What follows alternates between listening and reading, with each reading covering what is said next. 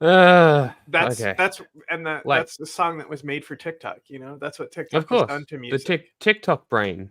TikTok has Mhm. ruined everything. 2 seconds of that song are what's Ban it. relevant, and then they had to make. They're like, okay, so we have the TikTok bit that we have right at the beginning Hmm. that's 2 seconds long. Now we have to make a Yeah. song to go with this, Yeah. Yeah.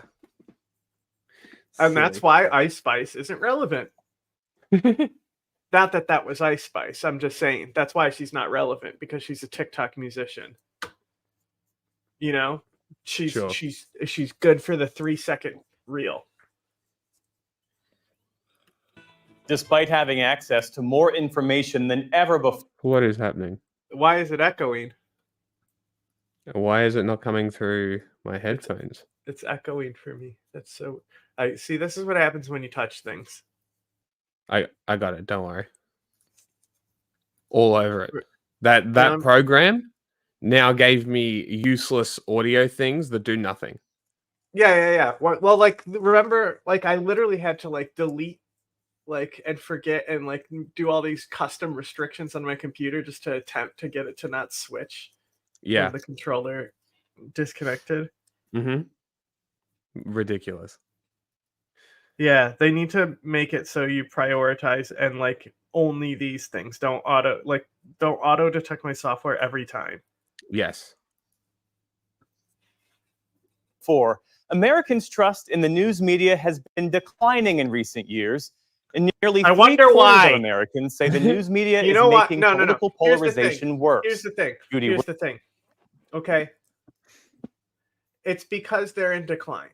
Nobody watches Yeah. TV, you know. And this is what happens, you know, they milked it out to 24 hours. They could have just had their little news hour and been happy, but no, they Mm-hmm. wanted to have their infinite growth and grow it out and give themselves something that could collapse. Of course. Why wouldn't they? Now they have to chase the dragon and do all these silly things to make profit. Mm-hmm. Look at the Young Turks, they're a perfect example. You know, it's not even TV. It's just like No. Dog shit. Woodruff investigates as part of her ongoing series, America at a Crossroads. dumb title. So I listen to Fox News. I listen to Newsmax. I will go to CNN to see what they're saying. Jerry Levasseur is a Republican committeewoman in Haverhill, Massachusetts. Do we want to do heavy traffic? Oh, I lived there. 7 again. I lived in Haverhill. Okay. What? Seriously? Yeah, very briefly, like 2 weeks when I was like waiting to get my house in New Hampshire or my apartment in New Hampshire when I was there for a year. Interesting. Yeah. It's basically Boston. Uh-huh. On a hot evening this July, she and a handful of fellow Republicans were working on their plans to show support for former President Trump, while Fox News played in the background. To enforce their vision for America, but it's not based off meritocracy. It's based off racism, quite frankly, and it's based off neo-Marxism. I think that President Trump gets not that Fox is pro-Trump. You hear that? But I think he that gets right there is what better... killed me. Not that Fox is pro-Trump. Jesus fucking Christ. Like, you see what I mean? How out of touch these people are, but not in the way you would think. Am I right? Wasn't that one of it's just normie. It's norminess. That's like that's all I sometimes they've criticized Trump. So that means they're not actually biased and pro-Trump. Makes total sense. Interpretation of his values and what he stands for from Fox. MSNBC is much more likely to insult Republicans as opposed to insulting a Democrat. Okay. The Supreme Court is a clear and present danger to their entire political agenda. Across town, Demet Haksever, who immigrated to the United States from Turkey in 1975, is watching MSNBC. Uh-oh. In the morning, I start watching MSNBC, Morning Joe, CNN, sometimes PBS, other sources, BBC. And at night, I tune in to MSNBC. Hoxaver is a retired economist who's now involved with Indivisible, a grassroots political group dedicated to opposing the Republican Party. Nice. And why do you prefer MSNBC, you say? Well, I like their focus on the issues that are important to me. What about Fox? Oh, Fox? No, I I gave up on Fox a long time ago.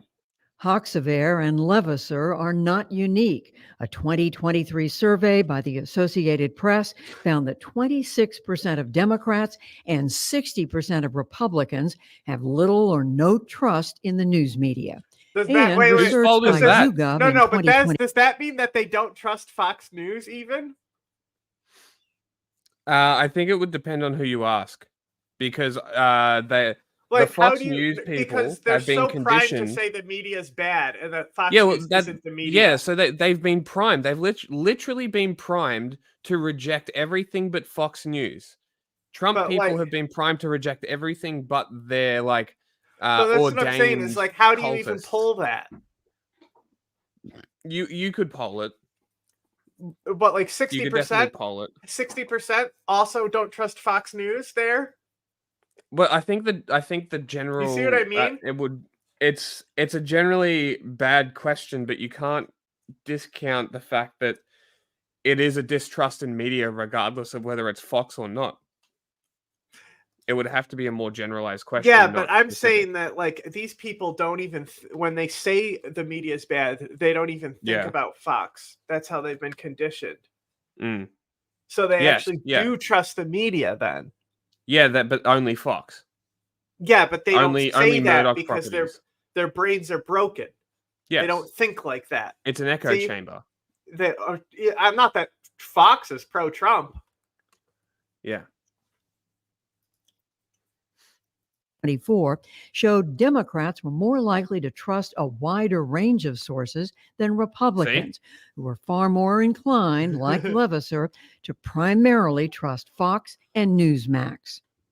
The national news is more polarized, certainly on broadcast and cable, and it's much less reportage and much more opinion. Martha Minow is a professor and former dean of Harvard Law School, whose book, Saving the News, looks at how the news media has been transformed under declining government regulation and increasing economic and political pressure. Political parties funded newspapers in the 1840s, 50s, 60s. The journalism that developed in the 1880s into the golden age of the 1960s was the first time that objectivity was elevated as an ideal, that really recognized we need multiple sources, we need to be transparent, we need to actually document, we need to have a counterpoint. Here is a bulletin from CBS News. That also just happened to be good business, to advertise to the most people, which paid for publication. Newspapers and broadcasters had an incentive to aim for objectivity. This picture has just been transmitted by wire. In the 1950s, 60s, and 70s, television news reporting was primarily limited to the three major networks, CBS, ABC, and NBC. With only a handful of channels available for broadcast, the government issued licenses to the networks and also put regulations in place to ensure fair treatment in their coverage, like the Fairness Doctrine, enacted in 1949. The Fairness Doctrine was part of the entrance of the federal government in the regulation of access to the airwaves for television, radio. What is this? I only and if there I is only the read watch presentation of one point of all view, this you stuff have that to isn't fifth have a gen. contrary point of view. If a public official were attacked, they had a right to reply. Good evening, I'm David Walker. And I'm Lois Hart. Now here's the news. But as cable TV grew in popularity and dozens of new channels came on the air, all viewers had to do to get a contrary point of view was change the channel, in theory. So the Fairness Doctrine was phased out by President Ronald Reagan's FCC in 1987, setting the stage for a radical transformation Of in course the way it was Americans. fucking Can you Reagan believe that it, did Jack? it. Can you believe it? Oh my god. What actually ruined the news? Can you believe it? Wow.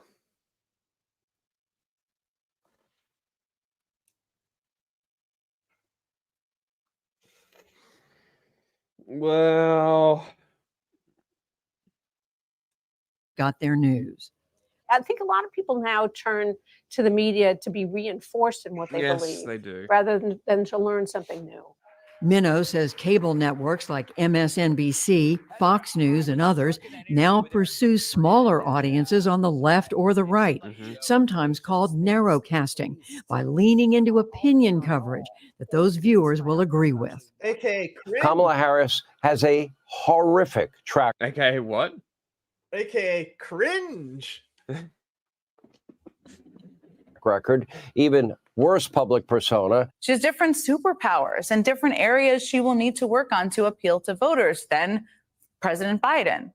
Opinion media is more successful than news media, than journalism. And you'll I notice think the it's people who related say to this things like lack the of media curiosity. controls everything are the ones most controlled by the media. Yeah, and they're also the ones that'll conflate it with Jews. People Yes. looking to be reinforced. Also, it's more expensive.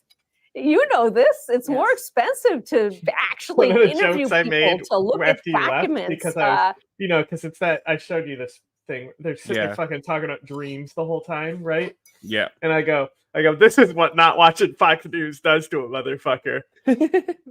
Like Osama bin Laden would have been better off watching Fox News than just fucking only going by dreams and visions and Yeah. shit. Can you imagine how normal it would be if he watched Fox News? If only. To actually explore without knowing ahead of time what is your story. Being able to convert a story into something that's very simple, digestible, and maybe even outraging is more successful. It attracts attention. It's what people talk about. Breaking just now, an illegal immigrant from Ecuador arrested, apprehended, under arrest, suspected of sexually assaulting, as you said, a teenage girl in a New York City park. Recently, there was a 13-year-old girl in New York that's been raped by an illegal that's crossed into this country. He tied up the little boy that was with her, gagged them, and nothing comes out of the White House about how horrible this is. According to new analysis from NBC News, quote, despite several horrifying I don't understand. Why should the White House comment on every fucking little thing that happens in a country of 400 million people? Yeah, 350 million people. Isn't What the that fuck? not like the police job Exactly. to handle? Who gives a shit? The White the House pres- has bigger what is things the to deal with. president gonna do? Oh, this was bad. Yeah. Why do we need the statement? I don't get it. profile incidents. There is no evidence of a migrant-driven crime wave in the United States. In fact, They are just cherry picking terrible crimes by immigrants, but they don't mention ever the positive contributions of the immigrants to to our communities, to this country. But is partisan news media, in fact, creating more division in the country? No. Or are partisan viewers now Oh finding my their God. way to more friendly outlets? So this is cool. So I showed you the little brick thing I have, right? That's the preamp. So on what do you think? Because it's giving me decibels, right? It's giving me an actual number that I can see that changes with the dial. So what should my microphone decibels be? -6 and -2. -2 at max. Because Right. it's at 30. Well, 30 is the bottom of the decibel chart. Now you're way too quiet. Yeah, so that's 15, that's 20, that's 25. You want? That's 30. Okay, would you please let me talk? If you're reading levels Mm. by decibel, the peaks should be between -2 and -6. Okay. The peaks. Sure. I don't know. It's not When giving me a graph. It's literally just giving me actually I could probably use my phone. as the camera and just show you. Hold on. Haha. You're gonna touch it and screw up everything. Just wait. Nah, it'll be fine. Okay. See here, right? Yep. That's all I'm seeing. So as I move the dial, the number goes up. Okay. Right. See what I mean? So I don't. It's not a meter. You need to fucking. Yeah, That, I'm not sure how that that works. really doesn't help us. No. So I would much prefer a meter of some kind, but that's handy. Somewhat. Oh, what is that? Neat. I don't know what that does. Ah, I see. It's the USBs. Okay. I'm just figuring shit out, guys. I've been focused on polarization almost my whole career. Professor Matt Lewandowski is a political scientist at the University of Pennsylvania. His research shows that watching certain channels does have an impact on viewers' political opinions. No We way. showed people the kind of Fox coverage, the MSNBC coverage, or kind of the mainstream news coverage. I'm glad And it's what an we actual found was study, that you know? people tended to move in the direction of the source, right? Especially if it was a source that was congenial to them. How do you see the role of the news media and any bias or slant in the news media in affecting the way most people think about issues? Well, there's certainly an effect. I think people who are actively involved in politics tend to be quite polarized, but the country as a whole still has room to come together, find common ground. But the factor working against that is that politicians often have an incentive to divide people. Lewandowski says both the news media and political leaders, who are often recruited you from mean the the political politicians are extremes dividing during our country? primaries, No way. That's have bad. played a role in deepening our divisions. No. Venezuela is releasing thousands of people, criminals, gang members, drug dealers. How do you do a the democracy worst. without They are divides? trying to control women's bodies quite explicitly. And So if you look at studies about the kinds of people that run. What was that? How do you do democracy without divides? Divides in what sense? Oh, or political divides. Okay. I don't know. You can't?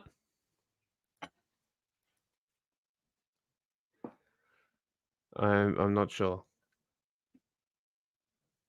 For Congress, they're increasingly being drawn from people who are more on the extremes rather than the middle, because the people who are in the middle sort of look out at Congress and they say, where am I going to fit in? So it's pushing people and kind of stretching them out a little bit more towards the extremes. Well, the thing is, early voting starts in September. Jerry Levasseur has felt the impact of this growing polarization in her own community and even her own family. I do have a brother who is very liberal, so we just don't talk politics at all, ever. And what about where they get their news? They would never watch Fox or Newsmax, or it's MSNBC. Right, this is how we make it in Turkey, actually. But 10 minutes down the road, Demet Haksever sees an even greater threat in the coverage coming from Fox, especially its promotion of conspiracy theories about the 2020 presidential election. Fuck out of it. The fuck out of here. disinformation they spread it about Piece of shit. the validity of the election Fuck results off, bot. 2020 that poses a great risk Dragon to Ball our Z's gay. democracy. I come from Turkey, and we lost our democracy because of the same divisions. What happens to a democracy in a situation like that? It wasn't. Well, It wasn't democracy dies necessarily in that divisions. It day. was because you also had a fascist come into power, and you don't have the checks and balances that makes America robust. You know, that they want to wear away those checks and balances. Like, they already wore away the court. Like, it's super bad right now. Yeah. Mexico, by the way, approved Harvard's Martha Minow their says they're popular election judges. Oh, they approved it. Yeah, first That's country cool. in the world to elect judges by popular vote. So we'll see how Cool. that goes. The That is U.S. cool. and Canada seem to not be a fan, but Yeah. There is no easy solution to this problem. More nonprofit media funding local journalism and fighting disinformation could all help. But she remains deeply concerned about how these divisions are affecting our communities. The lack of a shared reality is a crisis in America right now. And you can see this depending on what your preferences are. You flip channels or whatever. You see it's different topics. And when it's the same topic, there has no relationship. And if you don't share a reality, and indeed you think It's never the same people topic. next to you are out to get you, it's not just democracy that's at risk. It's peaceful coexistence. In an upcoming installment of America at a Crossroads, we'll look at how the internet and social media have only accelerated this concerning trend. For the PBS NewsHour, I'm Judy Woodruff in Haverhill, Massachusetts. Thanks, Judy. Media shouldn't be for profit. I agree. Generally, And you shouldn't be able to found nonprofits that are actually state agents like Breakthrough News. Yeah. I know my music's gonna play. Oh, no. They should disclose it. Anime. No. That clearly says space. anime. We're Clearly doing says space. no. Look, it says We're doing anime. space. We're doing space. Was that No anime? Was that Anime free anime? zone. No Was that weebs here. was that No anime? No, it wasn't. It no, looked like it said no, anime space. on the screen. No. Space. What was that? The launch Space. director performing What was the it, though? I final wanna poll for know. launch, verified no constraints and go for launch. May or may not have been a Ghost in the Shell thing. I want to watch that. No Hey, constraints and fuck go it, for launch. shit. Propaganda. And weather is go for launch. You are looking at the world's most powerful rocket. Artemis 1 embodies the How hard come nobody work of knows thousands this rocket? across the Nobody. How come? The Artemis Did you rocket? know? Did you know Artemis existed before this week? I did actually, yes. Okay. I only know because I'm like, these motherfuckers stole my dog's name. These cunts. world, determined Like that. I'm gonna when I get a German Shepherd, eventually. You're gonna name him. You're gonna name him Artemis. Hitler. Artemis. It'll be female. People are Jim. gonna be like, "Why did you name it after the space program that was so successful and put us on Mars?" Yeah, it's like go fuck yourself. That was a It's joke because it's no, I know. They're not. This This is my program ain't response. going to Mars. This is my response: is go fuck yourself. I had the name years before this thing became public. I just haven't got my dog yet. to explore for the benefit of all. After years of testing and talking and testing some more, Artemis 1 finally carried the dreams and aspirations of the world Oh my God! back to shut the up. moon. I knew this would be an exciting mission. I mean, we haven't left low Earth orbit in over 50 years. Nobody on my team had done it. Most of them weren't even alive back when we did it last. It has been a culmination of many years of hard work. It certainly represents a lot of that design and effort that we have put in to build the first human spacecraft for NASA in over 50 years.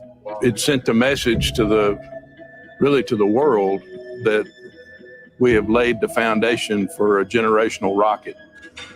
We are not just going to the moon, we're going to prove that we can live and work on the moon and establish an outpost on the moon for future distant exploration out to Mars and beyond. I'll never forget coming in the afternoon and everything is just working per the timeline. And you're starting to feel like NASA is such a shit org today that like might be it legitimately makes me think like, wow, it's crazy they beat Russia to the moon. our day. Great news, no constraints to launch. You know, I'm sitting on the console at my station and things have been pretty quiet, and you know, you start to get this sense like this thing's going to go this time. And here we go. In the wee hours of that morning of November 16th came, it all fell together, and the payoff was a launch that It would be cool as shook fuck you to see this to thing your launch, foundation. you know? To see the rocket. Yeah. rockets- I don't give a fuck what you say. Rockets are cool. Oh yeah. To see personally, it would be cool, but like Yeah. space is cool and all, but it's just funny because they're like trying to get you interested, but then if you get interested and you look any deeper into this program, you see what a big waste of time it's been and assets it's been. Mm.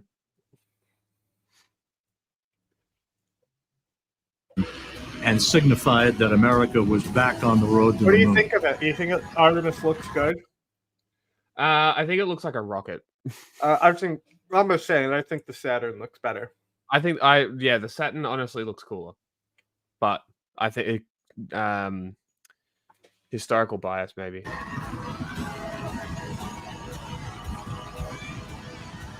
And the shuttle is dumb.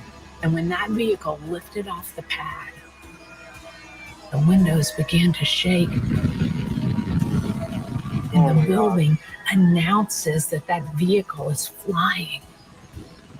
I was overwhelmed with joy and excitement, not just so much for me, but for the entire team, for the country. It was Maybe they should spend And I was tearing up. more What time. an amazing accomplishment. Sorry? Maybe they should spend more time hiring people who can do the job instead of these actors who can do Yeah. the propaganda after the job. Like, none of these people. Like, did you, like, especially with the music, that lady talking, I'm like, what is your job? You know what her job is? Yeah. What is it? This. PR. Yeah, I bet. Excellent. Did you hear her talking? Yeah, She's yeah, like, yeah. It's like, sounds like she's describing like a fucking like romantic movie. That's like a trend, you know. It's like she's talking Yeah. about the plots of a Notebook. For this team. I'm still shaking a little bit. That never gets old. That is always one of the coolest things you'll ever see in your entire life. Commentators who commentate the launch who are legitimate, just space nerds, like space college nerds, who are just like soy facing the whole. Like those are the ones. Those are the best people, not this fucking PR lady. I genuinely agree, honestly, because I didn't realize that they were just space nerds doing the streams. I mean, they do work for the company, but like they're like interns, you know. They're not like fucking. Yeah.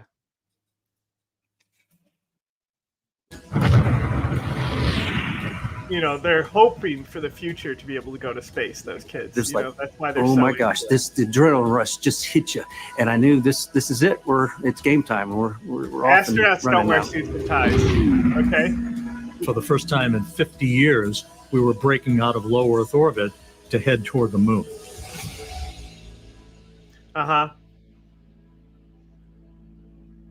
Stepping towards the moon. Okay. I love how it's like. And attitude for solar array deploy. Saw deploy initiated. Hey, hell yeah. You know.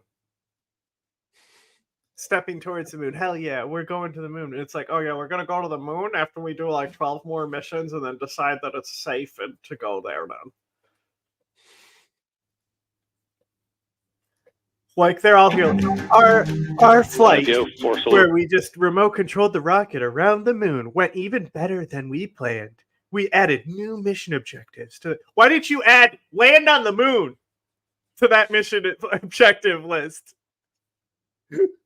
Like you're not getting another fucking rocket, okay? Land it on the fucking moon. What are we paying you for, NASA? This is fucking horse shit. Behind. Late.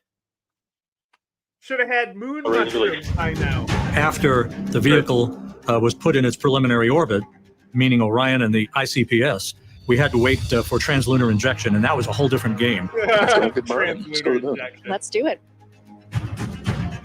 Now, if you think about hitting a keyhole in the sky, it was all about that translunar injection burn from the ICPS. Without a perfect burn from the ICPS, we weren't going to the moon. We certainly weren't going in the right place. Good thing that we have perfect That little mathematics RL10, and the robotics, engine- so it went perfectly. And that went on and had the longest burn it had ever had in the history of the RL10 program, which goes back many, many years. But yes, I'm sure it's hard to SLS get set us up to the point where you're competent enough to do the math to launch these rockets into space and shit. But come on, bro.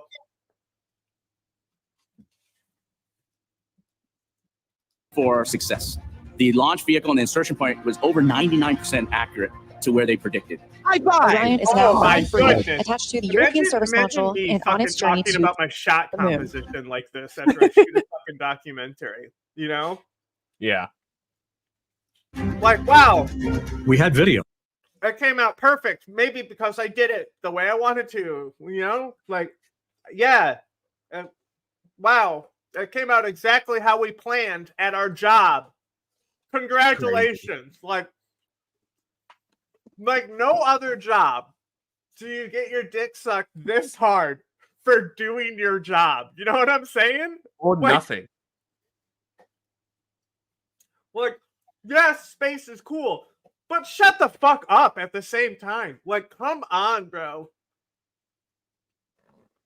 Like, if anything, I would like more scientific stuff where they say we like the actual advancements. Yeah, give me that we've made. statistics and show me nerd Like, shit. congratulations, you're able to do it well. Mm-hmm. 2 years behind when you're supposed to land on the moon. Congratulations. From Orion, shortly after the translunar injection burn was complete, Orion flipped around and we took pictures of the Earth. And I have no words. It was just amazing. Amazing. The views of our blue marble in the blackness of space, now capturing the imagination of a new generation. No, it's the not. Artemis generation. We're not that.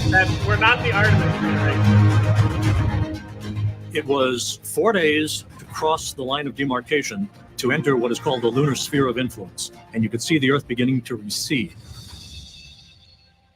That would be pretty cool to see, is as you're flying away, the Earth getting very much smaller and smaller and smaller.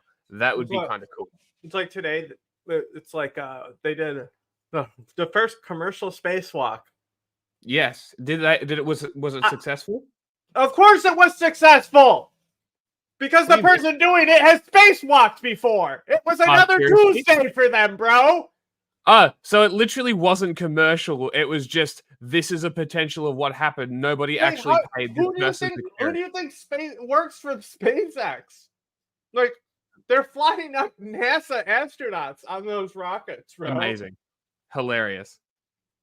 That's fucking It was just hysterical. commercially funded. Like, fuck, I hate. Like, this isn't a fucking milestone. No. Literally nothing happened. Exactly, Nothing of significance occurred. Literally nothing. I will say this. Landing and being able to reuse the rockets, which I'm pretty sure Artemis also can do, Yeah. was a legitimate step forward. I agree. But that is the first step forward in a long time because, like, oh my god. Can we talk about how, like, poorly designed the space shuttle is? The space shuttle? Yeah. Moron. Is it? Oh my god, yes! How? Explain. I have no idea. Okay. What are you talking about?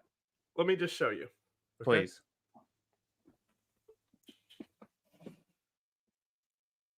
Okay.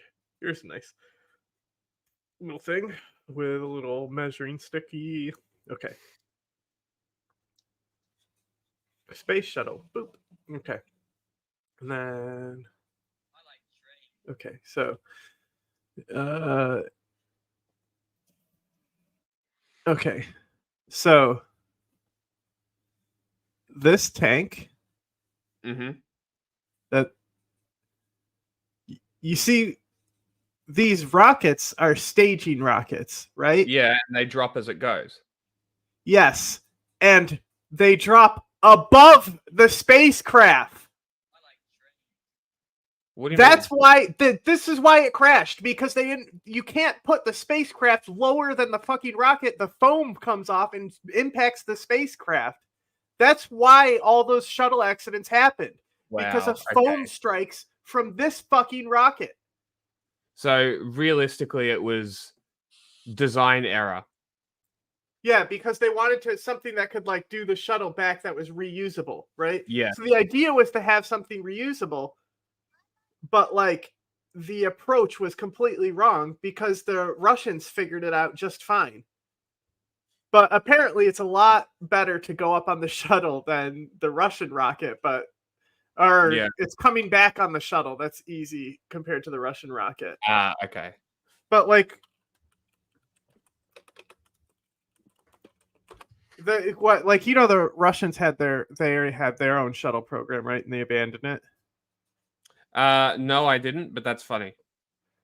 It's like really in like the last days of the Soviet Union. Okay. I'll show that to you too. But this is the Russians' rocket, right? So what we know about rockets, right? Mhm. So you can see like you obviously have the booster, the stage booster, Yep. and then at the top there's an antenna there. That's the Yes. crew. So that's a That's crew fine. safety module that will be able to break off and pull the crew to safety, right? So the Russians have a crew safety module that could like force an eject in case the rocket was going to blow up. And instead, what do our astronauts have? Foam strikes. Nothing. Foam Yeah. strikes they can do nothing about. Cool.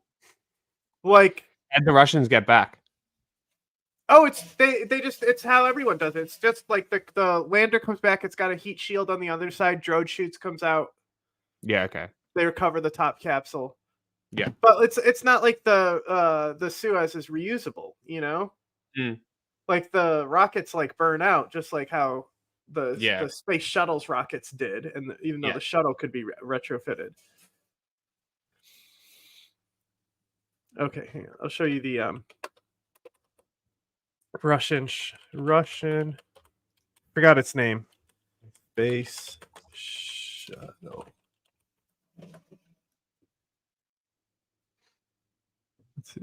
Oh, I typed in Russian. It's the Braun. That's what it's called. So let me see if this is ever if they only had the shuttle or if they put rockets on this bitch. I think they never like really even like truly built one because it got shut down. Oh, okay. Yeah, this was also a dumb design by the looks of it. So good thing they didn't go with this because the Soviet Union collapsed. Yeah, lucky. And they went back to being rational. So like that don't there so it's still lower than the rocket, which is the main problem you're gonna have. Yeah. You need it above the booster. Yes, yeah. You cannot have your crew below where the booster is. That's just crazy. Yeah, you see here's them compared to each other.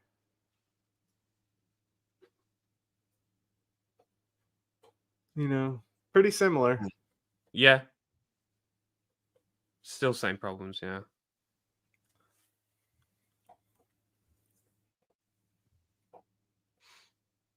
Very interesting.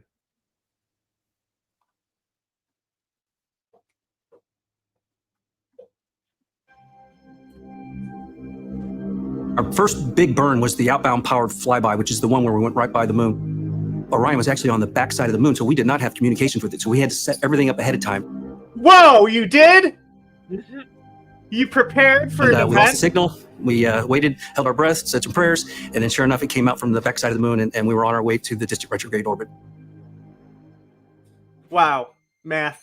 Distant Sure do retrograde math, orbit, huh? we're going to be about 38,000 miles away from the lunar surface. Artemis 1 traveled approximately 268,000 statute miles from right, Earth. everything goes wrong. One of the really fantastic moments during the mission was when we saw the first image of the farthest point that any human spacecraft has gone those are the before. guys I want to hear We from. see these this guy has too much hair to be talking about space. Go back.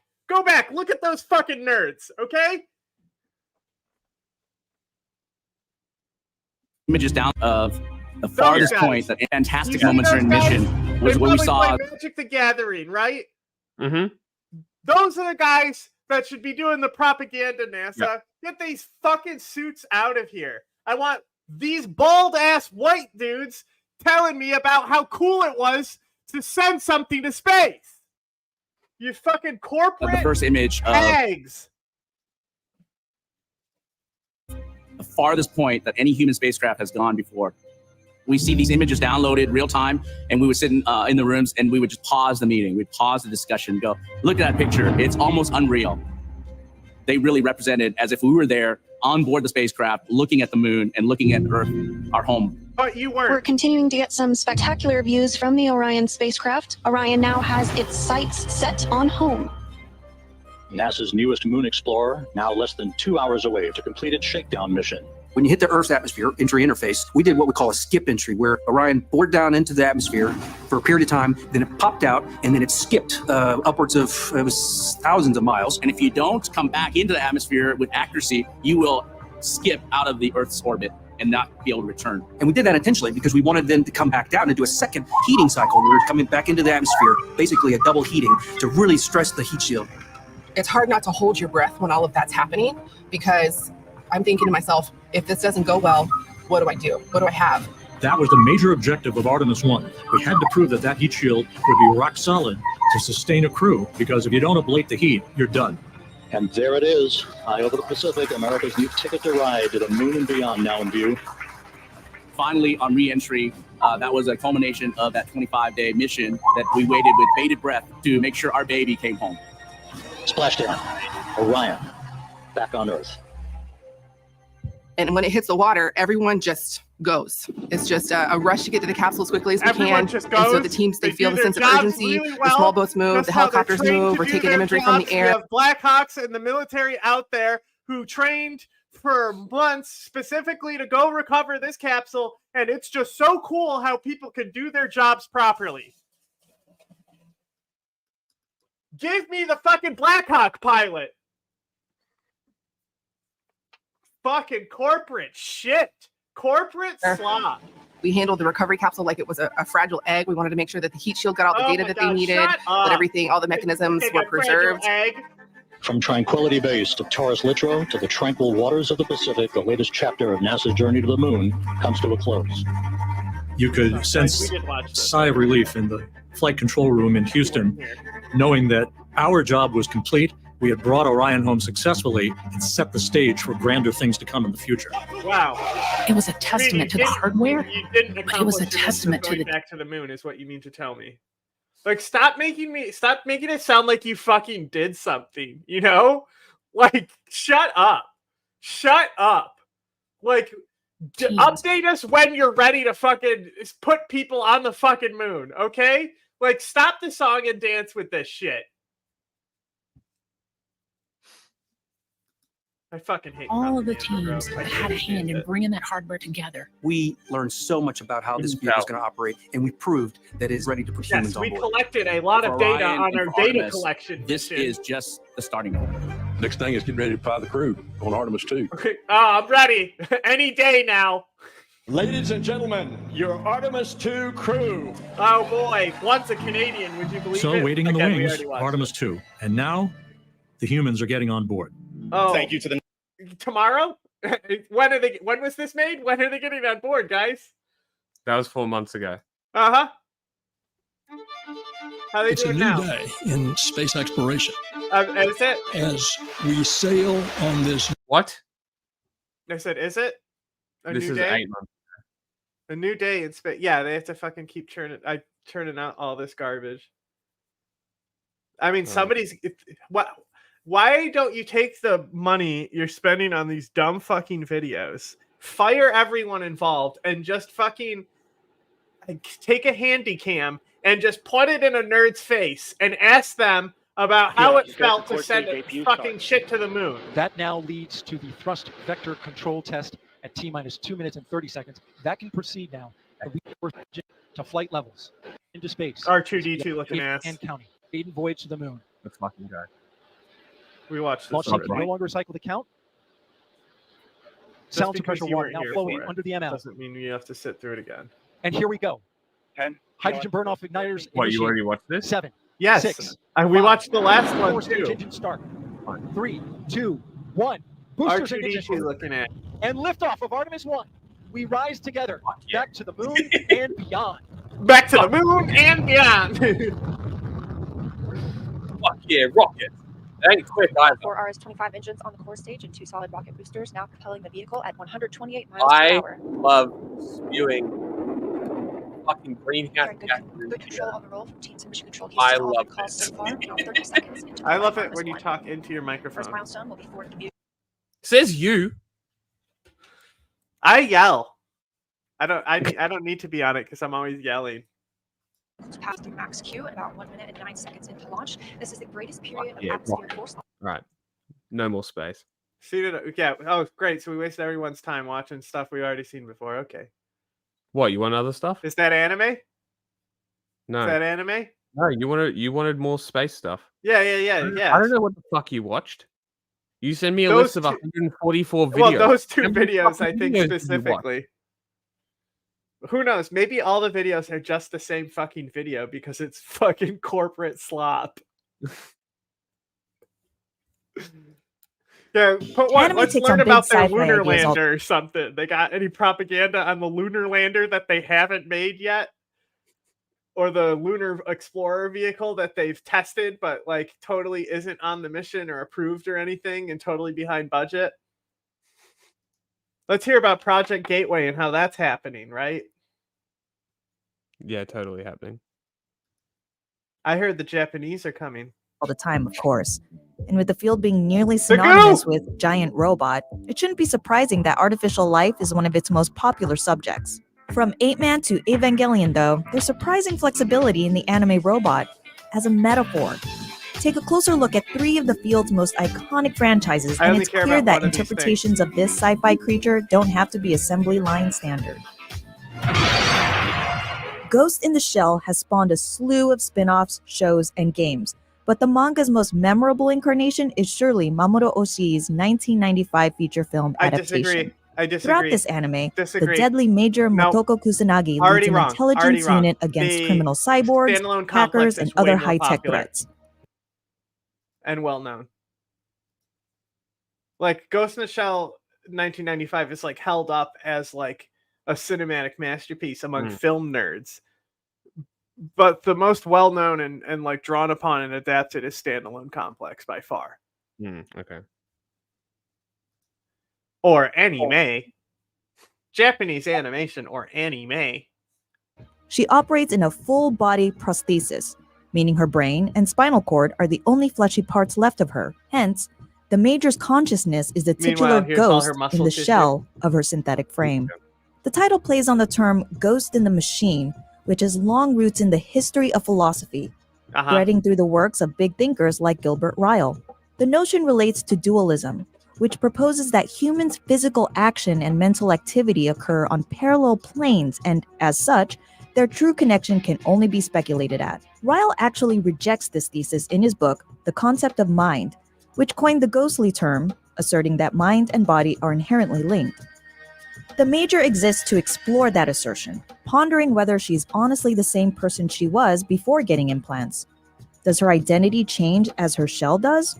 Or will something, call it a ghost, or mind, or soul, always endure inside? Upon its release in 1995, the movie wasn't just a sensation in the arena of anime, but a discussion piece for global film. Not only did it carry influence from Blade Runner and explore its themes further, it also went on to inspire the Matrix trilogy in turn. Beyond sharing a moody cinematic style, all 3 films are largely concerned with implications robots raise about the nature of consciousness. However, while Ghost in the Shell holds a certain place in the international dialogue of sci-fi, it perhaps holds a different one in the tradition of anime, where robots' position is still fundamental, but arguably distinct from other sci-fi traditions. Oh my god. Why is that? Because the first popular anime series was Astro Boy, another artificial ass kicker. Superman's prominence at the dawn of comics in the 1930s set the tone for the whole superhero genre, and those titles' dominance of the US market has, in turn, shaped the comics medium entirely. Likewise, the fact that anime, and the manga that often inspire it, is so often synonymous with a giant robot today hardly seems unrelated to the nature of its first star. Osamu Tezuka's Mighty Atom, known here as Astro Boy, debuted on TV in 1963 and took a fairy tale angle on robots. The hero, Atom, is created as a surrogate son to replace a scientist's dead child, but soon rejected by his creator because he can't pass for human. If the Okay, why are we talking about Astro Boy? Because it's about robots. You're the one who clicked this. Similarities to Pinocchio. You put it on the fucking list. This video sucks. You are the one that put this on the list, not me. I just put Ghost in the Shell stuff on there like you asked. I didn't look at it. This video sucks. I could have told So you many we knew it nieces was and going to nephews suck in the asking beginning Uncle when they Roger said to we're going to review talk the about worst Astro cooking Boy. show on YouTube. And Uncle Roger say, hi, but I review Jamie Oliver so many times already. Just kidding, just kidding. This channel we watching today This is the racist. Cooking with Nephew Jack show. You ready to take a peek? No. Take a peek. There it No. is. Oh, Oh, it's beautiful. beautiful. Oh my God, this is food kidnapper feed to victim. Instead of garbage to Nephew Jack, you should call this Fritzel soup. Frio, Uncle Roger new YouTube's figurine is now live. This is Uncle Roger inside rice cooker. It's so cute. Why would anybody buy one of these? Can somebody tell me? Uncle Roger's I've a seen sensation. YouTubers come out with these little. Uncle Roger is a sensation. But like, why? I mean, he's watched Why would I buy internationally. a figurine of a YouTuber? Well, they have these. There's this whole plushie company that will partner with YouTubers, and they're like, "Oh, but you have to get enough orders, or we're not making the plushies." So it's actually kind of like a scam on you. Yeah, unless you get enough of the orders, I guess. Yeah. Cute. The rice cooker design inspired by this real life rice cooker. Frio, how cute is this? Rice cooker is Uncle Roger's favorite thing. It better than woman anymore. Hope niece and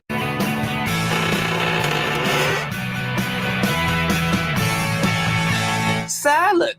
I start off pretty bad already. And what with that intro. And the comment turned off.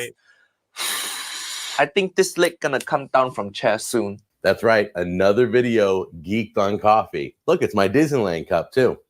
Good old goop. Oh, hey. That has lead in it. That's lead. That is lead. You're touching lead. Jack, you're literally touching lead right now, and you're about to cook and not wash your hands, I bet.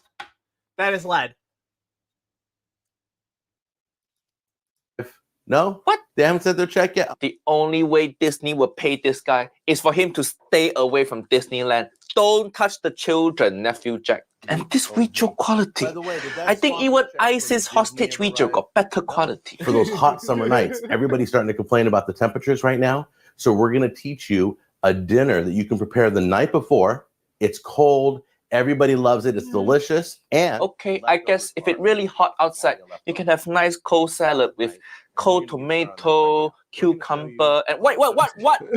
Pork and bean for your salad. And it comes from can? I thought you said hot summer day you want something cool and fresh. Pork and bean? Are you making salad or prison food? one is your macaroni salad. And why he using bathroom towel for kitchen? So let's start with bean salad first. Okay, so here's the tip. If you notice here on the can, I have cut it and it's sinking in a little bit. No, don't do that. There you go. I've gotten rid of the lid now. I drained all the juice. Oh. And then you can see right here, look at that. There's that bad boy. You know what that is? That is the fat from pork and beans. This is somehow going to add flavor. I have no idea, but here we go. Ready? Yeah. Launch. Gone. You gotta go just get throw that. random shit everywhere. You don't have trash can, is it? Dump in the bowl. Ugh. Okay, now I'm cutting a large onion. Onion for salad. Okay. I'm going to say 1/4 of it. So let's get rid of the rest. What is that thing? What is that? There you go. Oh. That's pretty good.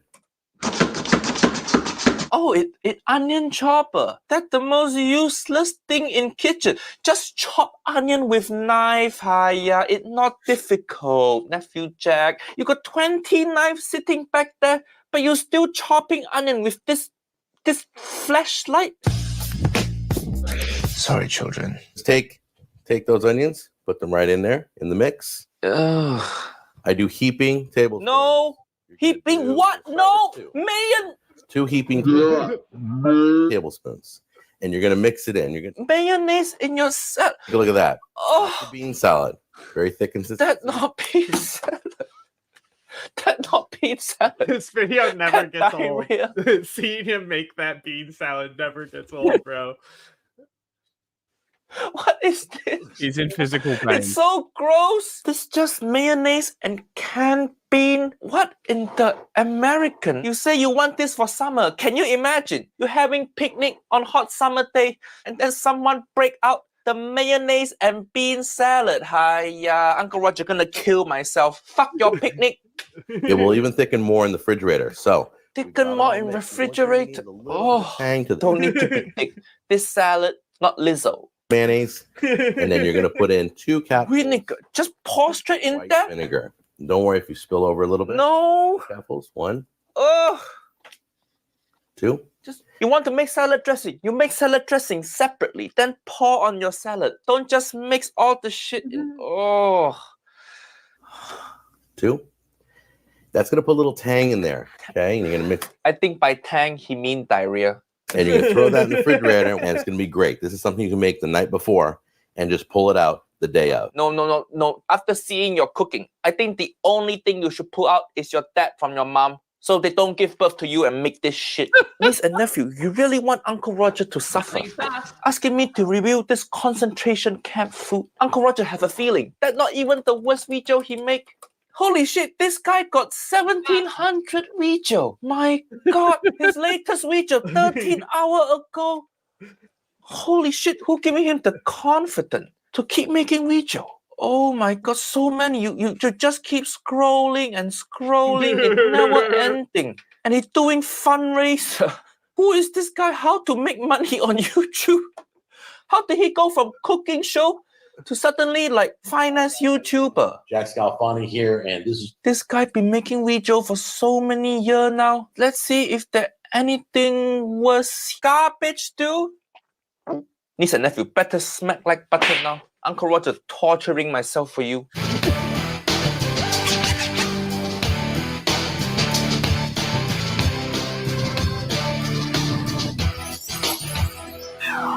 At least the intro slightly improved. Okay, so this is another spur of the moment video, and I'm going to explain it to you in a minute. It's kind of sick and gross. Sick and gross. Yeah, that's the exact word you want to hear at the start of cooking video. Love that. It's sponsored by Harry's Razors today. What? He got Harry's Razors back because. What the fuck? This guy got sponsor. Razors sponsoring food is kind of weird. Uncle Roger working so hard on my YouTube, and maybe once in a while ExpressVPN sponsor Uncle Roger. Oh my God, Harry Razor, who you sponsoring? These are all left over from other videos. I pulled it all out. So we got these sweet potatoes. Sweet potato. Turkey, smoked turkey. Some leftover bacon. That's hot. Name your dish garbage stew. All right. Oh. Cut up all the hot dogs. I don't know how I want the hot dog in stew. I guess I'll do them in just small pieces. That weird ingredient. It's like kind of like this. Have you ever had hot dog stew? I know beef stew, chicken stew. It's like I'm making a video. All the shit I'm gonna throw out tomorrow, I'm gonna throw in a pot and say it's a video. Turkey.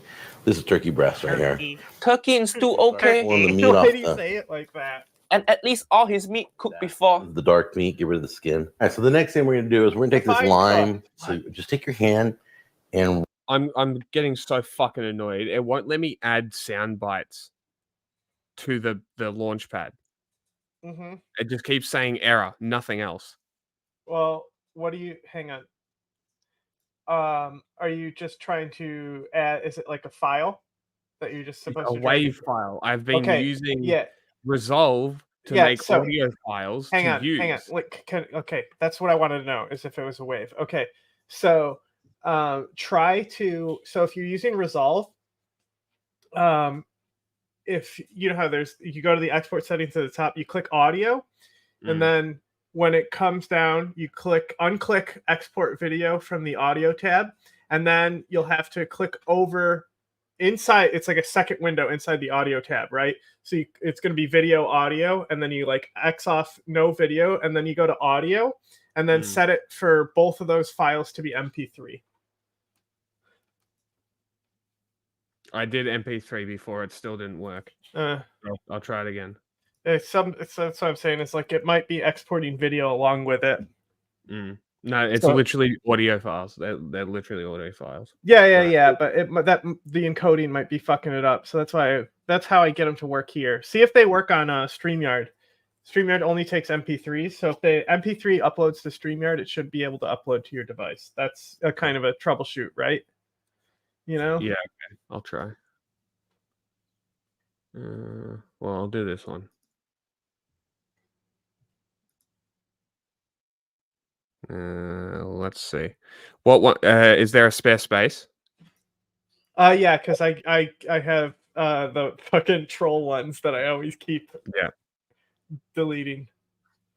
Yeah, because like I was thinking about grabbing where they're eating the dogs, but like everyone's using it, so I'm like, yeah, we already have our own Trump dog soundbite, and I think ours is like, by the way, dude, I played it when he said they're eating the dogs. I hit that. I really love dogs. I've got a lot of them. I love dogs. You love dogs. I'm pretty sure. It says it's processing. Yeah. So if it's processing, it will most likely work. I've never seen them like reject. Look at work. Nothing sus. So roll it. Lime, sweet potato, garlic. So I think I find that unbelievably hysterical because I know exactly where it's from. What? This. Nothing sus. Got some music there. He's just throwing random shit in pot now. The Rachel Ray way. Or you can just do that. Cut them smaller. The chopping so awkward. Cut them in small pieces. Good. No, don't put your finger out like that. You're gonna cut yourself. It's like that. Oh, okay, that better. His food so terrible. If he cut himself, the blood actually make it taste better. My crock pot was not big enough for all my leftover garbage in my fridge. So I now have to go with my mom's old sauce pot. I love you, Mom. Thanks for leaving this to me. If that's the only thing your mom leave you, you know you're not the favorite child in family. First thing we're gonna do is put in the meat. It's all cut up. Bacon, hot dog, turkey, and weird combination. Next, the fresh vegetables. Wait, vegetable, go in already. No. When you're making Western food, this kind of vegetable, the carrot, the celery, the onion, they form the base of your dish. It's called mirepoix. But you can't just put vegetable in raw like this. You have to saute them first, caramelize them a little bit. You gotta cook these things separately, bro. Don't just whack it in there like this. Mirepoix is Western cooking basic. You also don't know. Green beans. Stop! Corn. Stop! What Uncle Roger expect? They're not hot, by the way. It's called garbage too. Ortega chilies. I think I'm setting my standard too high. I should cut those up. Uncle Roger always say, cook with feeling. But his feeling all wrong. Little Cajun seasoning. A beer. The beer actually freshest ingredient in this stew. Doesn't this look like it might fit in my crock pot? Doesn't it? All right, let's try it. Who care? Go back to the garage and go get it. If it doesn't fit, it's gonna be pretty darn. Who care what pot you cook in? Garbage is still garbage. Oh no, now you're ruining 2 pots instead of 1. Here, Melo. You're gonna do 4 hours on high or 8 on low. I'm gonna do 4 hours on high. Put it in for like 24 hours. Just burn the whole thing down. Uncle Roger don't care anymore. Okay, when you have about 15 minutes left, I want you to take the lid off. You ready to take a peek? No. Take a peek. There it is. Oh! Oh, it's beautiful. Beautiful. Everything looks so uncooked still. Look at the hot dog just floating in there next to the clump of meat. Oh my God. This is food kidnapper feed to victim. Instead of garbage stew, Nephew Jack, you should call this fritzel soup. Sure. There we go. Hot. And then once you pulled it all out, you can either snap a picture of it and then send it to me on Facebook on the show page. Please. Don't give him more fan engagement, please. Why are you flip the house? Why are you flip the house? Why are you flip the house? I think my favorite part about this guy's videos is how he always eats it and then you can hear him chewing into the fucking microphone. That's my favorite part.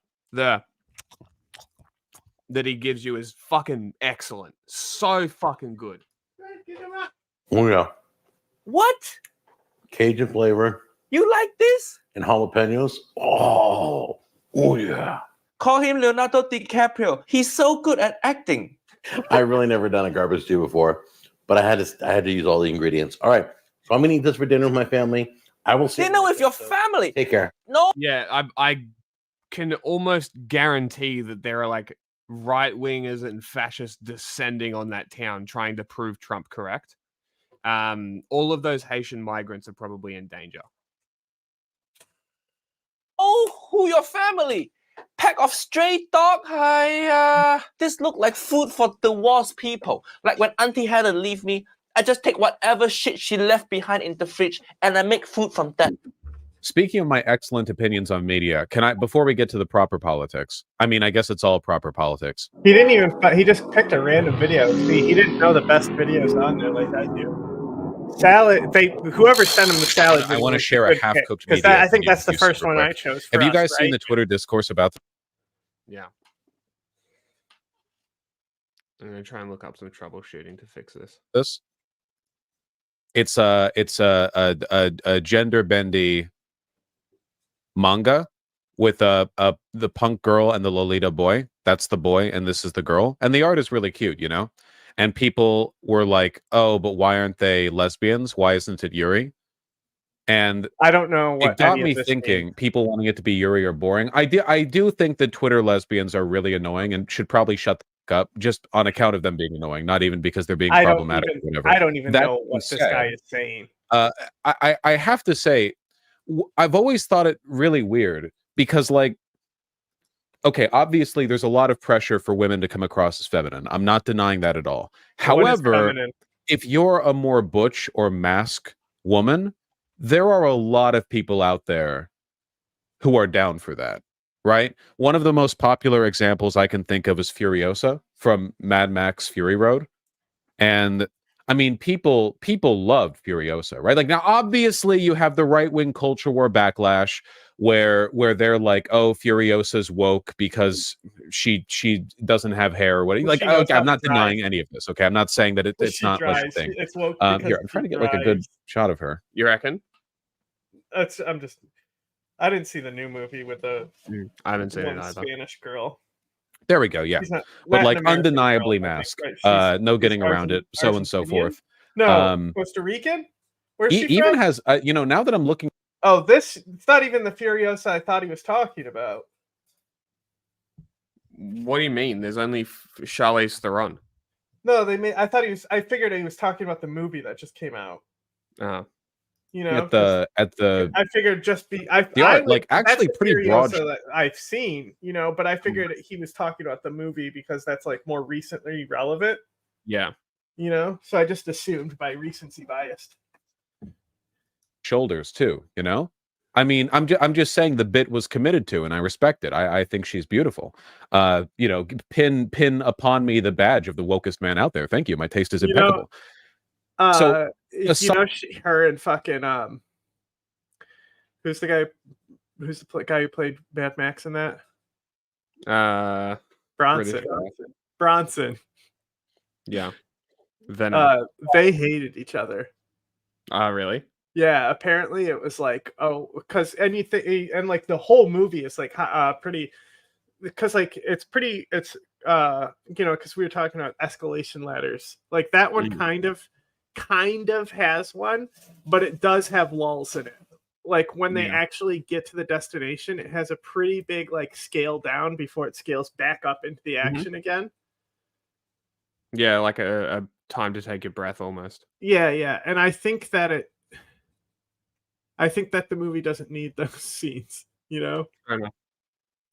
But like just to set up that it's like, hey, now we're gonna drive back, you know, making this whole movie pointless, right? Like that's just funny. But like,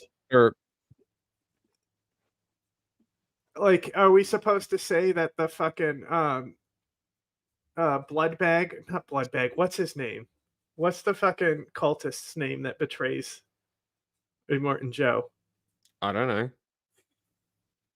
I've seen the movie maybe twice. Anyway, are we gonna say that guy's manly? Because he's not. No. Like, also, like, we're talking about Mad Max, right? Have we seen what the universe of Mad Max looks like? Cultural pushback. There are a lot of people who are into that, and God bless them. But if you are wearing a dress, you need to look exact. This is the movie that we're talking about here, right? Remember this guy, bro? The game. Guess what the name of the villain is in the game? The main boss that you're going for. Their names are fucking stupid. Scrotus. Amazing. Right? Like, come on. What are we talking about? Like this, like.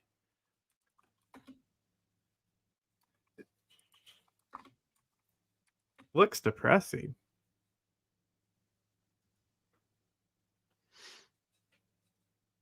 Dude, A room for butch and masked women, but if you're dressing femme and you're a guy, God, because it's like really, it's like, because like you know how a lot of car games, it really doesn't matter. You just buy the more expensive part and make the car go better in the next race. So like with Mad Max, the car combat, there isn't enough of it. It really, but that's also cool because it breaks it up between on foot and in car sections. Yeah. And a lot of the car shit is more of the optional side content, but like, you have to like build your car a certain way, because if you just put all the new shit on there, it gets too heavy that you can't even like fight or do anything or do any rams or anything like that. Yeah. So you need to like decide if you want like a side ram or a front ram, because like you really can't have both because it weighs your car down too much and you need the acceleration behind the ram, or like, you know, depending on what build you go with.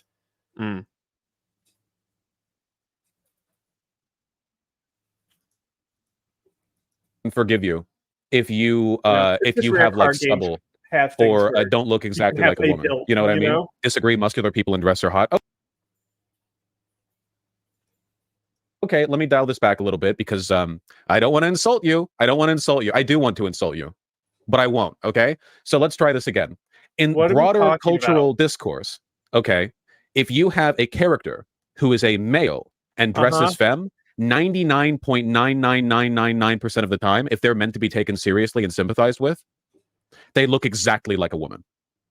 Like to the point where this is the entire trap terminology, where it's like the idea of they look so much like a woman that you think they are, which again, I'm not recycling 2019 era trans discourse or whatever, you know, about how the term is problematic. I'm only saying that's kind of where the archetype is from. You do not see shit like this, except the guy in the Lolita dress is broad-shouldered or has stubble or whatever, you know? And the thing is, you can be mask or butch. How does he get onto topics like this? That's what I don't understand. Like, you're a fucking loser. Like, what the fuck? Like, as a woman, you know, I think, you know, what about Gears of War, right? What about it? Well, people like when you finally get Anya, it's like, oh, how come her armor is so much smaller than the men's, right? Because women have smaller statures. Well, like hers is like significantly smaller and like more sexy, you know? Yeah. So like, I mean, Halo's was literally, you know, smaller waist, wider hips, female. Well, like, so like here's Anya, right? So it's like, right, this is her, this is how much armor she has. Also, her vitals are exposed because you have to have cleavage on your female character. Yeah, meanwhile, this picture, no, where'd it go?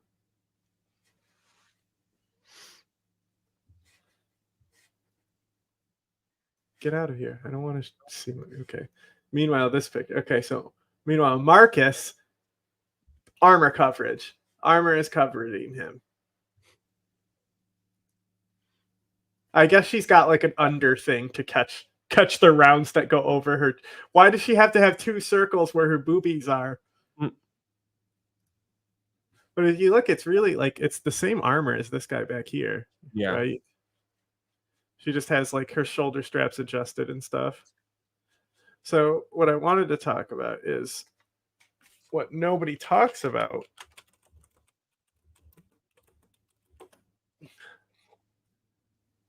Is the feminine guy in this game.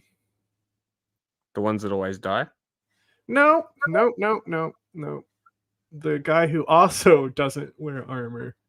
Like, so people were up in arms saying that, like, oh, it's because she's a woman and she's got this light armor and is more sexualized. And it's like, motherfucker, Baird is in every game.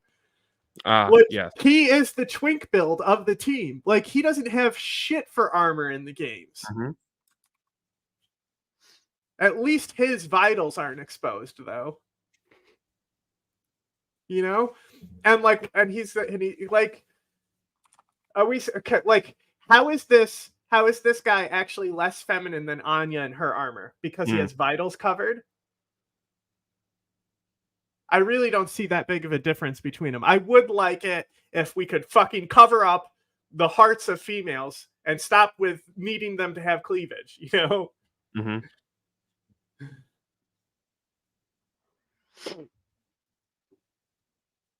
And like, oh, I don't know what game it was, but I sent it to the wifey. It's like I don't know. Some of the characters looked like Stellar Blade, and I'm just like, why are all the girls fucking tiny as fuck and all the guys massive? And then like also like Soul Calibur, right? I mean, especially back in the day when it was good with Soul Calibur 2. Like all the characters were like sexualized. You know, like not just the women. Like Keelik is a fucking twink. Maxie's a twink. Maxie's voice actor. Fucking Maxie, yeah, Keelik's voice actor hates him even more though. That's Keelik's main enemy is his own voice actor. Right? And like you ever see Voldo from Soul Calibur? No, I never played the games. Oh, you never played? They're really good. But Voldo is an interesting character. And it's canonically a man. Let me show you what Voldo is real quick, and you can tell me what you think.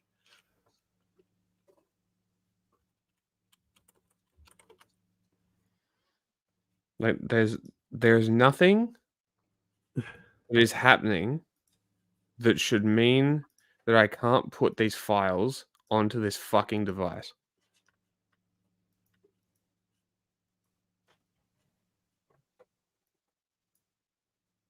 What do you think? What a specimen, huh? Did it work? Nothing sus. Yeah. Amazing. It finally fucking worked. What do you think of this character design? Looks like Wolverine. Looks like Wolverine.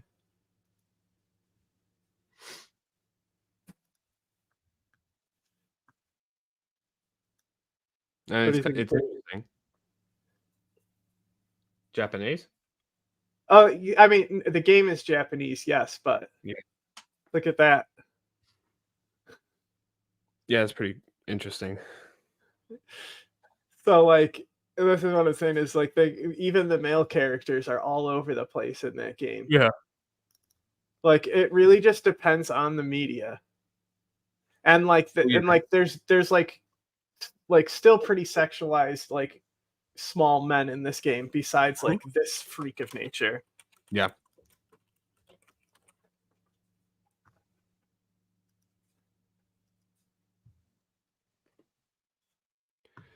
So like look at this guy right here. You see what I mean? Is that not feminine?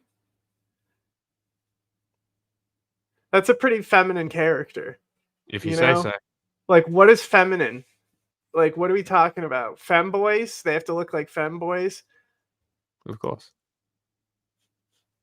You know, I think Keelik's gayer than Voldo, and Voldo's the one in the fucking bondage gear. There's also another character who's basically a dominatrix who uses a sword whip. Okay. And like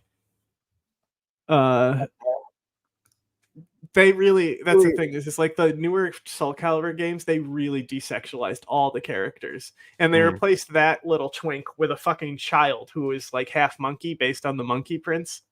Okay. And it's like, okay, this game is dead to me. There's no twinks in it anymore.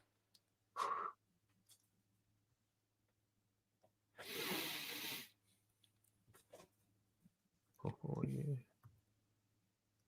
No twinks. No twinks, no play.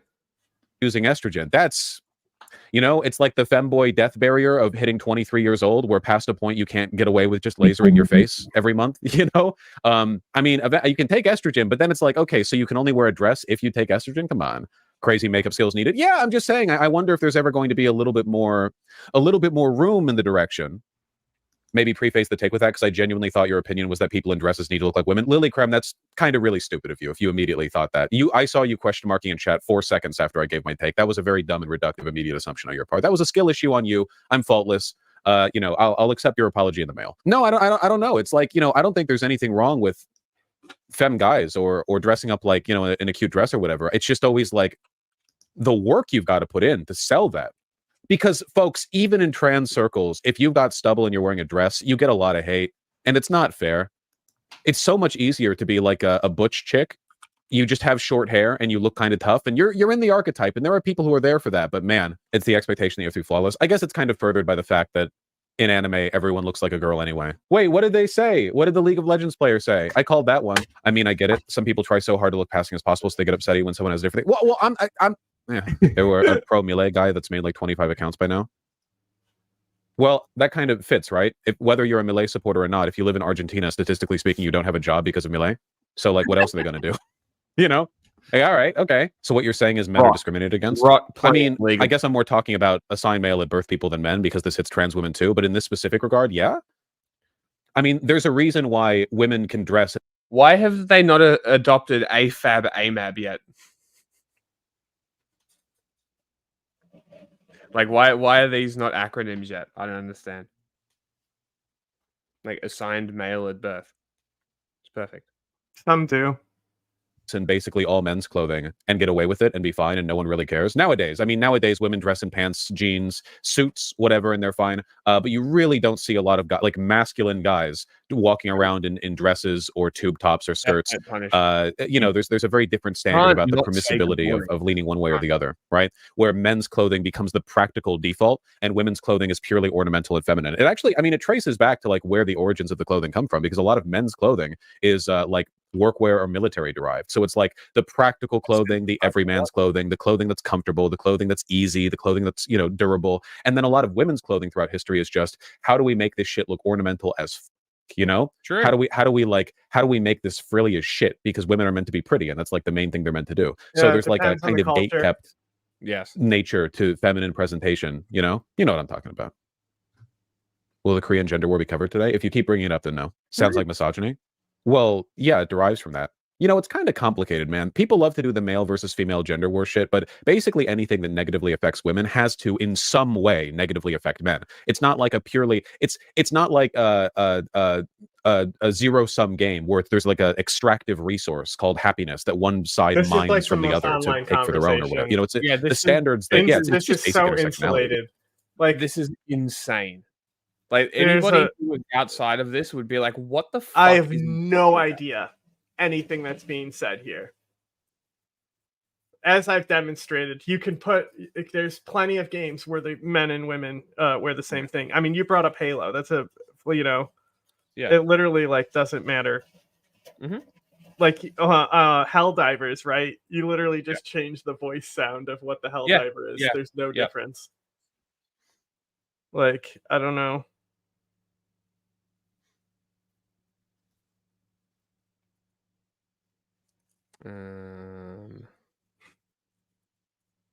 Baldur's Gate.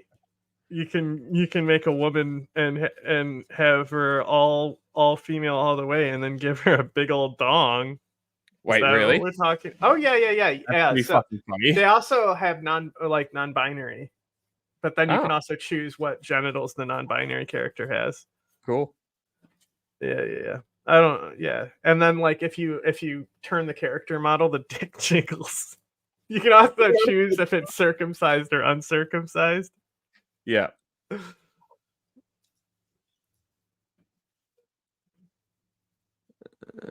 Which people forget. Nobody likes intersectionality when it means that they have to be slightly more nuanced about gender takes, because then that gets in the way of the man hate. I said it. There's a lot of so-called intersectional people out there that forget all about it when it comes to being reductive about men. Now, in fairness, a lot of men are terrible, and I acknowledge this. Okay, we don't need to ignore that real fact, that real and true, PolitiFact verified fact to make our points here. I'm just saying it's complicated. I don't but think you're one it's of the that good in ones depth, we understand. but... I didn't say I was one of the good ones. Don't put me in that Reddit box. Don't have me out here at the lefty convention. Reddit box. What does that even mean? I have no idea what's happening. As we've determined, if Al-Qaeda just touched grass, this video was the brought joke, to you. is that Al-Qaeda just needed to touch grass, but they were anti-lawn.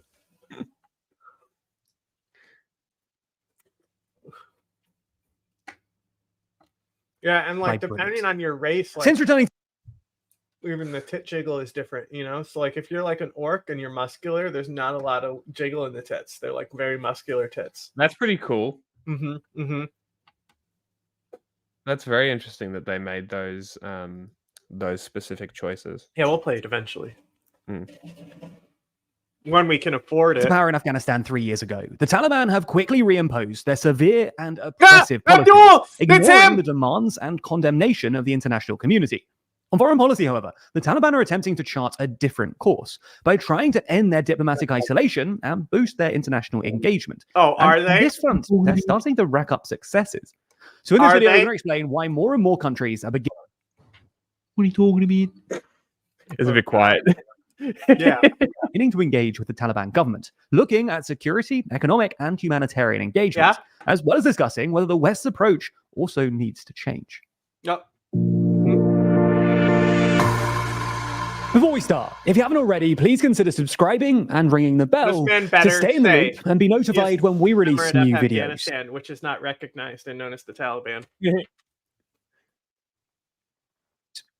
To get things started, we're going to do a quick refresher on the Taliban's return to power. Now, the Taliban previously ruled Afghanistan from 1996 to 2001, imposing their strict interpretation of Sharia law, and were recognized by only three countries: Pakistan, Saudi Arabia, and went with the sensible plan in Iraq.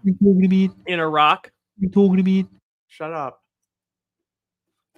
If we made the sensible plan, Joe Biden's plan in Iraq, and we pursued that, there might be more of a trend of that, especially considering that Iraq would be the following state breakup that would follow the Balkans. And I think that might be one of the reasons why they wanted to avoid breaking it up eventually, is because they thought the breakup of the Balkans was like causing the wars, but the wars are going to be caused regardless, And if Iraq followed that pattern of the former Yugoslavia and states were broken up in there, and Turkey cried about it and stuff. Like, oh yeah, I mean, why do you think it didn't happen? Fucking give the Kurds a state next to Turkey? No. National security. It's not like we promised the Kurds a state when they fucking helped us in the first Gulf War or anything. Shut up. What are you talking? What? You're annoying. But like, is that coming through the stream? Yeah. It shouldn't be. The fuck? It's he said that like they just made a Facebook page. But so like that's weird. The thing is, so like this region of South Asia also has, similar problems, like Pakistan, like it's like such an illegitimate state, you know what I'm saying? Like,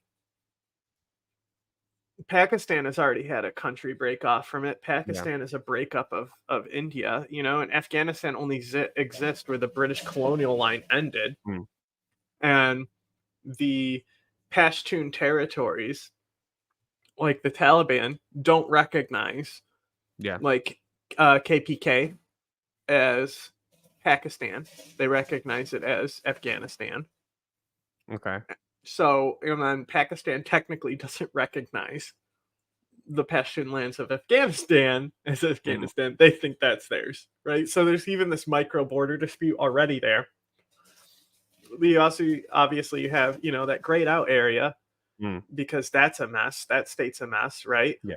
So we would have to get to the point where we are allowing Tajikistan to annex the Tajik region of Afghanistan as like a, you know, like we'll call it Southern Macedonia. That's a joke. So like if that happens, that's a pretty big deal because like annexation of states is like more extreme to the standard UN process than the breakup of states. Yeah. Like annexation is like to prevent annexation of territory is like one of the reasons the UN exists. Because annexing territory led to World War II. So like at the end of the day, functionally the UN is supposed to prevent annexation of territory. And they're like how much annexation has actually happened? Like what state has actually been conquered and brought into another state? There's regions, there's breakaway regions, things like that. But like not entire countries though. There probably is one, you know, and it's like a micro state or something. Yeah, maybe. Can you hear this? Barely. It sounds like it sounds like it's coming from the room you're in, not through the system.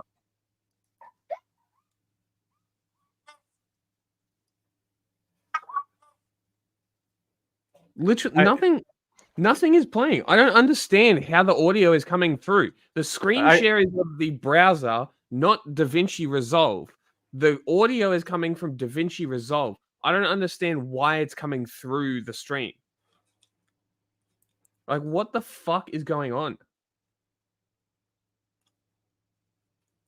You sharing full screen? The Taliban were ousted from power by just sharing the YouTube tab. There should be no other audio coming through. That's why I'm like, what are you talking about? How can you hear what I'm doing? You gotta put it on another monitor, maybe. It's on the other monitor. Look. It's literally on the other monitor. Like, I guess like anything you play audio-wise is gonna pull. It's not, but it's not the full screen. It's just the tab. Open a tab. Open a tab in the background. See if we can hear that. Can you hear that? Nope. But you can hear this. I can hear it, but it's not playing through the stream. It sounds like it's coming from speakers, and the mic's barely picking it up. That doesn't make any sense. Like it's coming through your microphone or something. There's no audio externally playing outside of my headphones. I'm just saying, that's what it sounds like. It sounds like it's somebody. I thought it was a dog barking in the background because it's like so muffled. I don't know, bro. Couldn't tell you. Weird as fuck. Anyway. Fuck off, Artemis.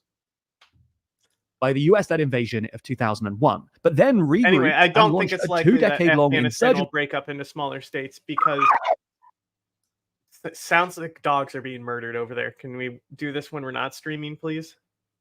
I don't know why it's coming through. I don't understand. It shouldn't be coming through. There is absolutely no reason that audio should be coming through. Can Just anybody do it after. On the Just do it after. Only you? Just do it after. Is it only you? No, everyone's saying they can hear it. The fuck? Just do it later. It does not make any sense. Just do it later. Coming through. There is absolutely no explanation for why you can hear it, and it's pissing me off. Like, why? Why is StreamYard picking up the fucking audio? Against the Making new sound US-backed bites and shit government really is like- and remaining coalition forces. Eventually, though, the later Doha task, Accord though. agreed in 2020. That you do during stream all the fucking time. What Bro, are you talking about? I've made a by few, the and US half and the the Taliban set time the I'm ground- like, okay, we really want this. I'm gonna fuck everything up because I won't be able to hear, and my thing will be open, and my computer might crash, and it takes me forever. Yes. Work for the US's withdrawal from Afghanistan. And as American forces pulled out, the Taliban quickly retook parts of the country in a lightning offensive, recapturing control of the capital of Kabul in August 2021, and declaring the re-establishment of the Islamic Emirate of Afghanistan.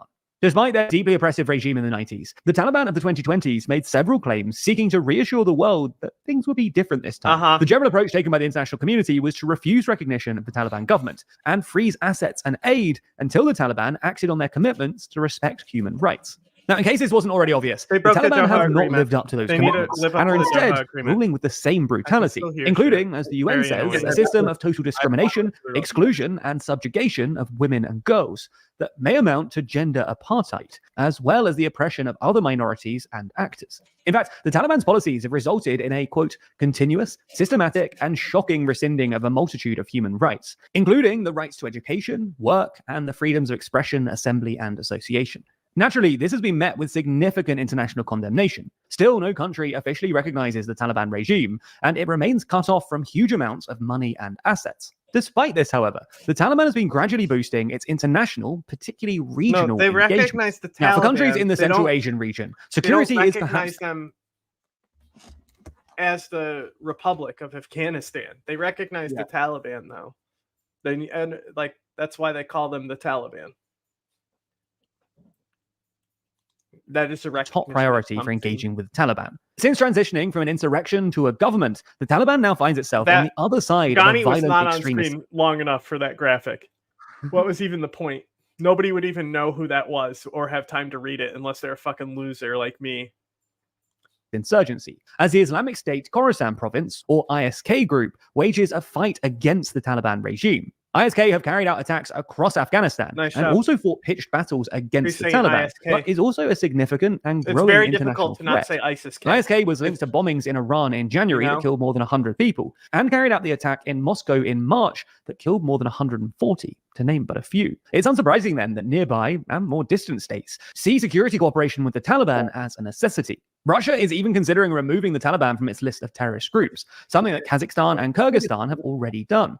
Meanwhile, reports suggest that the US is considering sharing more information with the Taliban on shared security concerns. On top of this, China, which was the first country to accept the diplomatic credentials of a Taliban envoy, wants to cooperate with the Taliban on tackling the separatist East Turkestan Islamic movement, and sees a stable Taliban-led Afghanistan as a better neighborly option than a volatile and fractious one. Other countries like Kazakhstan and the United Arab Emirates have also accepted Taliban diplomatic envoys, while making clear that it does not amount to an official recognition of legitimacy. Further afield, Germany, seeking to take a tougher stance on security and immigration, deported dozens of Afghans back to Afghanistan last month for the first time since the Taliban took power, something that rights groups have criticized as helping to normalize the Taliban regime. Note the deportation was facilitated without might as well, fuck it. Talking directly to the people don't Taliban, matter, clearly. using Qatar as a mediator instead. Security factors aren't the only reason why the Taliban has been able to boost its international engagement, though. Economic opportunities have also proven key. An early example of this was a deal signed defense, I'm sure these were like the temporary, like special visas, like Ukrainians and Haitians have here. in May And probably 2022 by the Taliban for a UAE-based firm to manage they're 3 time international sensitive, airports in Afghanistan, beating Qatar and Turkey to the job. So that way More it's lucrative, however, technically not is deporting. Afghanistan's rich It's just resources technically like the end precious of the metals and contract. Yeah. That's how you get minerals, around with it. estimates valuing the country's untapped deposits at $1 trillion. This is not true. In January of this year, the Taliban government signed its first major public. I fucking hate when they fucking do this shit, talking about the mineral development and shit in Afghanistan. You know how it's like I say, Sudan, look, it's a developed country. It has roads. You may have seen a road in Afghanistan, but like there are none. Okay. Consider it zero. Like there is no infrastructure. And like the US built a lot of that infrastructure up because even the capital city was in rubble when the US came in. So there has been a lot of rebuilding and building up of the state, but like how are you going to access these minerals, let alone even do a survey? There is no proper mineral survey of Afghanistan. That's crazy. You can't just fucking survey Afghanistan. Okay? You need a lot of shit in place, and there just wasn't the ability to do that. Right? So this is just a guess. Being like, hey, there might be this much stuff there. I mean, it's historically been like the tin exporter of the world, you know? So like, yes, there is minerals and mining there, but to think that you're going to go in and develop mining contracts in Afghanistan, like they want it. They're trying to get people to come in and develop mining contracts, but like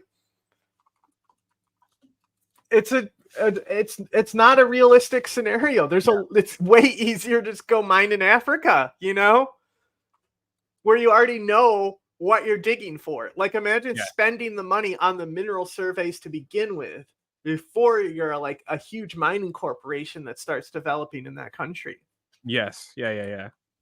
There's just cheaper options. Yeah, and the cheaper you would think just because it's closer it would be a better option and cheaper. No. They're literally already mining in every state in Africa. You pick what resource you want and you can exploit it there just fine. Because that's the thing is like the money investment, like even if you are exploiting and paying shit wages, the money investment, like you have to build the fucking road to the mine. Mm-hmm. Like it's not something that can be done without like the colonial power of occupation, you know, when they built infrastructure in some of these states like Africa. Yeah. Public commodities extraction deal, a 25-year contract for a Chinese company to extract oil from Afghanistan's north, with the company investing $150 million a year, increasing to $540 million in 3 years. With a view to China's growing electric vehicle industry, another Chinese company is reportedly offered to invest $10 billion to access Afghanistan's lithium deposits. Then, just last month, the Taliban finalized a trade and investment deal with Uzbekistan, apparently worth $2.5 billion. So, evidently, some countries view engagement with the Taliban as a pragmatic move, a security necessity and economic opportunity. But what about humanitarian engagement? Well, there's no doubt that Afghanistan is in desperate need. According to the UN, nearly 24 million Afghans, that's more than half of the country's population, are projected to need humanitarian assistance this year. And funding coverage for the humanitarian response is only about 25%. Even though the Taliban remain officially unrecognized and largely isolated, subject to sanctions, asset freezes, and banking restrictions, Western countries have still directed billions of dollars, though apparently not enough, into Afghanistan via the UN and agencies on the ground in order to try and alleviate this humanitarian crisis. The major challenge for Western countries continuing to refuse engagement with the Taliban is this isolation strategy simply hasn't been working. The Taliban has given no indication that it will U-turn on any of its deeply oppressive policies, and in some cases have effectively doubled down on them. For example, a recent law that obliges women to conceal their voices in... Why do we care? Like, why would we open up and not continue to isolate them? It's not about thinking it's going to do something or change something. Like, why the fuck should we care if it's working or not? There's nothing like, yeah, crazy. You mean to tell me sanctions didn't change a country? The dictator's still a dictator. No way.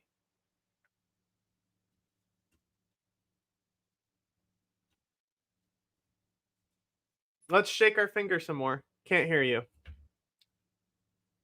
I forgot I had to add some fucking videos. The ones that I tagged you in on Twitter. So I had to go back and By the way, them. Are the links still there from when you reset? What links?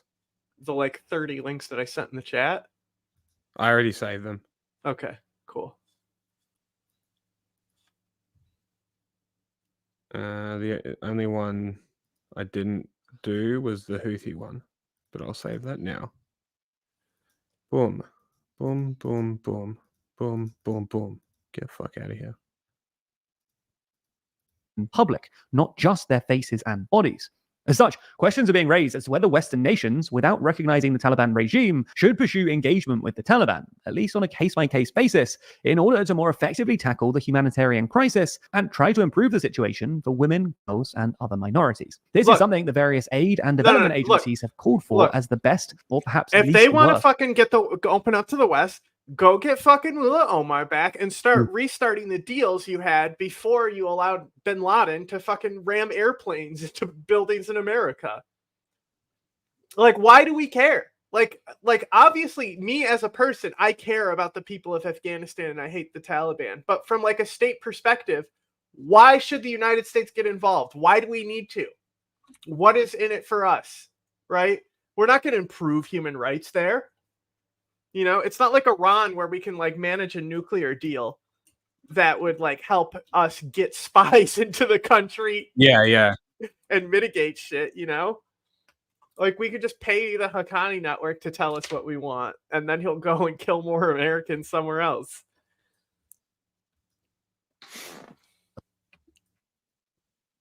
I am opposed. Oh, fuck me.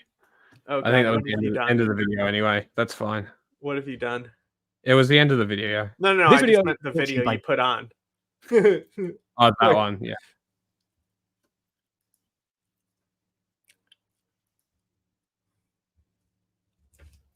Actually, no, I don't think it was the end of the video. Yeah, sure. Attacks across Afghanistan and also fought pitched battles against them. See, you just weren't watching. That's why you don't know. Eventually, it's pretty deep in there. Yeah, I'm looking for the aid. 10 billion there. Yeah, okay, so we were where I thought. So evidently, some countries view engagement with the Taliban as a pragmatic move, a security necessity and economic opportunity. But what about humanitarian engagement? Like we've there's no doubt that Afghanistan is in desperate need. We talked about how to help Afghanistan, and it's you do staging projects with the countries around Afghanistan. Right? So if we want aid to go in and all this stuff, is you stage it on the border and you provide jobs to the countries on the border of Afghanistan. Yeah. Because if you put jobs on the border, guess what happens? More jobs. Well, the people inside Afghanistan are going to go get those jobs that are on the other side of the border. And nearly 24 million Afghans, that's more than half of the country's population, are projected to need humanitarian assistance this year. And funding coverage for the humanitarian response is only about 25%. These people can, even though the Taliban remain officially unrecognized and largely isolated, subject to sanctions. Afghan state.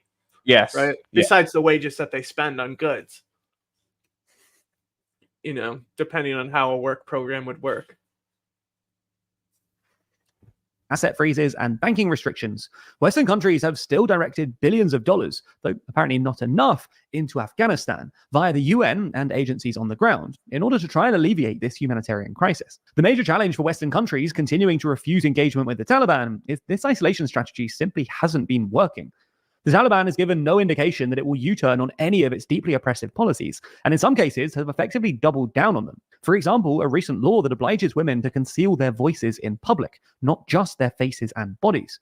As such, questions are being raised as to whether Western nations, without recognizing the Taliban regime, should pursue engagement with the Taliban, at least on a case-by-case basis, in order to more effectively tackle the humanitarian crisis and try to improve the situation for women, girls, and other minorities. This is something the various aid and development agencies have called for as the best, or perhaps least worst option, given the lack of success of the current strategy and the fact that the Taliban's control of Afghanistan is a reality. The obvious problem, though, is there's no guarantee that a greater engagement will encourage the Taliban to change their ways, and it may instead go some way to normalize the regime. With issues like these, it's often hard to come to the right conclusions. So if you want to improve your decision-making, you'll want to check out Brilliant. Brilliant is where you learn by doing, with thousands of interactive lessons in maths.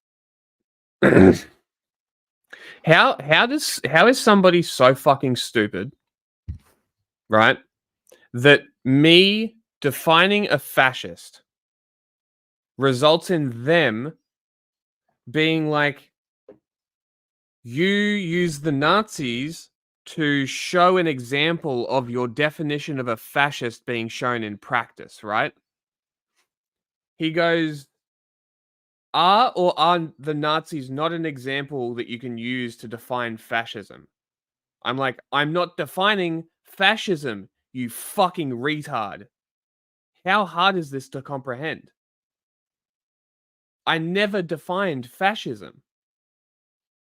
But this is the other thing, right? They love to smokescreen, to play semantics with definitions, because they don't want to admit to themselves what I've said is accurate, right now, and the videos that I just put on the list, the one of the opening ones, the first minute is Nazi apologia in a definition of fascism. Is that what the video is, right?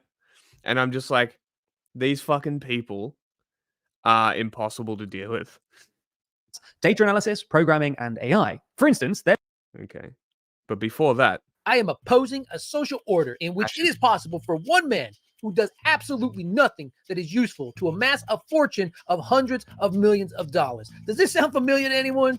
While millions of men and women who work all the days of their lives secure barely enough for a wretched existence. Eugene Debs. Why are we playing music? His intro said Trump's the new When I was a Adolf. freshman in college 20 years ago, ouch, that hurts. That hurts saying that out loud. It might actually be more than 20 years ago. When I was a college freshman in Utah, some of the Mormons who want to separate themselves from their parents, separate themselves from, I guess, actually the cult, they didn't want to be considered Republicans. They didn't want that name bestowed on them. So they went out and tried to find a more palatable word, a more hip word. And the one that they usually landed on more often than not was calling themselves libertarians. Now, look, I'm at a place in life, you know, I got a wife, a mortgage, a job, where I can't go down the road with all of them like I could in college. Play out their belief system like a Sam Cedar. But only really takes about 3 questions in before libertarians realize that they're full of shit. So you're a libertarian. You don't want a fire department. Oh, we can have a fire department. That's fine. But we'll make it private. It'll be privately ran. And if your neighbor doesn't subscribe to the fire department that's now private and his house catches on fire, what does that mean for your house once it reaches it? Well, maybe we could just have fire departments. Yeah, we'll have fire departments, but that's it. Okay, what about cops? What about roads? What about food inspectors? And it doesn't take very long before 98% of them are like, okay, maybe I'm not a libertarian, all right? You busted me. But I'm sure not a Democrat. My dog, my Maltipoo, she's a libertarian. She identifies as a libertarian. She 100% believes she's independent. No, I have to feed her every day. I have to give her a heart guard. We take her to the vet. Now that she's an older gal, we had to get her stairs to climb up to the bed. But in her mind, she could do all this without any of us. Demonstrated to us every Saturday when she climbs up to the This is fucking hysterical. Comparing libertarians to this dog. It is funny. I'm just curious where he's coming from because it seems like a very Libby argument against. Oh, I think it is a Libby argument, but it's still fucking funny. Yeah. He says left leaning. Who will build the roads? Left leaning doesn't mean anything. Don't try to determine it. Just determine it by how he talks. No, I know. I'm looking at his content too. Man, and she gets some waffles. She's 12 years old, which is like 90 years old in dog years. I don't know. I'm not that good at math. You take all this away.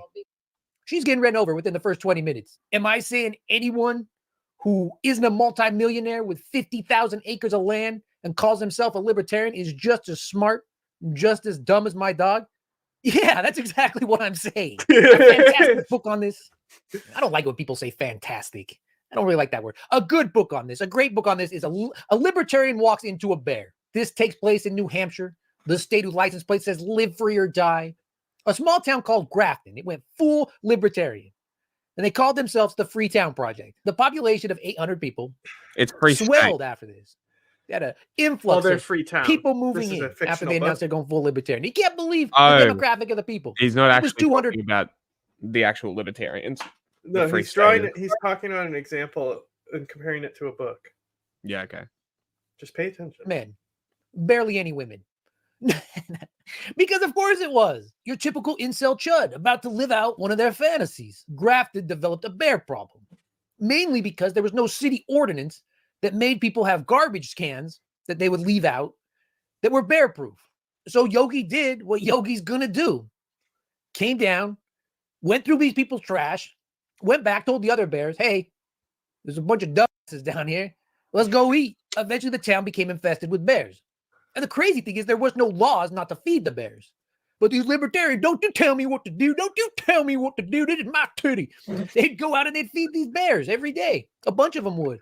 This lady even had breakfast with them. She would give them donuts. Good idea, right? After several bear attacks. Okay, so this is a real place. Who generally don't. Yeah, that's what I'm saying. Is I reckon this is free state. I thought it was a fictional story. Yeah, no, that's what I was saying. Is I was pretty sure that this is like they must be talking about the Free Staters in New Hampshire, which, to be fair, good idea.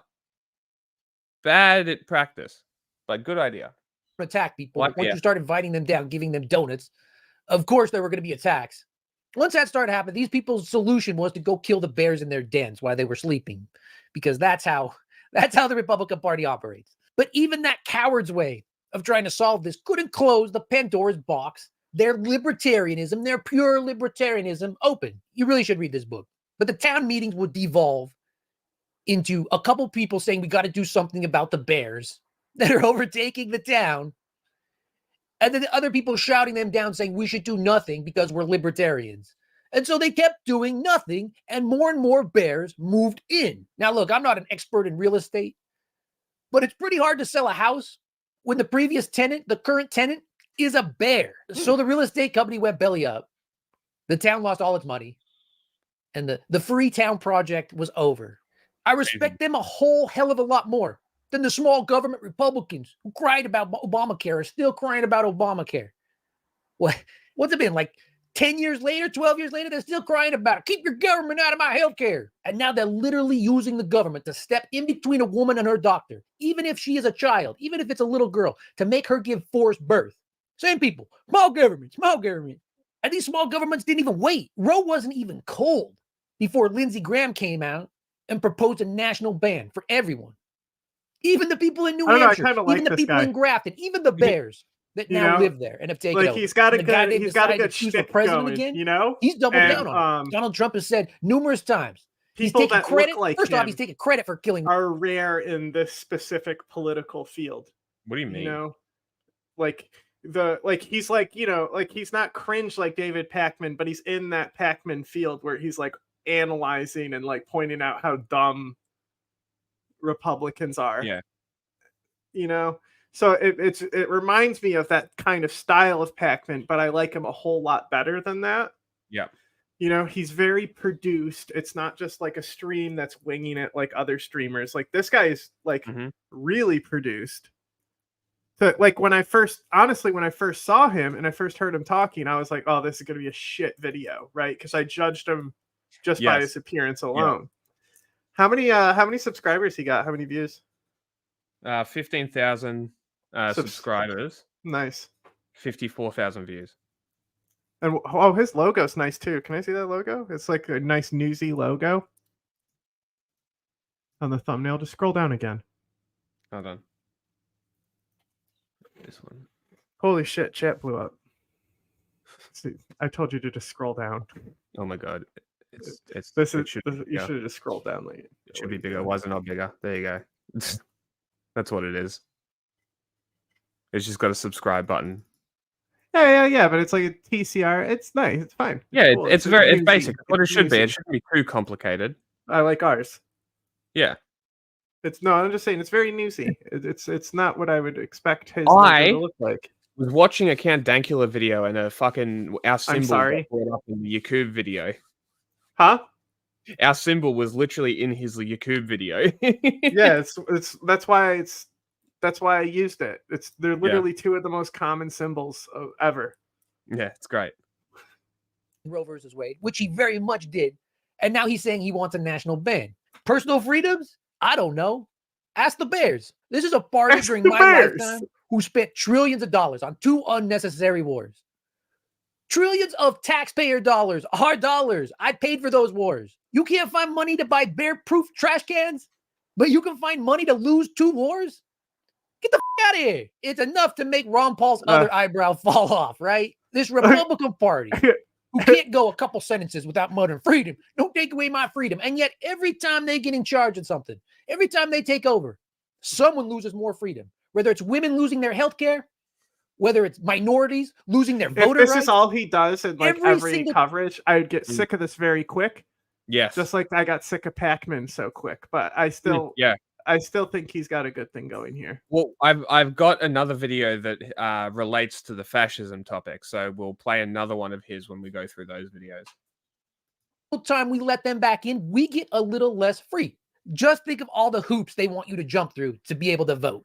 Mile-long lines in impoverished minority neighborhoods.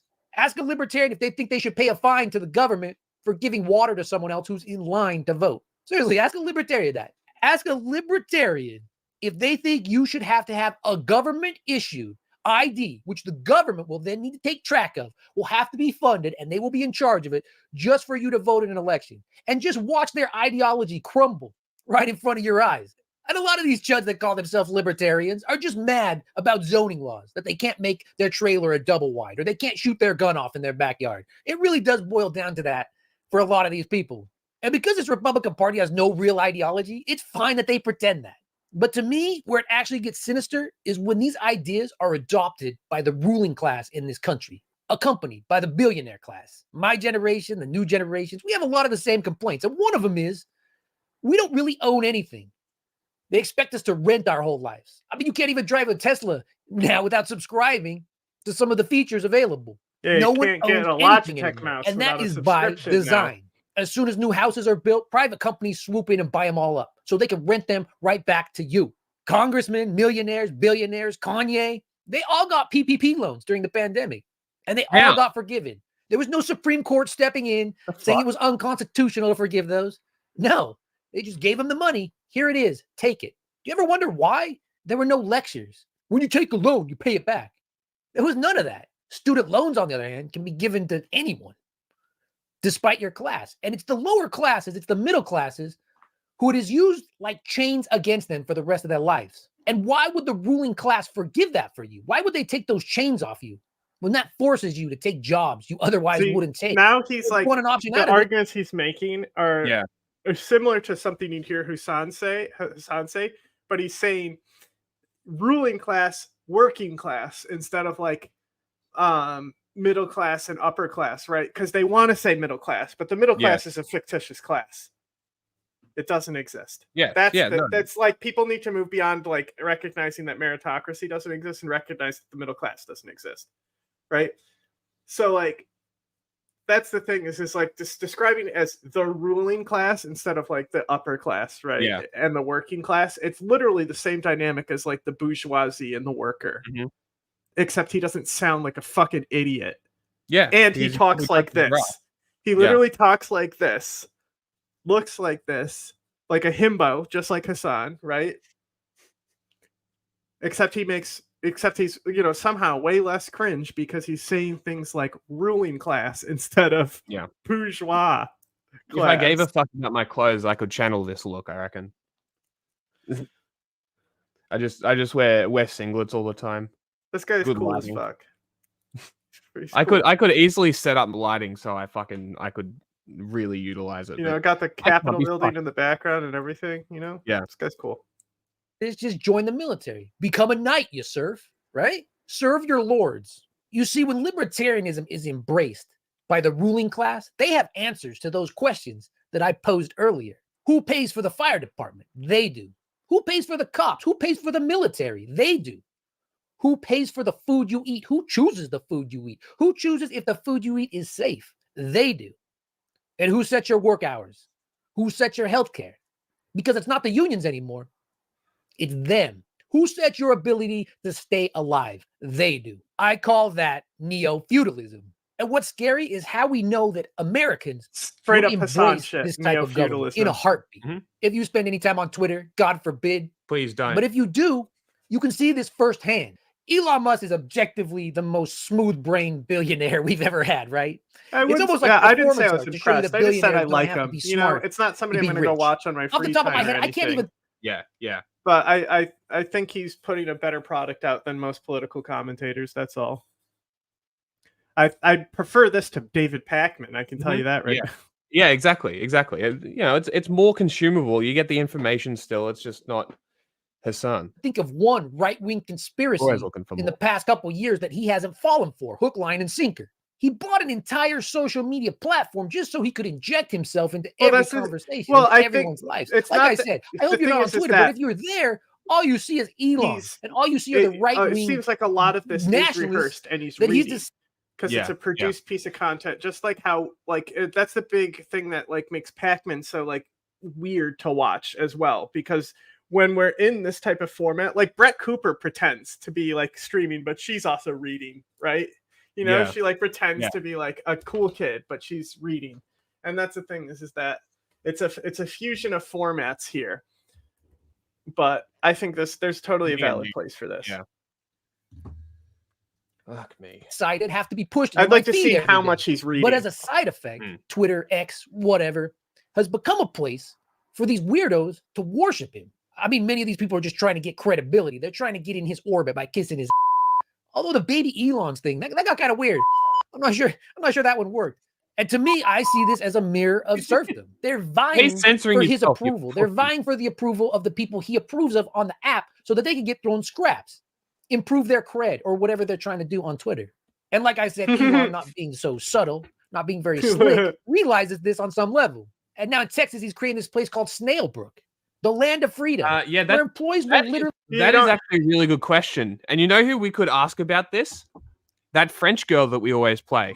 It does have a little bit of that TYT vibe, though. I agree with you. On the show. Go comment on a post on Instagram and tell her to come on. Go write her in the guest section on Discord. Yes, I will. I've got them written down somewhere else, but I'll eventually transfer them over. I got some emails. Did I send a message yesterday that we should also include science, try and get science communicators in on this thing as well, considering that what we're doing is trying to fix journalism? Science communication would be science crucial for that.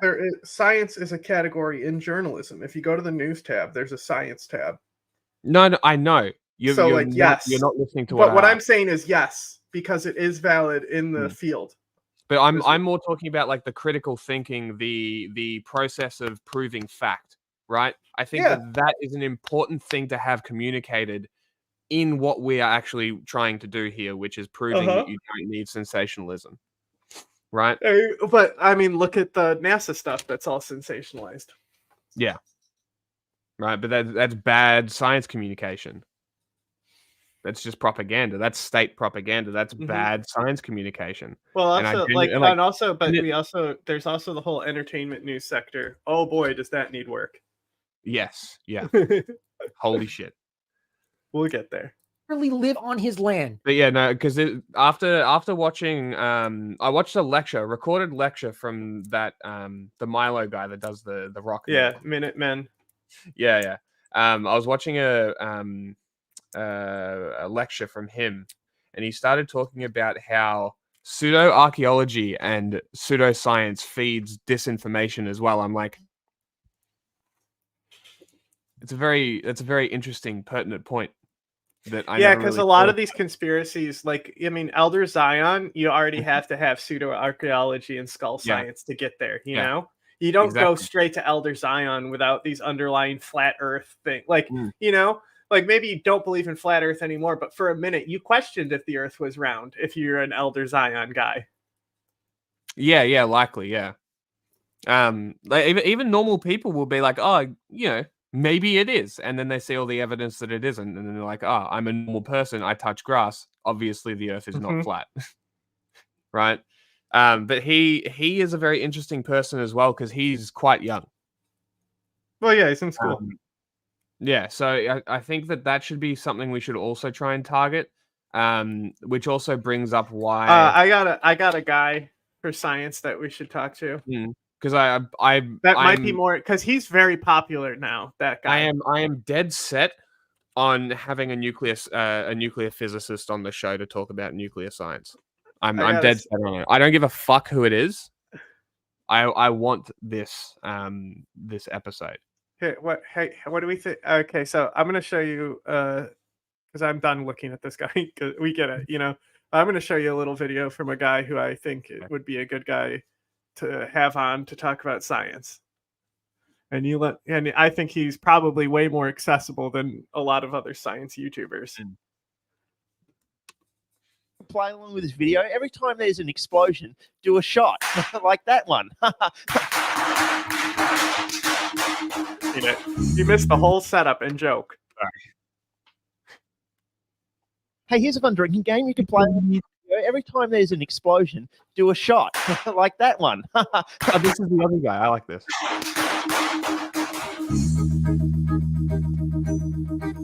Do those shots. G'day, welcome back to another episode of Explosions and Fire. Today, talking about yellow powder. Yellow powder is a mixture of 3 ingredients which, when melted together, will reliably and consistently turn into a violent explosion. The powder that's on the spoons here may give a rather loud bang. You may need to cover your ears if you don't like loud bangs, but this is a very unusual mix. In fact, chemists don't know how this one works. Yeah. Okay? I've spoken to... Both the violence of the explosion and the reliability of it are pretty weird, but also another thing I find pretty weird, despite this mix being known since the time of alchemy, modern science This guy, really believe it or not, this guy is getting a PhD specifically in explosions and fire. Oh, this guy's fucking great. We should actually no. Are you saying that we should get him on? I fucking agree. I've been watching him for years, dude. If we can get him, what is going on in this mixture? Why is it blowing up? It's quite fascinating. As far as I know, what also, exactly is followed going another on is a nuclear mystery. physicist on Instagram. We don't understand. I'm gonna try and message her as well. Like, this is the channel. This is literally a Bob making channel, bro. Yes, yeah, and it's in Australia. That's what I'm saying. I mean, like, cause like, oh, he's got 400K. How much does the other guy have? This guy might be bigger. I assume this guy was smaller. The other guy who? Big. Other what? Minuteman? He's like millions. Oh, okay. So Yeah. this guy definitely is more accessible. Yeah, but also he's also in school and a science educator. I don't think that he'd be out of reach. Same with like Kyle Hill from the Oh, I think he's so out of reach. Like yeah, obviously he's out of reach because he's probably doing other shit that's more important than a show with 100 views each episode. You know what I mean? But he's still not out of reach because he is in academia. That's also why I reckon that I could probably get an interview with Rachel Gunn as well, because she is in academia. I still want it to would talk not to be out of the Fatima. future to be able to contact her, right? Fatima's my big want to talk to person. Yes, I will work on that. Once everything's calmed down, I think it'll be much easier to get a interview with her. And maybe I'll track it so it's outside of the Australian political seasons, I guess. Did you see the clip of Jill Stein not knowing how many seats there are? Okay, so I remember one time I introduced chat to something that actually caused. There was actually a bit of an uproar in my audience when I introduced you guys to this. It caused some. I got a little bit of backlash because he's already I found covering himself something funny enough, on the you know? internet that my chat deemed I shouldn't find funny, and it was when I showed you guys this video of this guy going up to people and just asking them a question. And when they would answer, he'd go, all right, and he would walk away. And I remember when I first showed that, chat like got weirdly turned on me, and it kind of ruined the vibe of stream. It was really weird. And then 2 days later, no, you ruined the everyone in vibe. chat was quoting it. Everyone was, all right, keep yapping. Here, I'll show it. What's that? What is that one? Celsius. All right. Okay, so I showed these to chat, and they were like, why? Well, like, you're just being a net negative. I'm like, shut up. This So is I when moved chat on, but I turns did on learn us. something from this. Okay, I learned something from showing you Wait, guys what? this, that I said this video is when chat turns on us. This video is so good. I watched this and I'm like, I have to sit down and make Jack watch this whole video. I need to pretend to find something not Well, I really need to go to the fucking toilet, so I'll let it play. I'll be on my phone and in the chat, so I'll be paying attention. Okay. funny or condemn something until you guys tell me that it's okay to laugh, right? That's how we need to do this from now on. Oh, I gotta show this again because it was so funny. What is that one? Celsius. All right. It's okay. It's objectively mean. It's not nice. It's kind of rude. It's also kind of fucking funny. It didn't actually harm this person. She's probably like, oh, that was kind of rude. Maybe she even got it, right? But more than likely not, she's like, that was kind of weird, rude, maybe. And she moves on with her fucking day. Not a big deal, right? But I get a laugh. So now, with that in mind, this one's worse. I was on TikTok just a few days ago. You've been wondering what I've been doing sick. I was on TikTok a few days ago, and one came up on my For You page. And this is, I want to be clear here. This is not okay. And I do think this is objectively wrong. I think this is objectively something that shouldn't be done. No, it's not even funny. It's not even funny. But there's a TikTok. It's not funny. There's nothing funny about it. Hold on. Let me be very clear here. There's nothing funny about this. There's a new TikTok that popped up. God, it's very fresh. It just popped up. It's been a few days, maybe a week, called Bums and Drones. And it's this guy. God, it's not okay because these people are.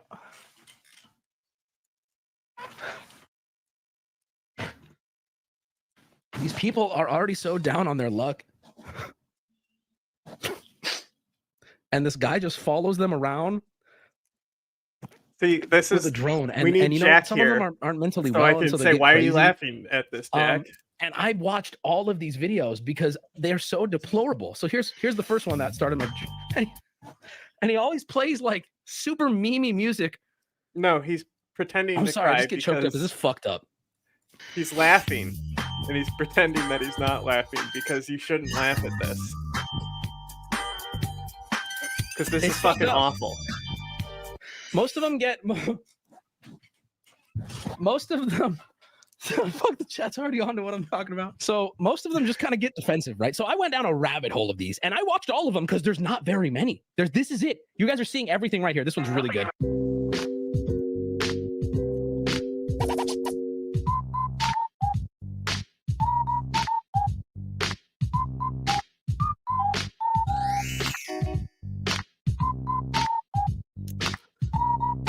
The slow dancing with the whole bottle, this is just a vibe. Okay. Let people live, man. Bro, that's what I'm saying, bro. That's what I was saying about this. It's fucked up.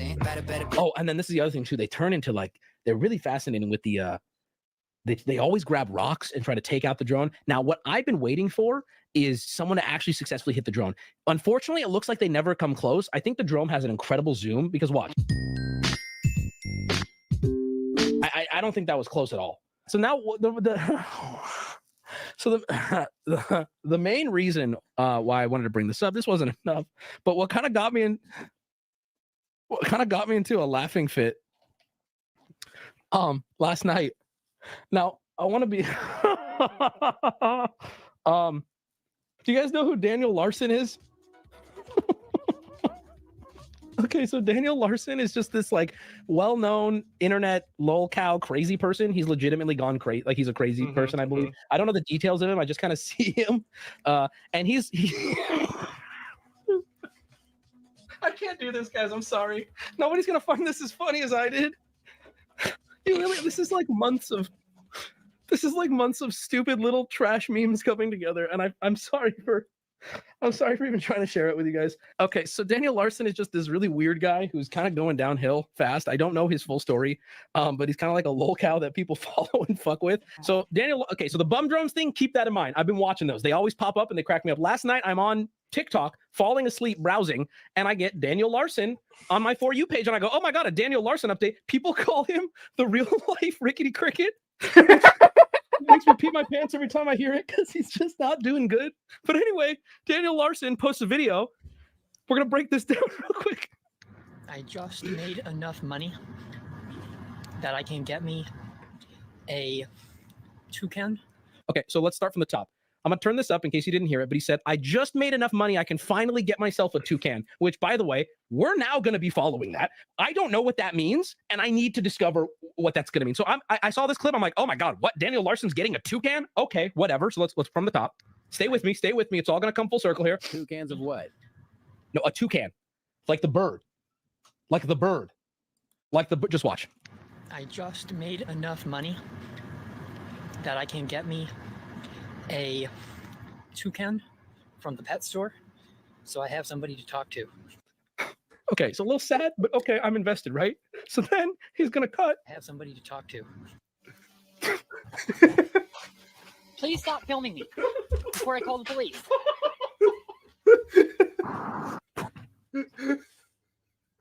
When I tell you this came up on my For You page, I about lost my mind. I flew to the bum drone TikTok. I flew there. First off, there's no Daniel Larson video. However, the bum drone guy updated his profile picture to Daniel Larson. The bum drone guy knows that what people are here for. Okay. And then you click on any video. I guess, is this the most recent one? Everybody wants to know where's the Daniel Larson drone footage. And then you go back to Daniel Larson's video. Hold on, I gotta pull it up again. Guys, I know that this is kind of, I don't know how to word it. This is kind of stupid and doesn't really make any sense, but I am so invested in this. I can't, this is wild. Right, it's so many layers deep. Oh, I lost the video. No, where's the video of Daniel talking about the toucan? Where's the toucan video? Also, don't go down the Daniel Larson rabbit hole. He's kind of a fucking scary dude. Oh, here it is. So then the comments. Oh wait, there's. I'm just gonna let this one play out because it just keeps getting funnier. Just made enough money that I can get me a toucan. I hope he gets the toucan. I hope he gets it. Store. Yeah. So I have somebody to talk to. I hope so too. Please stop filming me before I call the police. Bro, you're talking to a drone. All right. So it's January 4th. So that's the other thing. He says it's he says it's January 4th. He posted this shit. He posted this shit on the 2nd or no, the 1st. And all the comments are like, bro, it's 3 days in the future. What? Bro, in January 4th, I'm barely on the 1st. It's so fucking funny. Bro, maybe I was a little high. See, there, you know what? And listen, I don't want to bully this guy needlessly. Wait, he posted Daniel Larson videos on his Instagram. I need a link. I need to see it. The drone footage is on the Insta. Link me. I need to see the Daniel Larson drone footage. Oh my God. Yes, dude. Wait, oh God, is there a way to make an Instagram video bigger? This looks terrible. Dude, God, double click it. That just paused it and unpaused it. Yeah, Why did I take that now bait? you see how disappointing it is to have Jack not in the chair, dying laughing right now. Wait, is that Daniel Larson talking? Is dude also a pedophile? See, I don't know the Daniel Larson stuff. It goes so deep. Yeah, it does. Oh my God, come on, mute it. I don't want to hear his ass. Look at him in the wild, baby. Now this is fucked up though. They should really shut him down. He's a known pedophile. Okay, so you know what, chat? You know what? Can we agree that we should be allowed to follow pedophiles with drones? Is that fair? Maybe droning the poor crackhead isn't the nicest thing and we should ban that. Fine, right? But can we agree droning the pedophiles okay? Yeah, completely fair. Look at him. I love. Bro, there is nothing funnier than just filming the drone as if it's like, well, you're on camera and it cuts to his POV and it's a fucking robot. It's like filming someone who films you puts a face to them, right? That's like the good. Someone films you, you film them. Okay, we're both on camera, right? But to just see his POV and it's a little robot in the sky. Oh, that's good. I can hear him yelling 40 seconds. Hey, Zip, why is there a drone behind you? Also, I want to give a message to any homeless people watching my stream right now. If a drone comes at you, you don't need to flinch. Unless he's got some sort of battle drone, most of these things can't take like a small piece of hail. They will collapse in on themselves with the slightest amount of force to their anything, right? They're loud as fuck. Oh, they're scary if you don't know what you're looking at, which I guess is the whole appeal here, right? Oh, he's squaring up now.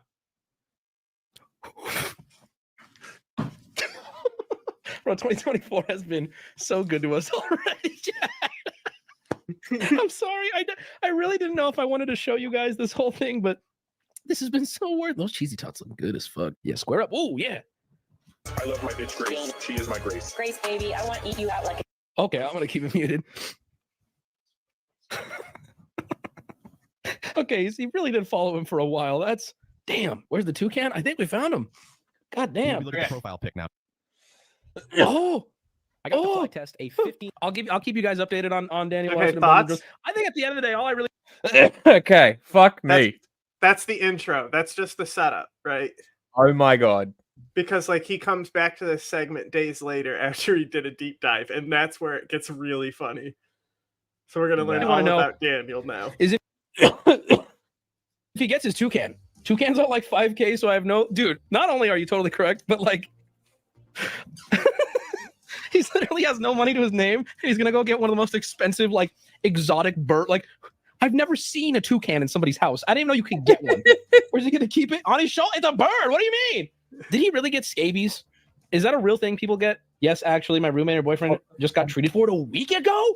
Yo, wait, what does scabies even do to you? It's like skin lice? Oh, it's like parasites under your skin. Oh, kill me. Start over. No, that's not good, dude. That's no good. They burrow in your skin. Stop. I'm done talking about it. Stop. I'm done talking about it, bro. Yesterday and this morning, I kind of went down the rabbit hole of someone I very loosely brought up on stream one time. He kind of popped up on my radar a little while ago. And that person is Daniel Larson. I am unbelievably glued to getting updates on this guy. So you have no idea. You've never heard of this person, right? Happened 5 months ago, but they popped up in my recommended, and I watched the whole doc I on know him. a lot about the backstory and stuff. And what I thought was great about this video is it didn't get into like the deeper like backstory stuff. Like like they said that he's a pedo. Yeah, it doesn't get into like that stuff.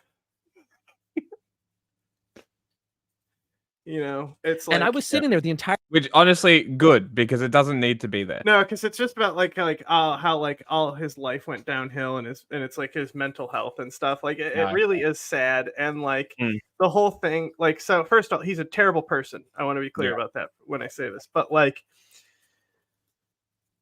you know, just like how Chris Chan is not a good person, but like a lot of the things that happens to Chris Chan are people setting them up. You know? Yeah. So like,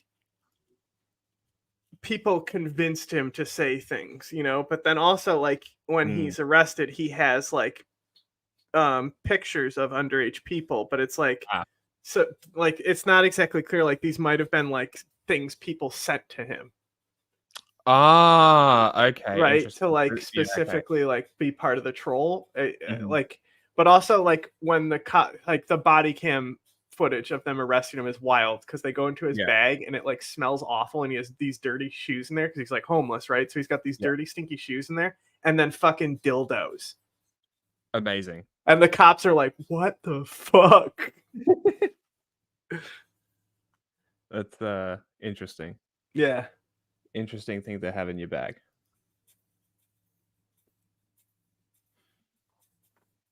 Entire time going, I need to share this with my community because it's absurd. Let me put his image on screen. And Daniel Larson, in a single sentence, I could describe him as a lolcow. So he's a guy the internet follows to basically fuck with. God, there's a lot of good images of him. Because he's fun to laugh at. Here's what he looks like. And he's the parrot guy. Yes, Chad. So this is him. And he's been on a very first off, I want everybody to understand this man is 25 years old. Okay. What? And also I want everyone to understand what I'm about to describe to you. I do not support. The people doing this have taken things to a level of cruelty that's fucked up. However, I can't. But he's look not a away good person in so general. funny. Yeah. I also want to say Daniel Larson is it's not like a just good man. because he's like got a bunch That of doesn't make it disabilities, okay. you know, it like it's like brings a layer of sympathy to it, but it's like disabled people can be bad people too, you know? Yeah. But like I think they're like they tried to fucking keep him off the internet. Like that's basically everyone who is like actually like when he still had a support network and a place to be, like his caretakers just didn't want him on the internet and were trying to get him, but he was like, I have fans. And it's just these trolls, right, that are fucking with him. And like that's how it is with a lot of these lol cows. And like a lot of times the lol cows are always not good people too. Yeah, like who's the big one? Christian. No, outside of Christian's the Christian. biggest. There was one outside of Christian. I can't remember exactly who. Fuck. Another EDP. He was EDP's the guy who tried to bang the baby. Yeah. But he had lol cow as well. I don't know. Not sure. Oh. But he is I not only a know good about man. him because he is a bad for person. Like months Okay? straight, He's not a YouTube good person. wouldn't stop He's recommending objectively his face to done me, and eventually I horrible just was things. And I don't clicked mean it. like the kind of And learned all YouTuber about who he canceled was. shit that we hear. I mean, like he's a criminal who does things Oh, that yeah, so I should was lock gonna him up. say, I think he's currently in so jail. like he fucking got Okay, smartphones. I'm hearing into he's the jail a pedophile. and was posting from inside the jail. That's how he can't. He's hooked. He can't get off social media. He's just hooked on it. And it's literally like how it helped destroy his entire life. You know? Yeah. And he can't stop. Yeah. It's an addiction. That's what you know. Yeah. It's Pedophile. I don't know for sure about that. He's allegedly a pedophile. I don't know. I don't even know about that. I just know from what I've seen, he is a public nuisance and kind of just generally a piece of shit. So why am I bringing him up? So if you guys remember, I showed you there's this horrible channel on TikTok called Bums and Drones. So this was my first experience with Daniel Larson. He ended up on Bums and Drones, which was such a fun crossover for, I'm sure, all the Larson followers. And this is just a drone that found him because he looks homeless, because he is. And the drone doesn't do anything. It just films him and then flies away. And Daniel Larson is a very paranoid crazy person, and he thinks it's like the Chinese government spying on him. It's fascinating, but I'm just reminding you of who this guy is. Okay. There you go. Oh, he's dancing up to it, right? He's getting excited. Now I showed this before on stream, and we found it funny. It's kind of it's kind of absurd. Here's where I'm going to introduce you. This happened months ago, and I honestly cannot believe that I hadn't heard about it. Daniel Larson had a parole hearing. He had a hearing in front of a judge. He has a lot of these. Amazing. And his community, who just follows him to fuck with him, decided, and I don't know how they did this, and I don't know how they achieved this, but they somehow convinced him to enroll in UCLA. I'm telling you, this is going to be the funniest shit you've ever heard. UCLA that his community set up, and they got him to attend fake Zoom classes where the teacher is a troll fan and the 5 people there are just fake lolcow fans, and he attended multiple seminars on fake subjects that they recorded, and I watched all of them. Incredible. Not only do these people keep character so unbelievably well, but the things they are saying that he is believing, you wouldn't believe it unless I showed it to you. So here we have Daniel Larson, who just got on the Zoom call. And I feel like I'm explaining this. I know you might not be interested, but I feel bad for this man. This is too far. People should not be doing this. However, they did. And it is, I'm not going to lie to you. It's kind of entertaining. How does he Zoom? He uses a phone. Everything is on his phone. So here we go. Here is the Zoom call intro. This is in the first 30 seconds is the only time they break character, and Daniel in his just cracked out state does not even notice. I'm gonna let this play for about 30 seconds to give you the idea of them introing themselves, but then I'm gonna skip to the first lesson. So first, I'll let it cook. Let it cook. Work with me here. Stop sharing that for now. I'm just gonna take attendance real quick. When I say your also Daniel Larson peeking over his phone every once in a while. It looks like POV. I'm a mousetrap, and I just found the most tantalizing mouse. I swear to God, I know this is so fucked up, but the reality is, chat, it's happening. Okay. Name, please say that you are here. All right. There are people just making noise. So here's, I believe Michael, this guy is the fake teacher, and these are all the fake students. We have John Anus. Amazing. This is surreal, dude. So, first student on my list, John Anus. Oh, yeah. What's up? It's pronounced anus. I'm here though. Bart Ryder. Yeah. Hello. Okay, Bart Ryder's here. Bobby Boucher. I'm here. Okay, they're all here. Yeah. Clark Hunter. That's me. Daniel. By the way, there are multiple 30-minute lessons from different days. Also, I want to point out this little spoiler for what's to come. The title of this lesson is Ancient Texas. Guys, this is just Larson. There's Daniel Larson. Okay. Yep. Okay, I see Daniel raising his hand. Fletcher Cox. Isaac Bogard. Here. This is the one time the teacher breaks and laughs, and I will give him credit. This is the only time where he breaks. Hello. I think is my mic okay? I think my mic is a little glitchy. Okay.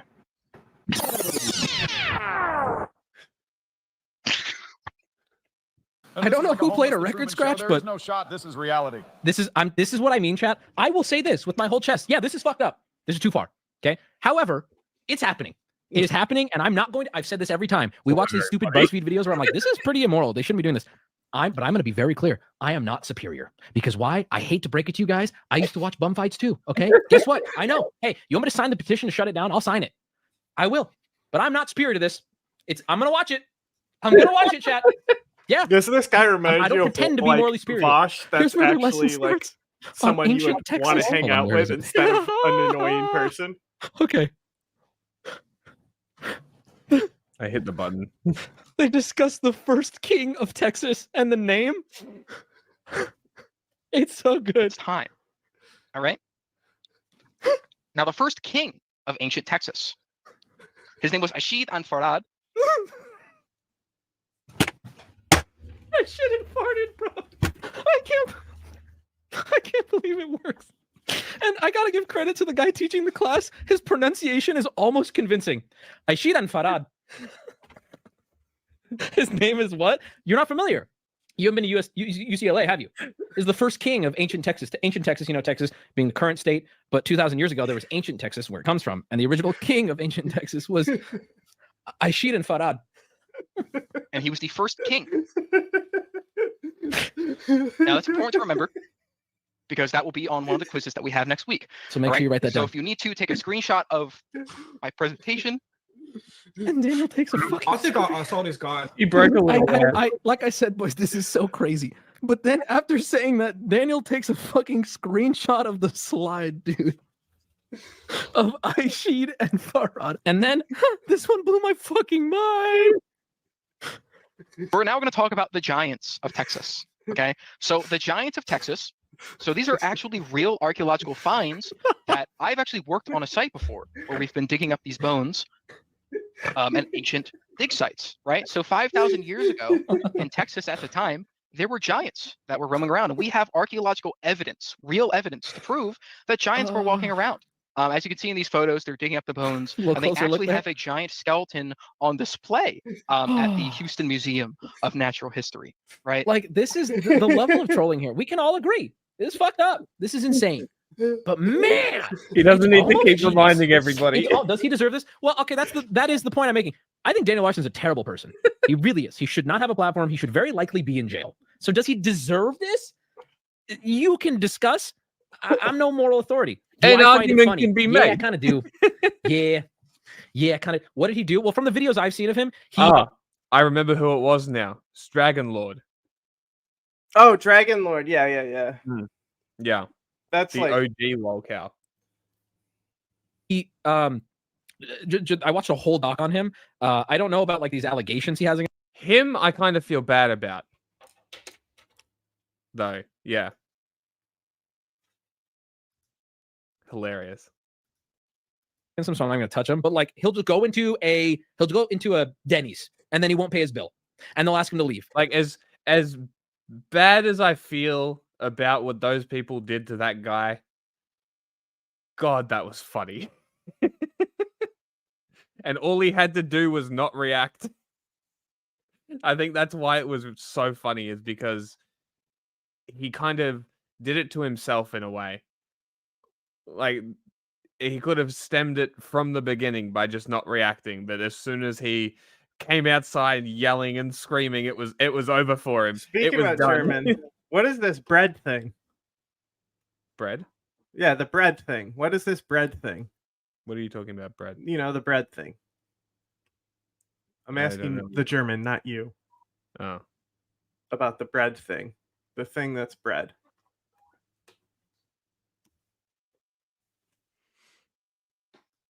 And he'll start throwing a fit. And he'll start getting physical. And he'll start breaking things. And then the cops have to get called. And then he leaves. And then he gets banned from that Denny's. And then he goes to a hotel. And he throws a fit. And he wants to sleep in the lobby. And they won't let him. And he throws, like, he's a public menace. He pulled the fire alarm in an olive. I thought it was the French that were the bread people. No. What are you talking about? I know. Listen, the German will understand. What is this fucking thing?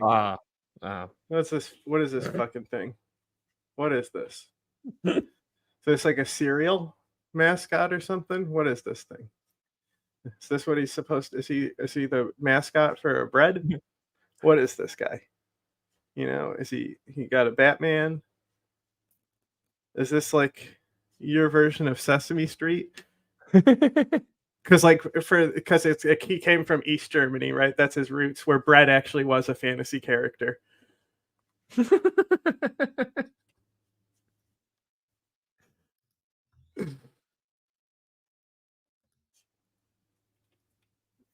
God damn it. He was in a Panera Bread screaming the N-word, which was a crazy video I watched, by the way. I'm not going to show that one. But they tried to kick him out of a Panera Bread, and he just started screaming the N-word. Oh, so that's why you had that. Do you guys remember that video of that white girl? Basically Who just took a shit? No. She was unbelievably drunk and was just calling one of her dorm's I think receptionists, a black woman, just the N-word repeatedly over and over and over again. She got jailed, I'm pretty sure, or something actually happened to her, so she got punished. University student. Might have been a hate crime. Hate crime. charge. Anyway, the Daniel Larson needs like serious psychiatric institution. Yeah. And like that's the issue. Is like you can't make these people Mm. you know, they're adults. They might be disabled and retarded, but you know, they still have free will like these. Mm. He's choosing to be like this. He knows that he could get help. He could get the help if he wanted to. Mm. If, yeah. You like him? No. There's No, one more. also, I'd like like I to share know with you deeper than guys. this. If He actually gets arrested at the campus because he thinks he's a student Oh my god. and like tries to get on the campus and talks about how he's Yeah. a student and then he's enrolled there and stuff. That's And crazy. there's a lot. Like basically, he gets arrested a lot because he goes into places and starts yelling, and then refuses to leave, and then police are called. Yeah. You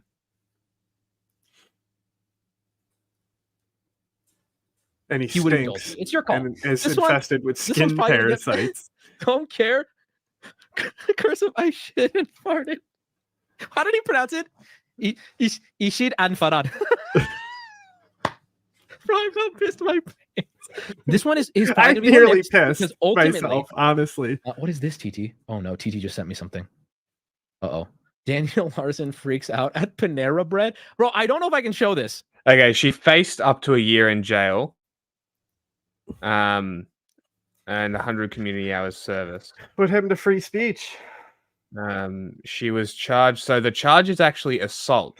So she What was found are the charges? Eating a meal? She was found guilty on assault and other charges for a racist attack on a black student.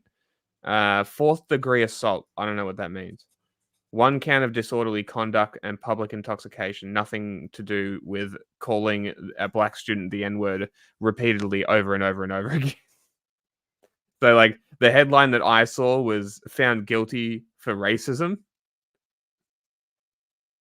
and jail. So, just checking the actual sources, because I didn't actually look that far into it. I just sort of saw it and was like, huh, that's funny. Sentenced on October 17th. Or she scheduled to be sentenced on October 17th. So that'll be interesting to see what actually happens. If she gets any jail time for it, that'll be interesting. Because I'm thinking that this might be a narrative that the GOP might jump on if she does get a harsh sentence. Be like, distort it in a way that says you can't, like, free speech, campus, university sort of thing. You know what I mean? You're not listening. I don't know if I can even show this. Safe to watch about 10 seconds of it. Oh, wait, no, it's not safe. He's smacking himself. No. The thing too is he's how do I word this carefully? He does a lot to try to get out of situations. The second the police arrive, he's like, yes, I understand. I will leave. He seems to have a serious mental illness though. Maybe. I don't know. I don't think mental illness though is ever nothing is an excuse, right? You can't like if like how do I word this? He attacked people in that store, and I'm gonna be like, oh, but he's mentally ill. It's like, cool, then lock his ass up, get him off the streets. This man is a menace to society, bro. Menace to society. Dresden Bro's throwing Bridge, is chairs. that where and shit. y'all He's jump off he and kill always yourself? becomes coherent when speaking to the police. Exactly, bro. Dresden Bridge. No, I haven't. Did a boat crash into it? That's what I'm saying. That's what's weird about it, right? He'll act like schizo when he's in these like public situations, and then the police show up. Well, here, let me explain the situation to you. It's like, okay, bucko. All right. What's going on here? Go. Did a What boat about- crash into it What about superior German infrastructure? on its own? Damn. But Germany's infrastructure is perfect. Well, I mean, how old is the bridge? Autobahn. Old one? I Get saw a through this- video of a through this dude doing video. 450 kilometers an Get hour through on the the video. autobahn. It's a long video. Get through. We gotta Right. get through the video. Gonna get through this video. Go watch his dick video. Hey, brother, that's gonna be a swift pass from me. So here he is. This is the kind of trolling people do. This is fucked up. But I'd be lying if I said it didn't make me laugh. So he goes on his TikTok. This is so mean, and I really don't support this, and I really think these people should, you should, fuck you for doing this. He's on his phone in the street, and these two trolls come up to him, and they offer him. They know who he is. They offer him a haircut. This is known as the haircut incident now. So he agrees. They say, "Hey, can we give you a haircut?" Like whatever. And Daniel Larson totally agrees. He knows it's going to be for the content. He knows it's going to be funny. So and this is someone's commentary channel. I couldn't find the video, so I'm going to be skipping around his commentary. So they start. Oh wait, it's in 2x speed. My fault. So they start cutting his hair. So guys, I'm getting a haircut here. Just hey, slow down there, slow down. And then at a certain point during the haircut, they're like, "Hey, let's just buzz it because we don't know how to cut." So they grab a buzzer and they get to work. And he's like, "Oh, I'm looking clean." Hey, old granny. Everyone's having fun. Done. And then I can't even say it. And then they just walk away.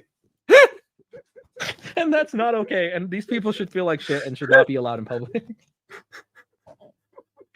Yeah, dude, chat. I see the people going like sad, but also keck. It's tough. It's tough.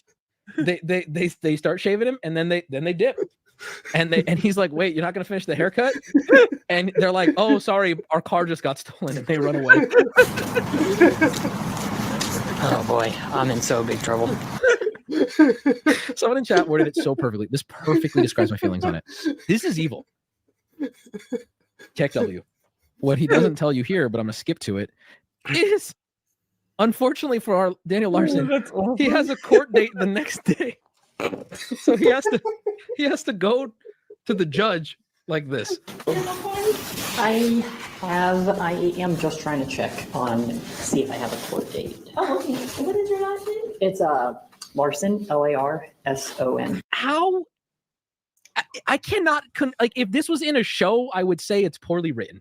It's too many bad things happening in one. It's insane to me. Both him and his fans are unwell. Fair. No, really. Setting up a fake college course for days. That is so crazy. It's crazy. It wouldn't be funny or noteworthy if he was just a normal guy. It would be like, I think the internet would probably come together and there would be a huge group of Daniel Larson defendant people who are there to help him, who give him money, who take him in. The problem is that Daniel Larson is almost entirely unforgivable. That's why the locals he is because not a like, haha, look how silly this guy is. The people who follow him, who do this to you, here's the scary part, I guess. They want to hurt him. They don't like him. I was listening to one of the guys who's been working him. He's like, they're like, "What's your end goal?" He's like, "To get him put in prison. I want Daniel Larson in prison, off the streets, to where he can't cause any more harm." Is that fucked up? Yeah. But if you take to Reddit and you put out a post that says, "Oh, poor Daniel Larson," you're not going to be met with sympathy. How noteworthy would it be if he did a 180 and turned his life around? I guarantee if bro turned his life around, he'd be set. People would take care of him. I remember one of the allegations. When the police went through his phone, they found underage pictures of, I believe, allegedly, they found, I don't know if this is true. I am not speaking with authority. This is alleged. I don't know. They found naked pictures of children on there. And he denies it. He denies that it was his. He says someone sent it to him. So delete them. Hey man, I'm not defending him. I'm laughing that he got a haircut. Fucking delete him. I'm not defending him. I'm laughing about his I don't want to touch haircut. that side of it. It's just funny. He also, wait, hold on. Where is it? He talks about place. A bunch of it is just him walking around or talking about his Spotify playlist. Please check out Daniel Larson on Spotify. But there was some cool updates that came out of this. Like he's releasing a new song in December. Hey everyone. I am in the process of writing a new song called Bang Bang. Stay tuned. Hello everyone. Stay tuned for my new song, Memories, that is coming out December 2023. He doesn't have anything to fix it. I think they started doing a lesson on China, and he felt like it was a just Chinese, go to a like, barber psyop. shop and be like, "Hey, I'm homeless. These guys fucked with me. Can you cut the rest of it off?" You don't think somebody would? People kick him out because he starts acting erratic. I don't know. And do you think that that's him fucking around, or do you think that's his mental illness? Bro, I can't tell you. You will see if he gets help in prison. Yeah. Prison. So the history of China got him a little scared. So he bailed. I believe the names of the emperors. I believe they were also just horribly racist, like Like ancient Chinese emperor, me so horny or some shit. It was something like that. I won't look into it, but anyway, there you go. There is Daniel Larson. I hope you guys enjoyed. Stinky Binky. No, this one's gonna be another update. He's not in his morph suit. Why is the bus different? Well, see, now it's summertime because it was the winter background before. Thank God someone said it. Oh man, I'm so excited for this one. This dude, this talking about what I'm about to talk about gets people either as excited and giddy as I am, or just they're like, I can't. This is sad, Wubby. Stop talking about this. We have Daniel Larson updates, and I am cheesing. So Daniel Larson, aka the Colorado Cryptid, and I will always preface it by saying this: Daniel Larson's story is sad, and people take Daniel Larson's story and the issues with him, they take it too far. Okay, and Daniel Larson deserved better. Okay, when he was a kid, and currently Daniel Larson, you know, although he is, I would say he's a bad person. You know, he still deserves help. Now, pause right there. That is the last positive thing I will say about Daniel Larson, because I'm going to acknowledge that to myself. I find everything that happens to him to be the most funny thing ever, and I would single-handedly crowdfund a Netflix documentary on Daniel Larson, because everything about him makes me uncontrollably laugh. So where we left off with Daniel Larson, if you don't remember, let me pull up a little photo of him. If you guys remember, I showed you his audience convinced him he was going to college when he wasn't, and they taught him about Ishid and Farad, the first ruler of ancient Texas. Here's Daniel Larson. Let me make sure his penis isn't visible in any of these, because boy knows he's done that. This is our boy Daniel Larson, if you remember. He is the Colorado Cryptid, the homeless, crazy person, the real life Rickety Cricket. Here's where his viewer showed up and Rickety Cricket? offered him a haircut. Oh, it's from Always halfway through Sunny. the haircut, they just walked away, which, you know, very They mean. basically make this I guy, laughed for he's 2 a days. priest, and he's got his life on track, and like by the newer seasons he's like missing an eye and is like horribly burned and infested with Oh, what the scabies fuck? and like rotting and stuff. They just deliberately keep like using him and fucking his life up more anytime they interact with him. That's hilarious. Very mean. Do not do this. I couldn't stop laughing. Don't do it. It's horrible. He has mental health issues. It was one of the funniest things I've ever seen. So that's Daniel Larson, and I'll say it. I'll be brave. It broke my heart to know Daniel Larson got locked up recently for 6 different death threats on a what was it, someone who worked for the government. He was like, bomb you, bomb you, bomb you. They locked his ass up. Regular old uniform. While locked up, Daniel Larson, I don't know how this happened. I legit don't understand how someone with like the mental capacity of a child was able to do this, but somehow while in prison, Daniel Larson got his hands on a smartphone. Who like, I imagine when you're in prison, to get your hands on a smartphone, you have to, I mean, you got to be a little bit either threatening, charming, or have money, or have pull, or have anything. Daniel Larson has absolutely no charm, no money, no intelligence, nothing threatening. He doesn't even have a clean butthole. How did he get a smartphone? I don't know. But yeah, I've been watching. This is Daniel Larson's from prison TikTok. That's crazy. And I'd like to share with you a few of these because they're all gold. This one's one of my personal favorites. This is here he is. This is a slideshow he posted. If you get ready for this one, you ready? There's a slideshow Daniel Larson posted. Ready? One photo, by the way, just one photo.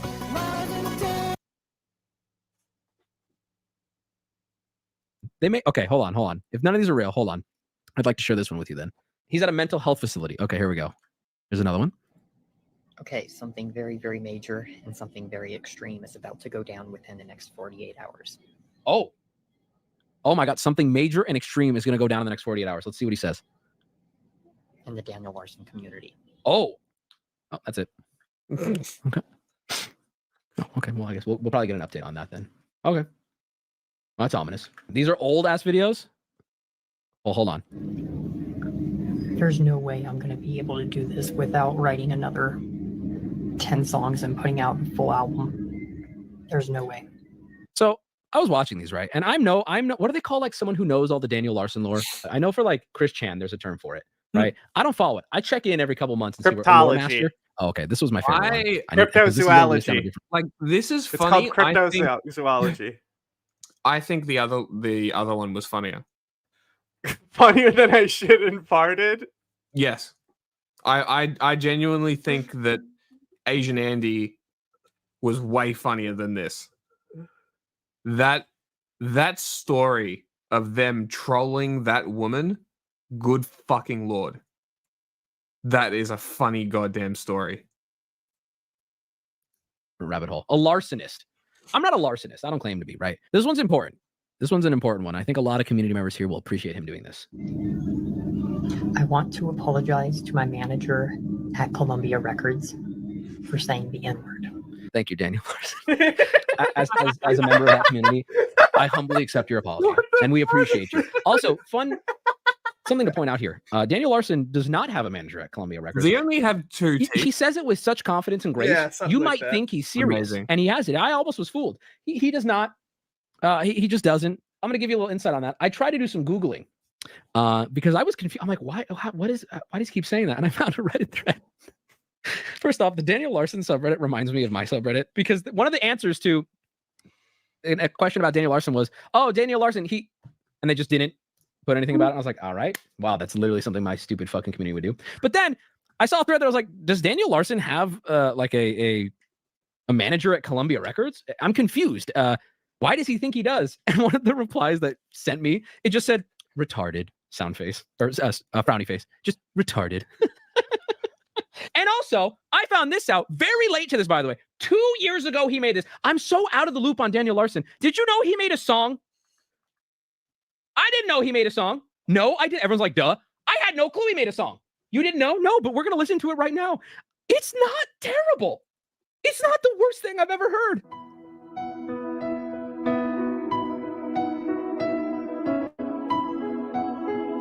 Retarded. It's been a long time, never thought this would be. You've always been mine, but I have to be free. Golden sunsets, reflections on the sea, a reminder of what used to be. Roaring thunder, northern lights. People saying it's AI. Yeah, I'll be honest with you. It's so difficult. And first off, I like this elusiveness of everything. Much like my community just does not help newcomers with lore at all. Daniel Larson's community I cannot find straight answers. I struggle to. At first I thought this was AI. I was like, this has to be AI. God, the more I look at him, the more I find wrong with him. I'm sorry. He looks great here. Why does he have like clown lips? I don't think this is AI though, because there are notes he tries to hit here that he can't get to. And if it's AI, there's no notes you're going to miss. He has the hair of a chicken. Bro, that's crazy. That is so crazy, dude. That's so true. Oh, here we go. Let's do the most replayed. What could possibly gather everybody to 242? Can't wait for an hour from now when Cox throttled you.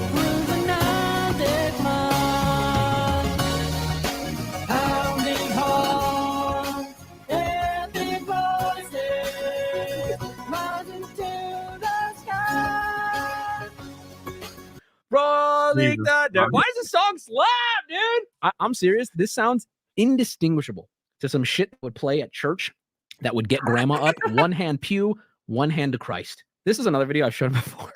But I went back down the Daniel Larson fucking rabbit hole. And this video is, if I ever need to describe Daniel Larson to people in 15 seconds, this video has everything. It has a instant ick.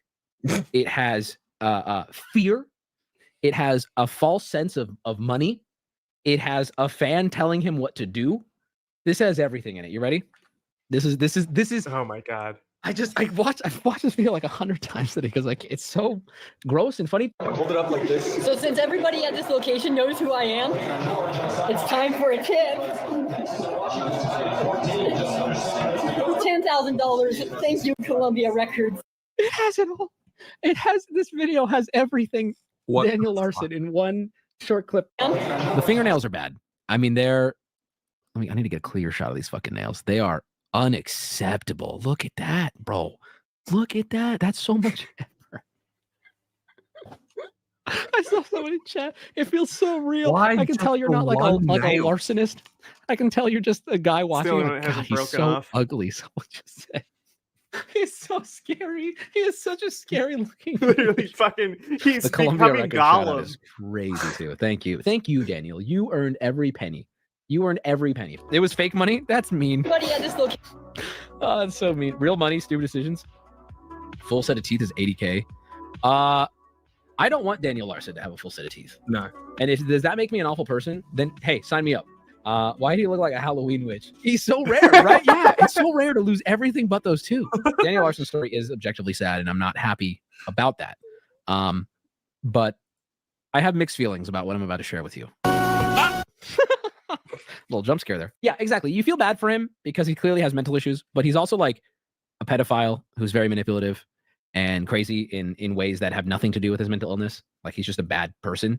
You know what I mean? So any empathy I have for him starts to kind of go away for that. What but like are these fucking just because he's those things doesn't mean I don't think he should be somewhere that helps him. But mixed feelings, regardless. I'm not going to lie to myself. It's all very funny. You know, I'm jealous. I like. That I being want said, this update. type of content. Daniel Larson, who was in prison, being Drawings and charged, animations was from fans, recently you know? declared That's what's up. mentally incompetent. That is cool. He will no longer stand trial and will most likely be sent to a psychiatric facility until deemed competent.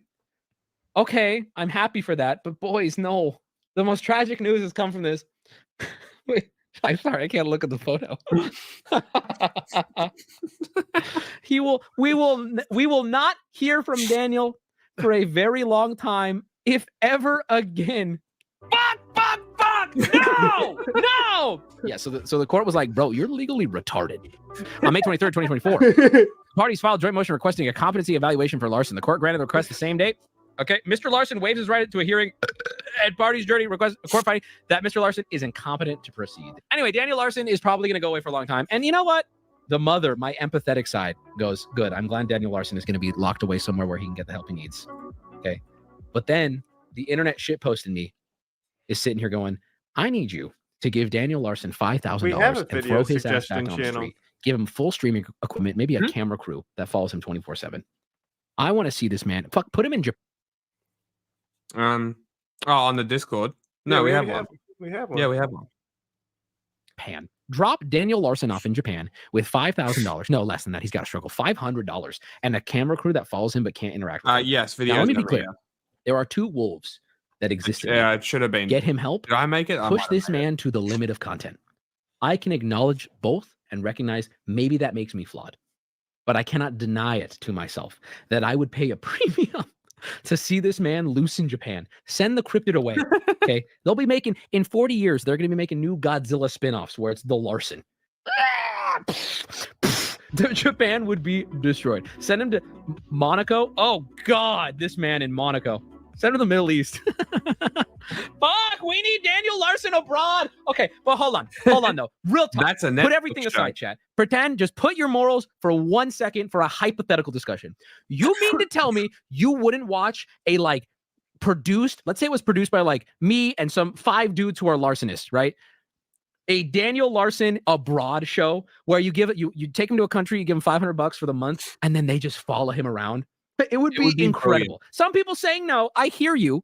I disagree with you. That's fine though. Just weirdly torturing him. No, nobody fuck with you. You can't do anything. Here you go, Daniel. What are you gonna do? Him in World of T-shirts. Dude, does anybody have a solid World of T-shirts thing I could show you guys right now? I get them on my TikTok. What? World of T-shirts is getting. You know how Daniel Larson is funny and sad? World of T-shirts has officially fully crossed over to so sad and sad. See, Daniel Larson is suffering from. So we're done? Yeah. Because this is just going to be a tangent on World of T-shirts. The point is that. Okay.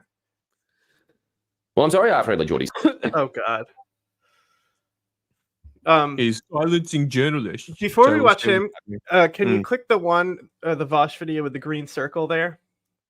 I don't want to watch the whole thing. I just want to get the topic point of the video. It's with Jill Stein right there. I just want to hear the topic point in this video.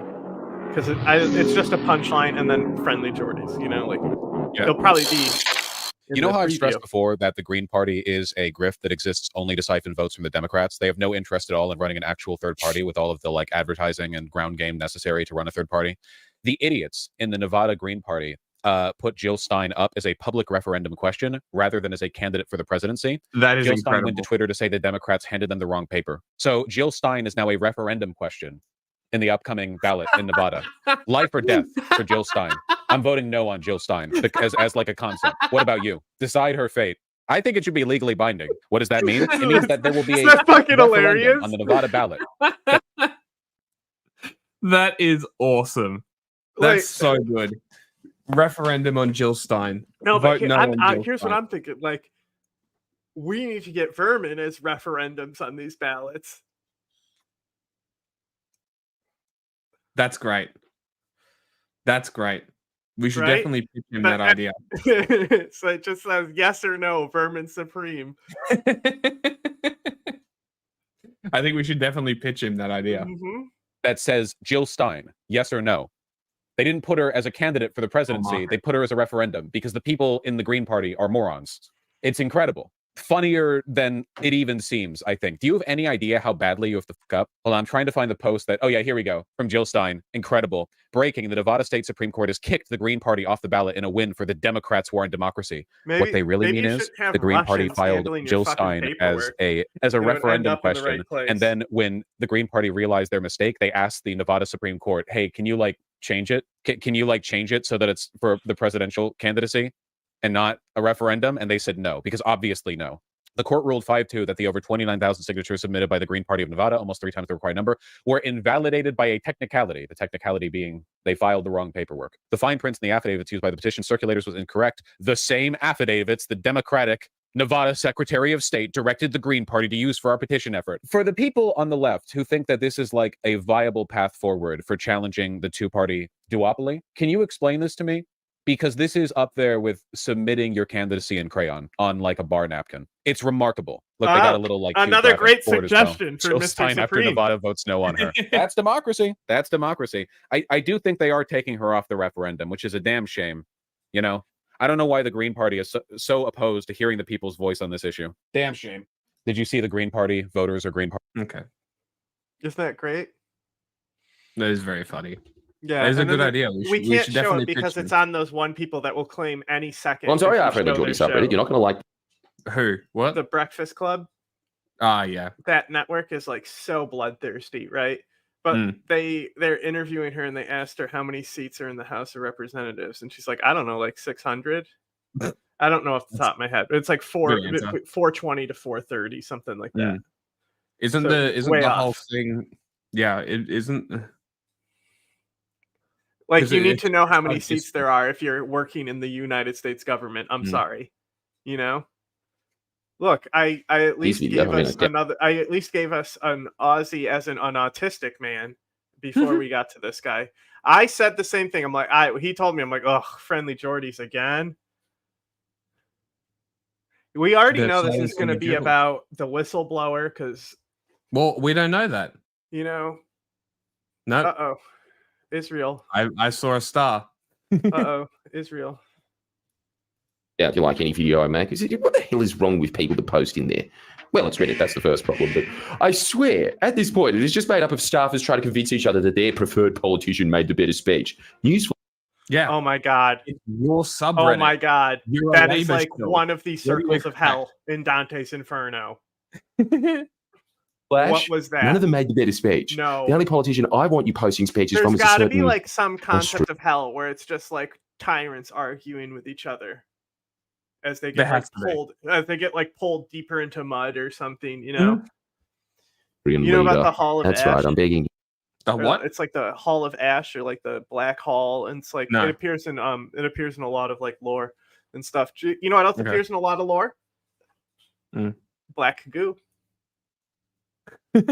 I'm not kidding. There's like primordial ooze, black goo, very prominent, and it's all because Interesting. tar. You know, like tar Yeah. already exists, so there'll be Yeah. like a lot of punishments in hell is like black goo and like tar and stuff. Anyway, it's like the House of Darkness or the Hall of Shadows or something, stuff like this. But like the concept of it, I feel like it's Greek. You know, just my vision of hell, the Greek version, and then all of a sudden there's like this big apartment block that's like totally black building. It's like an obelisk almost, right? But it's like it's like a rectangle, right? And it's like you can see like no details. It's like perfectly rectangular, and there's like a door, and if you go inside, there you can also see no details. It just looks basically the same, right? Almost like you know, it doesn't exist in space, and Yeah. it's because it's like pure darkness in there. And like so then this is where the Hall of Ash, like the only thing that people have to eat in there is ash. And that's where you start getting like the more like the greed and this long spoons. It gets associated in this, and like long spoons has survived in more deeper religious lore, while this Hall of Darkness has like spilled out and like went away on a lot of it. But like Central Asian and Asian religions, sometimes you'll see this like Hall of Ash, black hole type thing. Very interesting. Speaking of Alien, you remember how I was talking about how Milo Rossi in the in his rock videos talks about disinformation and shit and pseudo archaeology? Well, I was watching a video on Alien Romulus. And you mean Alien, the trolley problem? Yes. And I was watching this video, and within the first 5 minutes, he brings up the Younger Dryas period.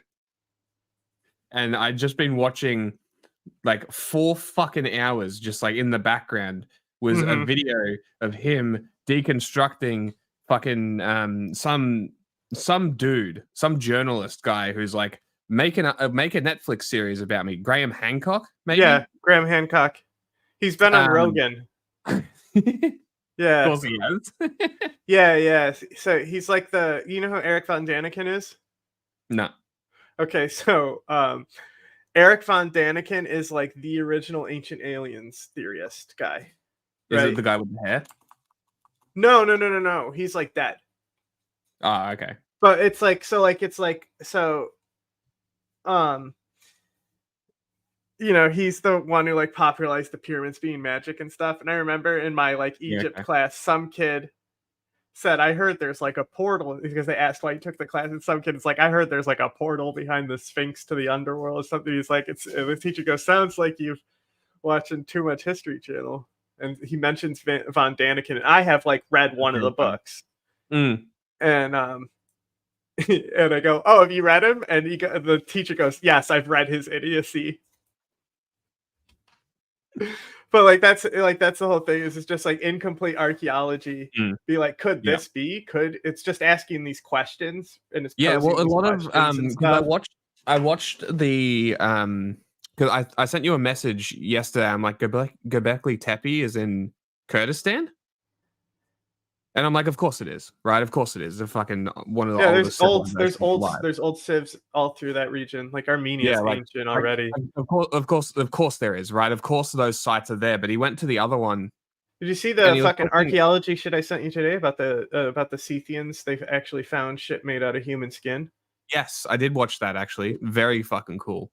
And I was like, of course they're Kurdish, right? Of course, well, likely in Kurdistan or that region. Yeah. I mean, it's pretty. There's to say they're any ethnicity that's there today, because like there's Anatolia has been a lot of displacement and conquering has went through Anatolia. It's obviously I misspoke.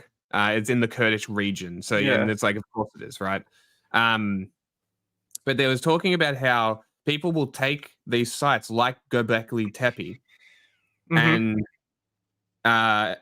omit information about the site, highlighting a single point and then going aliens. And just that leap in logic, and that's what really sort of got me listening to what he had to say. Was like he was talking about this because Ahmed Skeptic, I watch a lot of his channels, and everything that he was talking about is shit that I've heard from him. Now, I knew that he wasn't a channel that talks about this in a serious light. He talks about it in like a sort of exploring these alternative ideas of the occult and shit that doesn't exist, right? Similar to how Wendigoon does the cryptid videos and shit.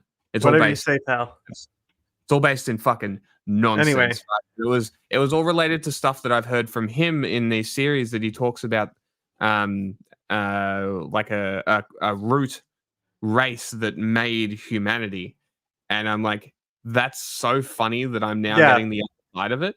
And it's very interesting having heard both sides of it, how I can look at it now. It's very interesting. Well, I mean, now you understand why Prometheus is a bad movie. I never said it was a good movie. I know. I'm just saying. This is specifically why. Because, like, the black goo is in this, like, ancient lore and stuff. Yes. There's, like, it can get interesting if you, like, make the certain types of omissions. Like, there's, like, the Epic of Gilgamesh. You know what that is? Yeah. What is it? I don't know, like, exactly The what it answer is. is the first story of the Noah flood. Oh, is it really? I didn't realize it was that specifically. Okay. Yeah. So what's interesting in there is you have a lot of similarities to the flood myth, and there's flood myths basically because like floods happen. Of course, there's flood myths in like all this lore, you know, and like it's interesting because like if you loosely look at the story, they they rest on a mountain and they're like the gods are like said to be at the tops of mountains for a lot of Mount Olympus. It's a common thing in this older lore, right?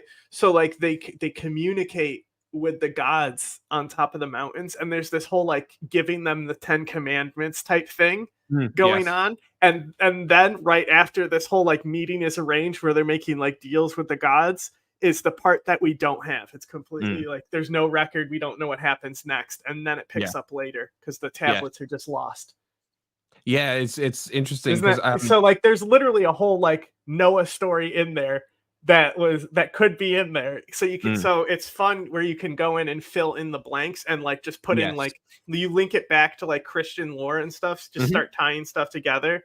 And like I've done, I mean, like I did this for years in hopes of like eventually writing something, but I'm never gonna do it. So it's just become something of an interest where I'll be like, how can I tie shit together?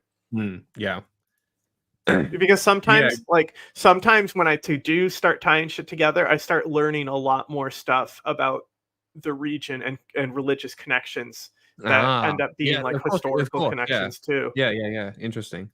And like it'll be like theories I have, and I'll just start like trying to link stuff together, and I'll find stuff that can be linked and stuff.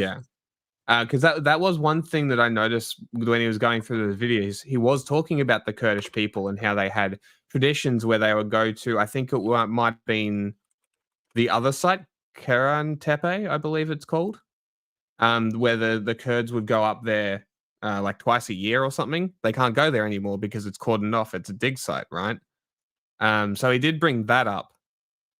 He didn't bring this up, but it makes sense that they would not be such a fan of archaeologists, but you kind of have to sort of realize it's not personal, but also the fact that the Turks are in control is kind of questionable at the same time. I don't know. It's very interesting. Kurdish archaeology. That is interesting. I might do that. Please, for once, can you please post something funny and racist? Do away with your Funko Pop morality. Get the sub banned. Then you can all funnel into more niche forums where at least you'll learn to have half a sense of humor. You'll all be better for it. Come on, post that Austrian politician's speech. Begin your journey into racism by making fun of Arnold Schwarzenegger's silly Austrian accent. Oh, you thought I was going to tell you to post a Hitler speech? You should know me better by now. Why would I do that? Why would I ever want to make fun of that man's accent? Anyway, this video is why I think Australia needs to legalise racist hate speech. All right. First argument, I really want to tell this gag. It's really funny, but I think I'll go to jail if I tell it. It's that good. So you're just going to have to wait until Albo does something about Section 18C of the Racial Discrimination Act. So if you don't find this video funny enough, you know who to blame. The Wogs, as usual. Now, normally I wouldn't put a disclaimer on such an obvious joke like that, but since so many people thought my fake BetterHelp ad in the last video was real, let me just clarify. It's not just the Wogs' fault. It's also the Chinese. Yeah. You know, when you're having a fun night out with your friends, you know, the classic boys' night out, drinking beers, getting a little gay, you know, kissing each other, making fun of minorities just a little, and then all of a sudden some boom, looks like you're funny. That's Section 18C of the Racial Discrimination Act. It is the legal equivalent of that person. This is the section. 1, it is unlawful for a person to do an act otherwise. All right. Clock started. How fucking long until we get to the actual video? Than in private if A, the act is reasonably likely in all the circumstances to offend, insult, humiliate, or intimidate another person or group of people, and B, the act is done because of the race, color, or national or ethnic origin of the other person or of some or all of the people in the group. And okay, this is interesting that he's bringing this up. This law has been a contentious one for a long time, a very long time, primarily for the word reasonably likely. Now, can anybody tell me what the fuck reasonably likely means? And why the fuck that is a law? I'd really love to hear some kind of explanation here. Color or national or ethnic origin of the D that nullifies any unlawfulness if what is said or done is found to be reasonable and in good faith. So, artistic, scientific, academic purposes for the sake of accurate reporting, etc. Which is good news for me, as it means that my next stand-up tour, Jacques le raciste artiste clown, will be A-OK. It's very avant-garde. You guys are going to love Jacques' mime impressions of being robbed by black people. Wait, you actually going to say that? Like, is that going in the video? Yeah, well, it's not my bit. It's Jacques le raciste artiste clown. It's reasonable. I don't remember what this shit that I'm trying to find is actually called. Okay. But there's a lot of interesting, the belief of like portals existing. So like the closest I can get to you describing what I'm looking for are these right here, which is an interesting little creature that appears in a lot of lore. So boom, Hellmouth, Jaws of Hell. Right. Are you still on the black room thing? So I'm just saying, no. I was talking about like I was looking for like we were talking about the Noah's Ark thing.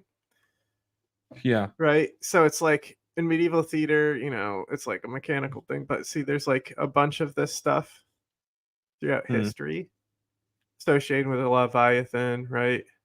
Cerberus, Hellmouth of Satan, and all this stuff. But there's like a real location that is like said to be those gates that they had to pass through to get those tablets from the gods in the Epic of Gilgamesh. Ah, okay. And it's like associated like with this type of like concept of a Hellmouth, because the Hellmouth is like more of like a portal.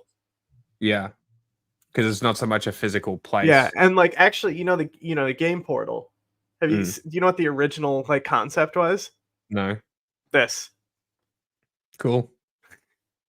Like the portals had like demons on them and stuff. That's kind of cool. Yeah, because the other side he said was like 5% excavated and was just like walking around kicking the top of stones yet to be excavated. So it's also kind of worrying that if a war happens in that area, a lot of that could be unearthed in a way that is not so delicate. That's too much. No, shut up. It's a good joke. No, the problem with having a law like this is that it puts the decision-making power in the worst decision-makers in Australia's hands, judges and lawyers. And far from the law being used to hold powerful and evil beings to account, in effect, what having the law actually does is just open more legal avenues for the most bitter, vexatious losers to abuse. Everyone points to the Andrew Bolt case as some sort of great victory for 18C. This is how stupid, for lack of better wording, mainstream culturally liberal opinion is in Australia. Andrew Bolt got in trouble because he said something about... I'm going to slow this down because he speaks like... Anyway, really quick to cut in. See that? That's the original concept of Portal. See their actual like Hellmouth and Demon Gates. That's cool. Light-skinned people not being real Aboriginals. Do you think someone whose entire career is being polemic and pushing the boundaries of acceptable opinion is going to be upset that they get more press because of their polemic opinions and an opportunity to martyr themselves with very little material consequences? It would be like me pretending that the legal threat that I got from Clive Palmer, which just listed all the different ways that I called him fat, made me cry in fear as opposed to what it actually did make me do. You know something? He is fat, and he is fat. But that's precisely why 18C... by the way, Clive Palmer is Australia's Trump. So imagine if Trump sued a random YouTuber because they called him fat. And how fucking funny that would be when he drops the case and basically admits defeat. How funny that would be. You should go. That's 18C at its best. A waste of the court's time, all to make both Andrew Bolt happy and the people who think the TV show Utopia is a well-written, biting satire happy as well. But 18C can be... I've never heard of that show. I'm not sure anybody has heard of that show. What? Weaponized in a far more sinister manner than the usual footsie between culture warrior versus culture precinct warrior. Oh no, this area's dying. We need more wine bars and queer art. 18C can be used to shut down legitimate... I was correct. It is a 3-season comedy from ABC that is only available on the app.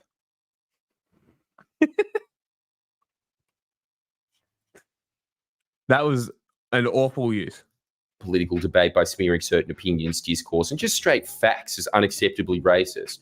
Just giving any private party the avenue to launch proceedings against anyone is bad enough. The outcomes of the case really don't even matter. To the most cynical abusers of 18C, it's just an ability to get a great headline. Someone's been taken to court because they're that racist. Case in point, the Zionist Federation's latest case against journalist Mary Kostakidis. They're taking her to court for alleged anti-Jewish hate speech. What did Mary say?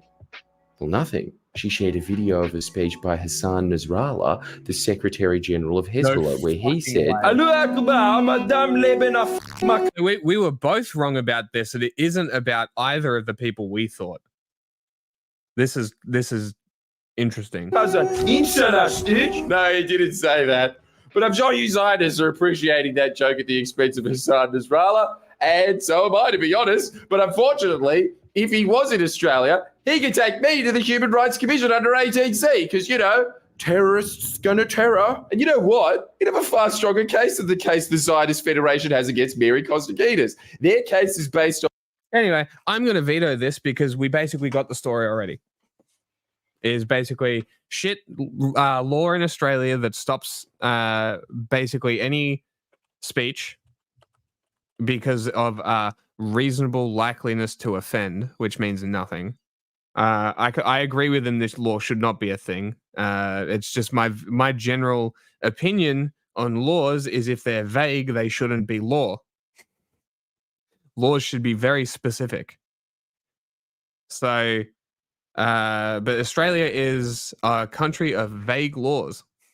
So what do you expect? Do we have other videos? Yes.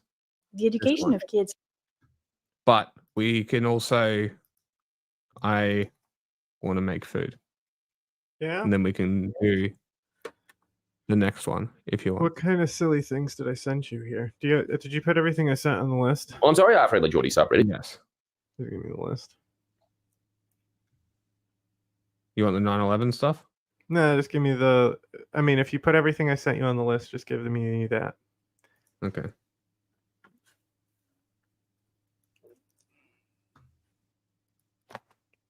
Yeah. Here you go. Here's the list. Yeah.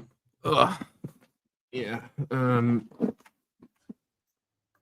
have gingivitis. Nice. Because there's a bunch of 9/11 stuff. There's also the fascist videos at the bottom. But I don't know. Did you still want to do the games? Like, what do you want? Huh? Well, Did you're you going to go already make do it? food, so I'm going to handle the stream for a little bit while you're making food. Okay. That's I'll why be I just asked for the list. Yep. Okay. All good. All good. Okay.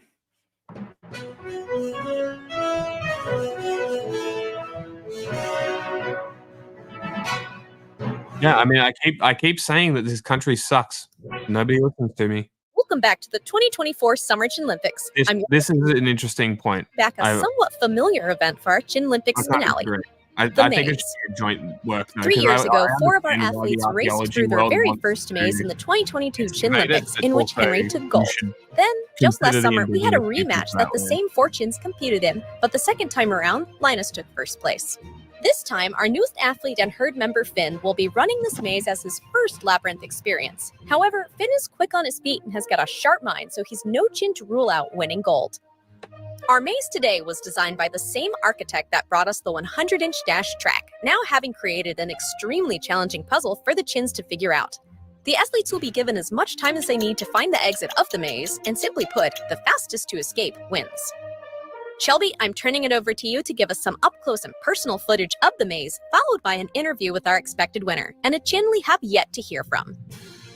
In addition to our interview, we'll get to hear some very special messages by a few of our super fans themselves. Thanks, Teddy. We'll take a closer look at what the chins are going to be racing through in just a few moments. But first, I want to hear from our super fans. Hi, as you can see, we're supporting Henry in the Chin Olympics. You may be the oldest athlete, but life experience goes a long way. Good luck, Henry. I'm Jennifer, and this is Hayes, and we're Team Knox. We're hoping to see Knox bring home the gold. Go, Knox, go. Hi, Barley. Who do you think should win? Well, I think Henny should win. Hi, Riku. Who do you think you should win? Well, I think Chip should win. Hello, Kenai. Who do you think should win? Well, I think Linus should win. Well, what about you, Coda? Well, I kind of think it should be Finny. And we think Knox should win. Wow, thanks so much to all of you. The chins couldn't be prouder to have such enthusiastic support. So, now let's go take a look at the maze. This 3x3 grid is full of challenging twists and dead ends constructed with professional grade materials. What a chin doesn't want to do is get turned around and not be able to find their way back. To be able to qualify for a medal, the chin must fully make it through the maze and do so with one of the fastest times. So today I'm here with our expected winner and oldest athlete of the herd, Henry. Henry, how are you feeling about You're competing conditioned today? to like not get excited Well, when Shelby, they know I'm I've had a working few and streaming. experiences with puzzles like this, and I feel pretty confident I'll be able to make it out just fine. That's true, you did win once sleepy. already in another maze event, but do you think your progressed age will affect your performance today? Are you calling me old? No, I don't, Shelby. In my young 12 years of life, I've gained perspective and a clear mind that I believe will aid in my abilities. That's absolutely true, Henry. Well, thank you so much for joining us today, and we hope you have a great run. You're very welcome, and thanks to all our fans for the support. And for the last time this summer, back to you, Teddy. Thanks, Shelby. It was great finishing out our summary hearing from the one and only Henry. Best of luck to him. And now, let's get this event going.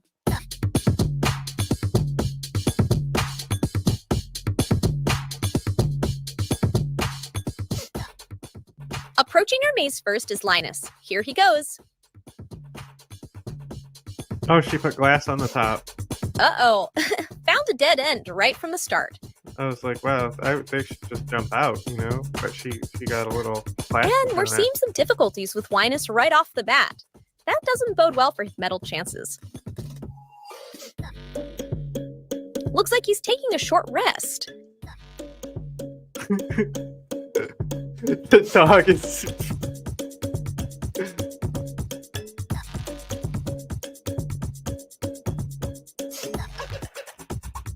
And, oh no, he's taken another dead end.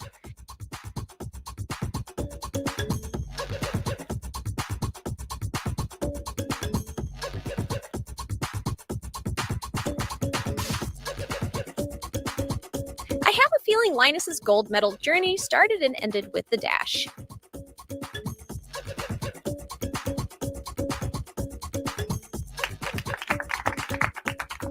And there we have it. Linus is out with a time of 1 minute and 59 seconds. Up next is Knox.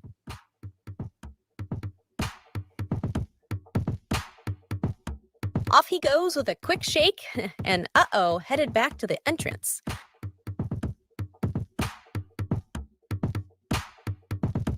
But it doesn't take him long to realize I was not going out.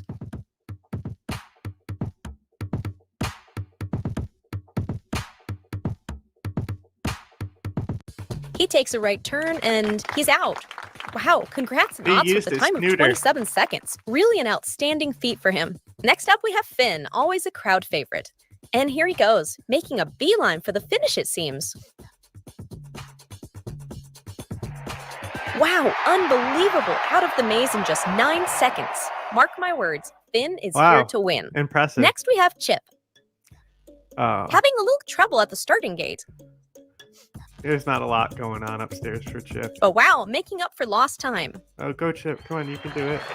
Go, Chip, you're right there. Go ahead. Amazing, out with an incredible time of 13 seconds, knocking Linus out of the competition. And finally, we have our super fan pick, Henry, and he's off. But not without checking out the gate one more time. Uh-oh, picked up a dead end pretty quickly. Whoa, but here he goes. Oh no, he's fallen into the same trap as Linus. But he has a very fast recalibration, and just like that, Henry has won bronze with a time of 23 seconds. Congrats to all our competitors. That was such an exciting race. And with that, I believe we have our lineup.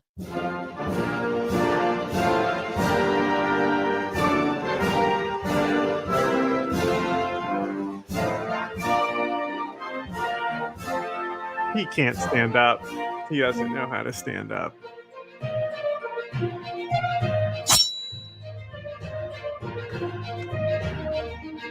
Thanks so much for being here with us, folks. Next week, we'll crown our Chin Olympic champion as we end with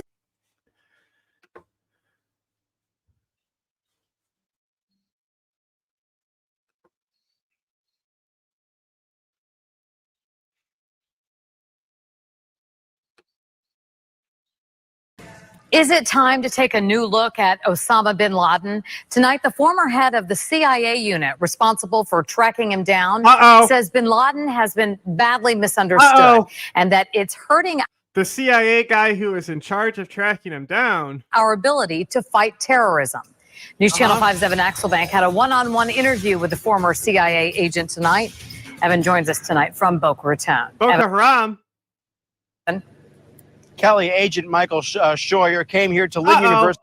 Not the guy who caused 9/11. To promote his new book about Osama bin Laden. And the former agent says that how Osama bin Laden tricked me and got me to cause 9/11 is what the book's called. That bin Laden may never be caught and that it's time for the United States to come to... Well, like most things Michael has said, he was wrong.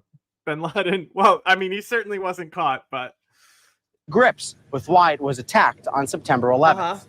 I'm sure Michael... Signing autographs, writing books, and giving speeches are nothing like his last job. We had 10 chances to get him in 98 and 99, and we didn't get him. Since Michael Scheuer ran the CIA's bin Laden unit in the late 90s... Okay, it's not called that. There is no bin Laden unit, okay? It was Alex Station, okay?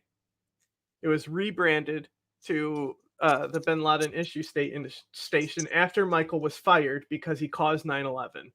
How did he cause 9/11? He was more interested in banging the Queen of Torture and departmental fucking clearance and security. He says Osama bin Laden has only grown more successful in promoting terrorism. In Scheuer's new biography of bin Laden that he was promoting at Lynn University today, he says Americans I have not read his book about bin Laden, and I probably never will. Have been badly served by the notion that the terrorists hate us for our freedoms. It should beggar the imagination of every American to think that there's anyone out there who's going to blow themselves up because we drink beer. Rather, he says America... Wow, Ethan, maybe you should think about that, how that doesn't make sense, you know, with your you know, bad historical analysis. You know, he was just triggering me so much today, talking about 9/11. Americans need to look more closely at its presence in the Middle East and at its dependence on foreign oil. After studying bin Laden, he says Americans should expect nothing short of a long war. He expects it to be multi-generational, his grandchildren, his grandchildren's children. He carries the sobering message that there are legions of patient bin Laden fighters waiting in the wings. Scheuer expects bin Laden to die on his own terms. He is living among people who regard him as a hero. He's living among tribes who, once they accept a guest, will protect them with their lives. He's talking about Pashtunwali, and he's incorrect there because, as we learned, he was not staying as a guest with anyone. He there was no Pashtunwali, you know.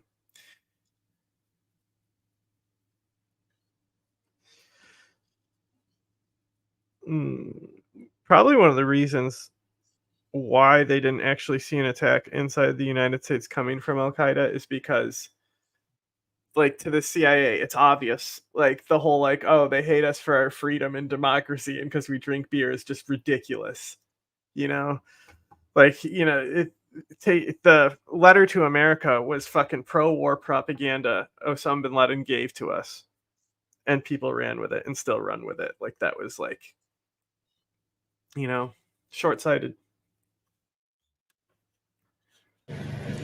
Scheuer expects another attack, sadly enough, and he says that the United States may not be far off from having body scanners everywhere and a national ID card system. Oh, no.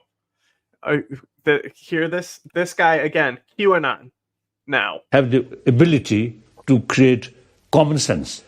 In their brain, that part of brain is missing. Ironic for the guy who literally said somebody has to kill Obama because he's like a black president and shit, and like, or something. I don't know. Like literally, like, imagine like marrying like one of the architects of fucking the torture program. Well, I mean, they were married I think before she did the torture program, but you know, you think they like, you know, like they went home together after, you know, after they have Zabeda in the Cat's Eye prison under her watch, and she observed his torture. I think she went home and told him all about it and how they knew he was innocent when they fucking took him in and tortured him. Epic. We are live in Boca Raton tonight. Evan Axelbank, WPTV, News Channel 5.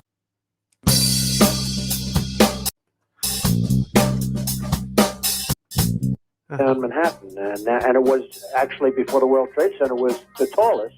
And then when they built the World Trade Center, it became known as the second tallest, and now it's the tallest. I watched as people jumped, and I watched the second plane come in parts of New Jersey, Jersey City, but parts of New Jersey. I saw people getting together and in fairly large numbers celebrating as the World Trade Center was coming down. I watched our police and our firemen down in 7-Eleven down at the World Trade Center right after it came down. Everyone helped clear the rubble. And I was there, and I watched, and I helped a little bit. Good thing we had Trump there to save us.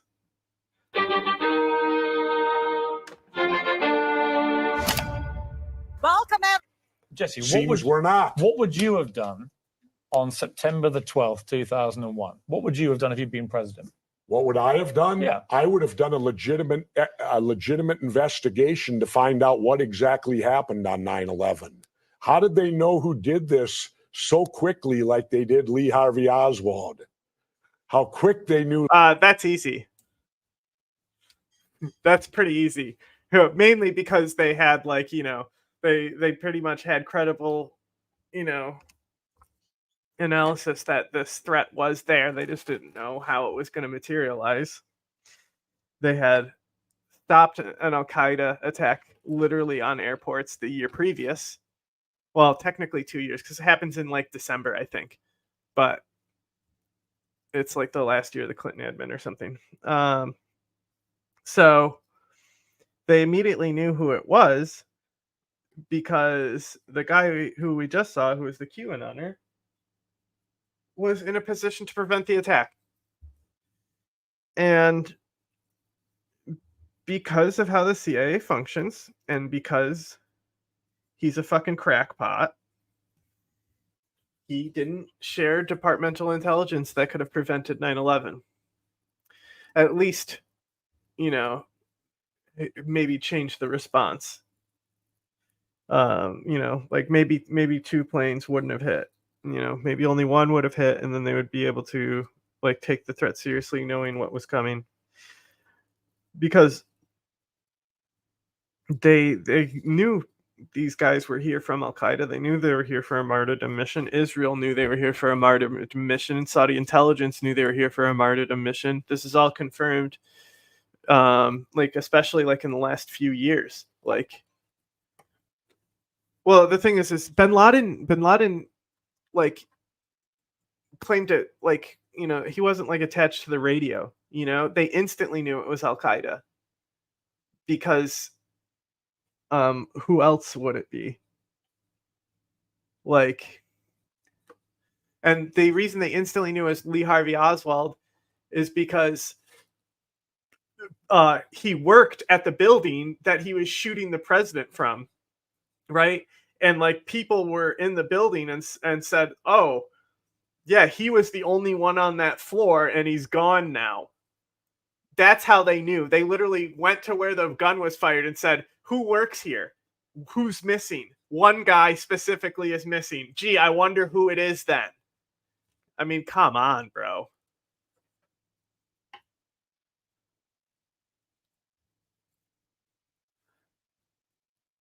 I mean, if like what we showed about bin Laden is to believe, even Atta himself didn't know the target was the World Trade Center until just before the mission.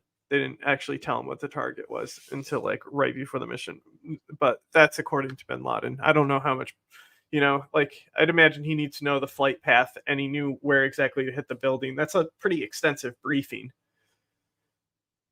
Lee Harvey Oswald killed because, Kennedy. Because the people who did it were identified and we knew who they were. Well, then why couldn't we have stopped them beforehand if they were identified and we could have knew who it they was were? A failure of intelligence. Everyone's accepted. No, it wasn't. We knew before with Condoleezza Rice's memo on August 6th. Right. When He's right. He's right. Condoleezza Rice memo specifically said Al Qaeda plans to attack the United States and likely with airplanes. He's 100% right. This is one of the first things that came out upon initial investigation. And Condi, let's see if we have a statement from Condi about the failure of intelligence.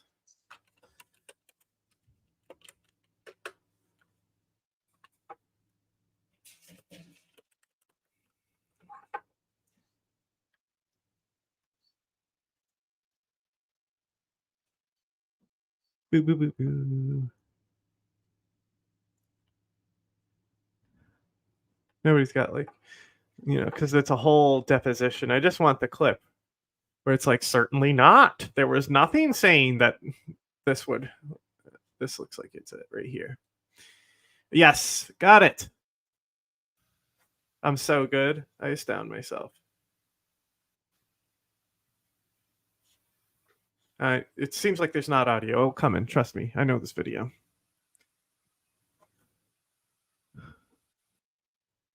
So it's just showing what the actual, this is the actual report, if you want to go through it.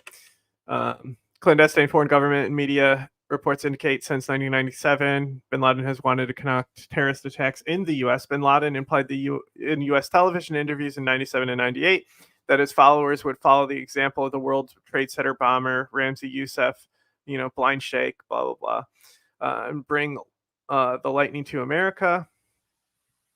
After Operation Infinite Reach in Afghanistan in 1998, bin Laden told his followers he wanted to retaliate in Washington, according to a blank redacted service. Okay. EIJ operative told a blank redacted service at the same time that bin Laden was planning to exploit openings, exploit the openness access to the U.S. to mount a terrorist strike. And this is so this operative actually comes to the CIA that they're talking about here. I know who this is referring to. He actually goes to the CIA headquarters before the embassy bombing happens, and he's like, "Hey, Al Qaeda's gonna bomb the embassy in Kenya," and they're like, "Yeah, sure, whatever, pal. We'll write that one down." And then they bombed the embassy on and they were like, "Who? Find that guy who came in here and said this was going to happen," and we just totally dismissed instead of listening to him and preventing it. Fucking incompetent. I mean, okay. This is what I've said of this already. The Millennium Plotting in Canada in 1999 may have been part of bin Laden's first serious attempt to implement a terrorist strike in the U.S. Convicted plotter has told the FBI that he conceived the idea to attack Los Angeles International Airport himself, but that bin Laden Lieutenant Abu Zubaydah encouraged him and helped facilitate the operation. Rustam also said that in 1998, Abu Zubaydah was planning his own U.S. attack.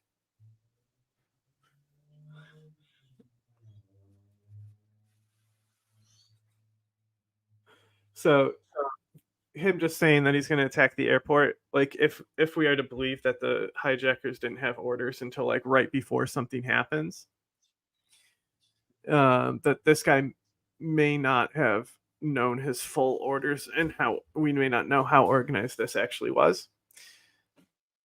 The guy who was arrested said bin Laden was aware of the operation. And that's the thing, is he wouldn't have had his orders directly from bin Laden, and it wouldn't have been Abu Zubaydah either. It would have been Mukhtar. Although bin Laden has not succeeded in his attacks against the U.S.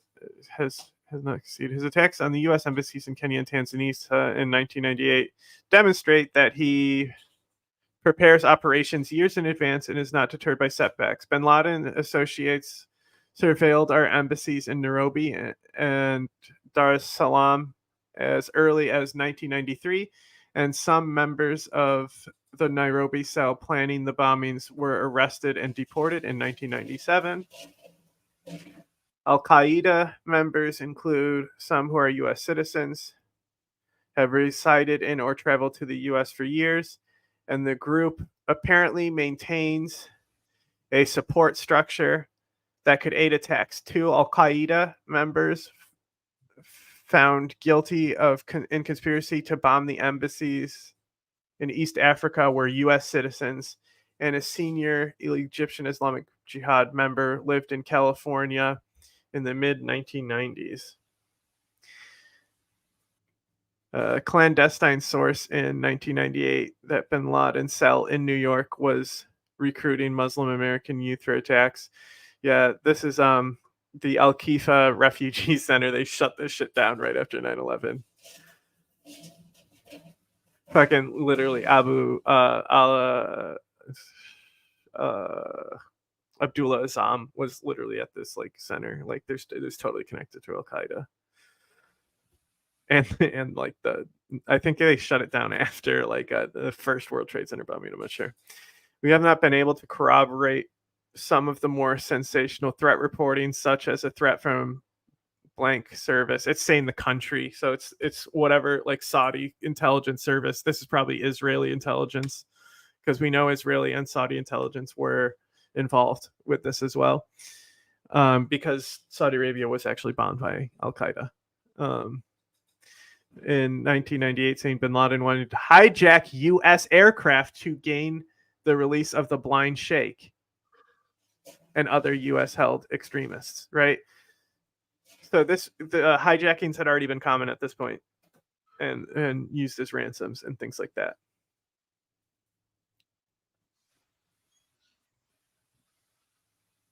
For president only. Nevertheless, FBI information since that time indicates patterns of suspicious activity in this country consist with preparations for hijackings and other types of attacks, including recent surveillance of federal buildings in New York. The FBI is conducting approximately 70 full-field investigations throughout the United States that considers bin Laden related. CIA and the FBI are investigating a call to our embassy in the UAE in May saying that a group bin Laden supports was in the U.S. planning attacks with explosives. If the FBI and CIA actually communicated and Michael Schur wasn't a little bitch, probably would have found a few of these guys who were planning the attacks. Who knows? Maybe they did. That's the other thing that I've said before. We don't know how many hijackers were supposed to be on the mission. You know, what guys didn't show up. You know, there could have been guys who were trained for the mission and just decided not to go to the airport that day. And hey.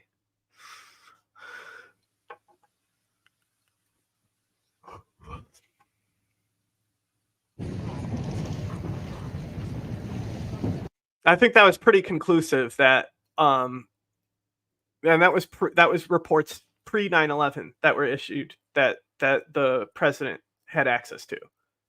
literal briefings on bin Laden. And we know that they basically dismissed these briefings because they were more interested in some other things. You know, they were like, yeah.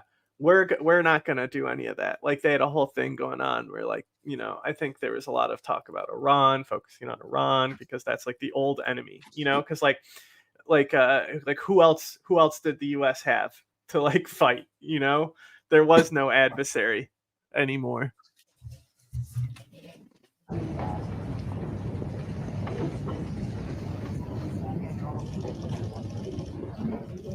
Please rise and raise your right hand.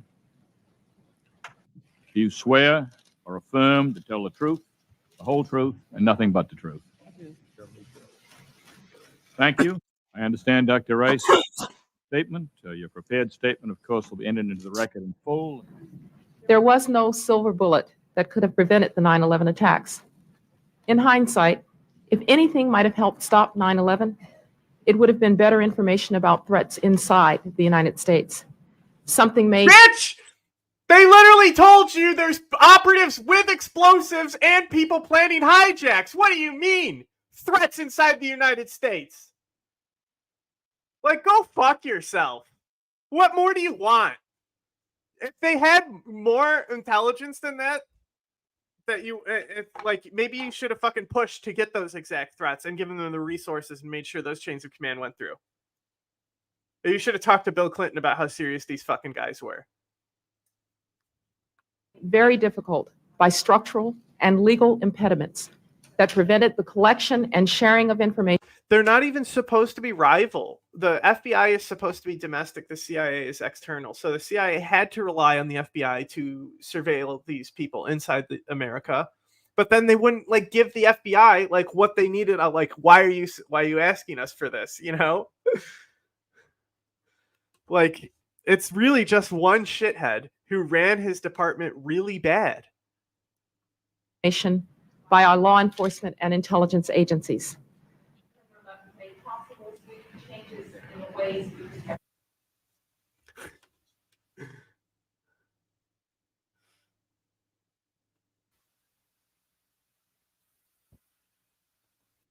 Like, literally, here it is.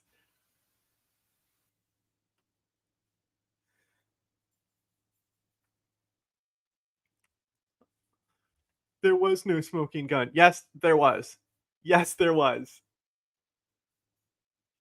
You already have Al-Qaeda operatives who came in and talked about it. But they did keep, you know, how small they kept this op, you know?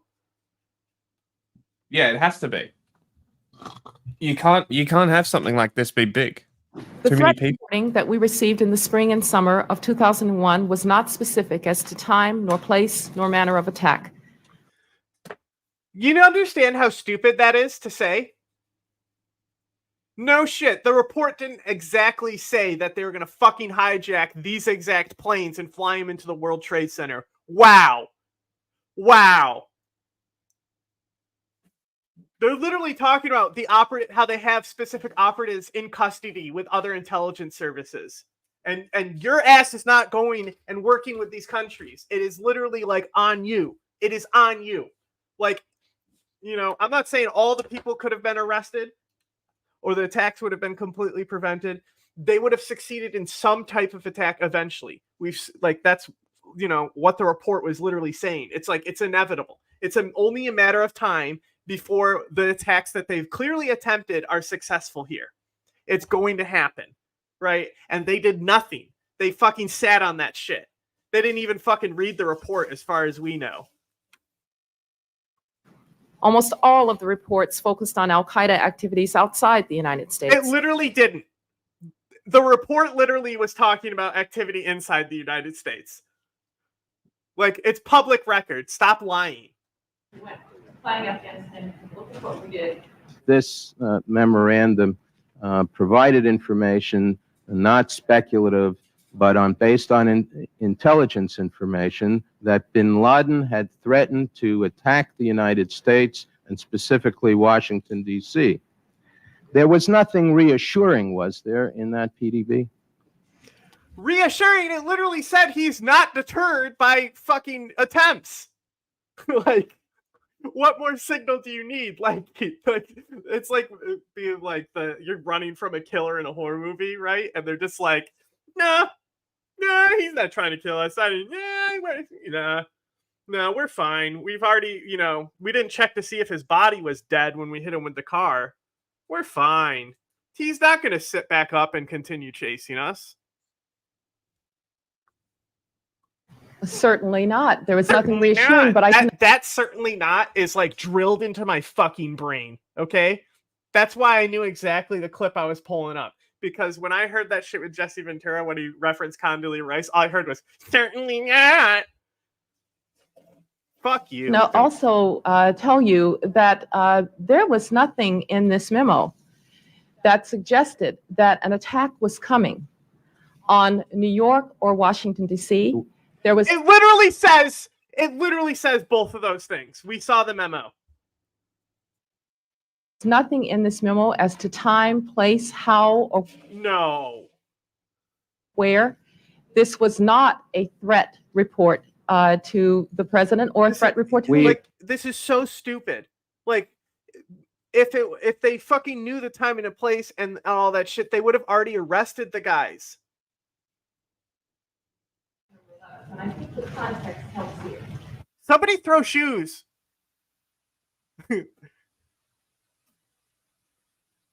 Look, even the AP is literally zooming in. The guy who was putting this together for the AP is literally just zooming into his own computer on the word Bin Laden US. It's literally the opening in the fucking report they gave her. Look, see, not deterred by setbacks. They've shown it multiple times. Like this AP editor got shade for her.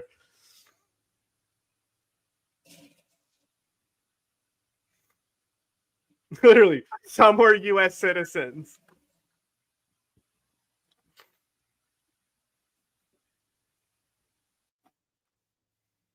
God, I hate them. Anyway, back to this crackpot. Stated right in the memo, Bin Laden to steal planes and run them into buildings. It didn't say run them into buildings, Jesse. You're stretching it now. You're embellishing the truth, Jesse. Well, you won't have any of that. More stuff. We only want truth from Jesse Ventura. Is coming out now also how much the Bush administration ignored the intelligence. Okay, he's back on track. He's spitting facts again. Crazy how Jesse Ventura, the conspiracy theorist, is more on board with what was actually going on and what caused 9/11 than most people, you know? This is a guy you're going to dismiss because it's Jesse Ventura, but you know what? He actually figured one out, and he's pretty on the money here. It was almost like they ignored it because they wanted it to happen. Oh, come off it, Jesse. No, not oh, come off it. So this is when is that Hitler behind him? What's going on back there? Anyway, this is something that I say. So with the cognitive, I should show the cognitive dissonance video after this. So cognitive dissonance. So one of the things that I try to do is that if people are skeptical on 9/11, I try to get them to the point where they accept that they let it happen, right? Because it's much easier to work somebody out of the conspiracy hole if they can just accept that Bin Laden did it, because there's so much evidence behind it, right? And really where the evidence is lacking is like showing how much like could have been prevented. We don't know, you know, because like even if Clinton was still in office, you know, and was acting on it like his FBI was. His FBI, that's the thing, it was like the same FBI. They had the resources to do it. Like, why didn't they? Wait a minute. Every war fought starts with a false flag operation. Now here we go again. Sit there and try and make out anybody. Now we're okay. Let me ask you this, Piers. Wait a minute. Let me ask you something. How much studying have you actually done of 9/11 other than what the government's told you and what mainstream media has told you? I've been studying it 4 years. I was editor of a national newspaper. I've talked to people. Wait a minute. Depth every day for 5-6 months. Really? So I know a lot about it. Well, one then thing how I do come? know is Let me ask you this. You cannot say that any member of the Bush administration knew it was going to happen or wanted it to happen. It's a ridiculous thing to say. Ridiculous. No. Knew specifically planes were going to be flying into building. No. Like Condoleezza said, they weren't specifics. But it literally is in there. they're going to hijack planes. They're targeting airplanes. There's a clear pattern of these guys targeting airplanes. Okay, let's talk about your BBC. I have a tape of a BBC reporter broadcasting directly back to England talking about a third building has collapsed. America went to attack Iraq because that's what Al-Qaeda wanted them to. That's why they went there. It was all covered on 9/11. Trade Center Building 7 talks for 7 minutes. All the while she's talking, World Trade Center Building 7 is still standing right behind her. It didn't fall for another half hour, yet they were doing a pre-broadcast back to England that, yes, it's true, you need to that take a this break here. building fell and it hadn't fallen yet. If you're trying to make out the British Broadcasting Company, one of the most respected news organizations. Maybe because they said that the building was going to fall. And they literally gave a specific time on when they expected it to fall. And so maybe they just assumed it happened, you know? Organizations in the world was inventing huge buildings falling over. You They need to have a little, did. you need to have a break, Jesse. We'll come back after the break and we'll talk about kidding Israel me? Are and you Iran. kidding me? This is a fact, my friend. This is a fact, my friend. Ooh, feels more like an Some of that instrument was fact. than a sample library. When you hear about different people making their claims about 9/11, you hear that say, you know, jet fuel doesn't melt steel beams. And I'm sure you've seen the clips on YouTube where different guys are like, yes, it does. And I don't know if you've seen people reacting to what many say, jet fuel, 1500 degree Fahrenheit, steel melts at 2500. But then they show that steel does lose strength at around 600, is what they say. Yeah. What's your argument to that? Let's get into this, because the official narrative says, in both the Twin Towers and Building 7. Who the fuck is this turtle man? In the case of Building 7, expanded. In the case of the Twin Towers, weakened. And that they build a whole narrative based on that. And certainly steel weakens at 1200 degrees Fahrenheit, loses half of its strength, it can begin to sag. We don't challenge that. But what we have in both cases is the evidence of molten iron. And that is incredible. It is Now, remember what we showed when I showed on 9/11 to wrap up. Bin Laden is specifically saying at the end of that because of his experience in construction, he was the most optimistic about the attack and believed that the iron in the building would be key to a partial collapse. He literally said it in that tape.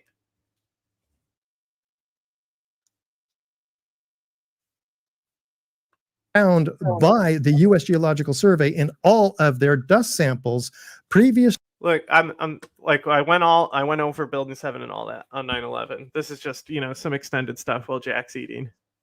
Molten iron microspheres about the diameter of a human hair, 4 tons of them by extrapolation. Well, they don't tell us where those came from. Where did they come from? This is incredible. Iron doesn't melt until 2800 degrees. So yes, steel weakens earlier, but NIST denies the evidence of extreme temperatures, which are available where? Published in a metallurgical examination in the Appendix C by FEMA in 2002, before NIST took over the investigation and threw out that metallurgical examination. Why? Well, what did it say? It said that there's a hot temperature corrosion attack on the steel. Liquid molten iron invading the grain boundaries of the steel. Well, wait, what's liquid molten iron? We haven't used iron in our skyscrapers for 100 years. Where does it come from? Well, molten iron is the byproduct of thermite. Thermite is an incendiary used by the military to cut through steel like a hot through butter. God.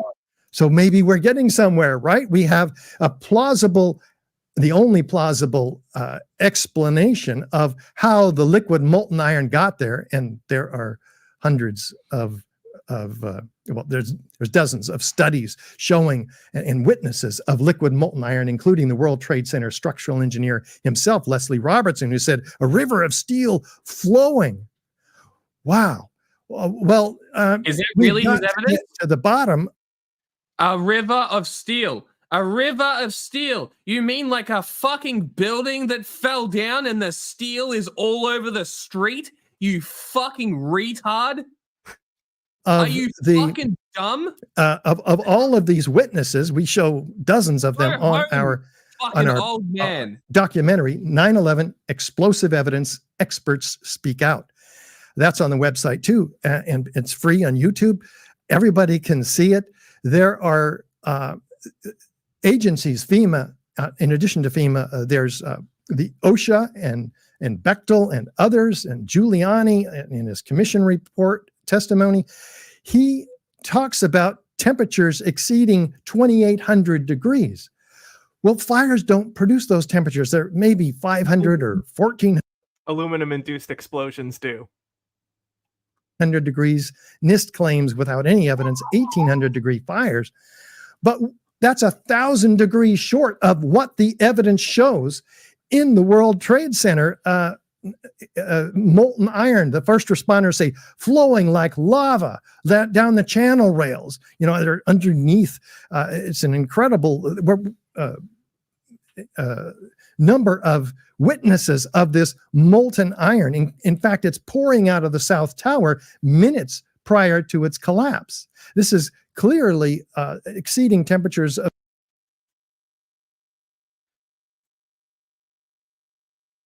No way. 2,500 degrees. We can tell by the color of molten metals what their temperature is. So how do we get those temperatures? This is what's revealed also in the study by Niels Harrit and 8 other international scientists, which is peer-reviewed and published in the Bentham Open Chemical Physics Journal, because they studied 7 independently collected samples of the powdered concrete. And we have the documentation in there of unignited thermite. In fact, nanothermite. They have. Do you know what thermite is? What the fuck is nanothermite, cunt? That means nanoparticles, right? That's retarded. Do you know what thermite is? Yes, I know what thermite is. No. Do you know what the chemicals? The chemical reaction explicitly? Yeah. No. So it's aluminum oxide and iron oxide. Oh my god! So he's literally describing. Yes. So when the plane crashed, aluminum dust showered through the entire structure, right?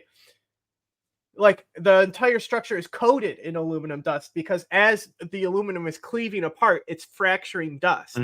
And these dusts are nanoparticles, right?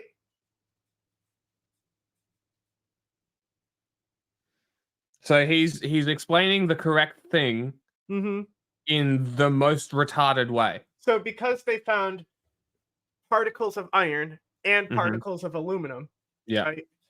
And I believe iron is a component of steel. Yes.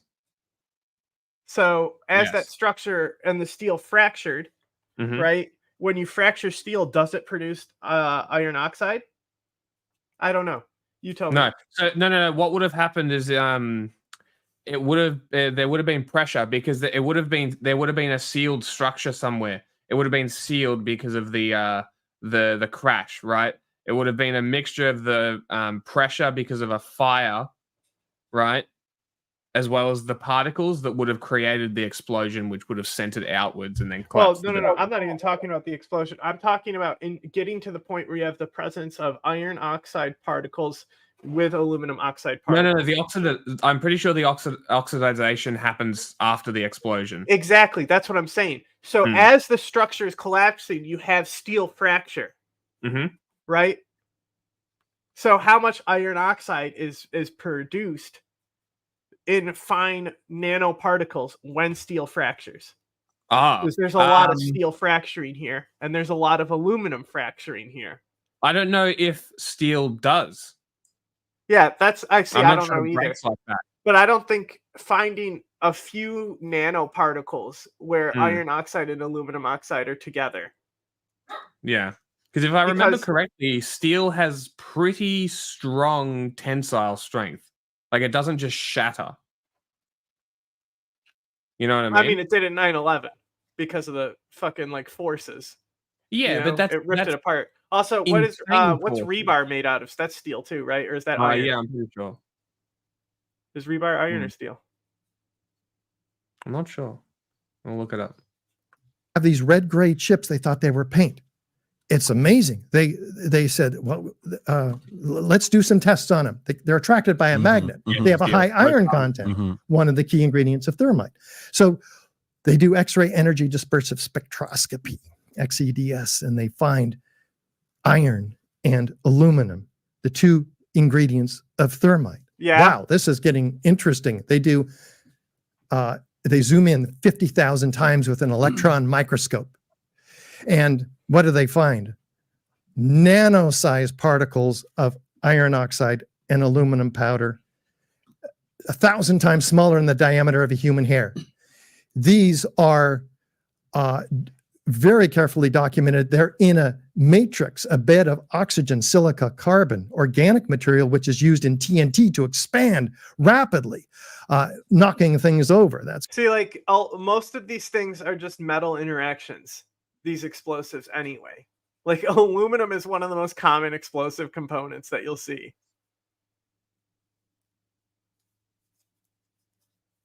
Yeah, exactly. And also like to think about think about the chemistry event that's going on when this tower is collapsing and all the things that are happening, all the reactions that are happening, you know? Like that's a lot of shit to come tumbling down. You know, some particles get fused together and create a new particle. You know, is there evidence that there was enough thermite used in the building to like do a thermite reaction? I can tell you right now, there's not a thermite reaction when that tower comes down. It is an explosion. Thermite does not explode.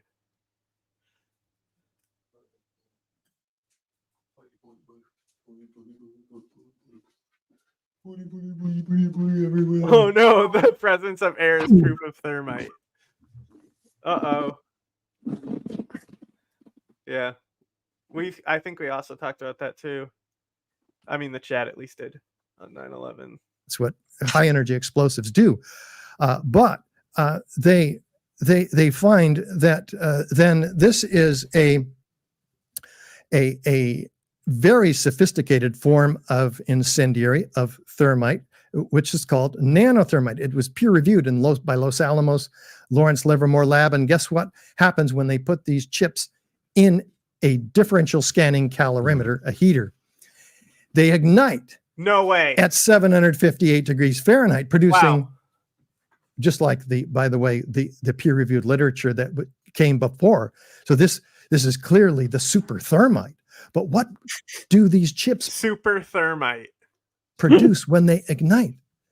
Molten iron microspheres with the same chemical signature as the molten iron microspheres that the USGS finds in RJ. Look, if there was thermite involved in 9/11, there'd be a lot more evidence than just some nanoparticles and microspheres, bro. Like you would see, oh, this is a clear thermite reaction in this steel. Like you would find it. A Lee Group, an environmental consulting firm, and all the World Trade Center dust. So you see, we know where these molten iron microspheres came from that the USGS couldn't and wouldn't explain. Wait, but if they don't clean up the park, all the super thermite that's left over from the controlled demolition of the building will hurt people. You know, the park will light on fire with the super thermite.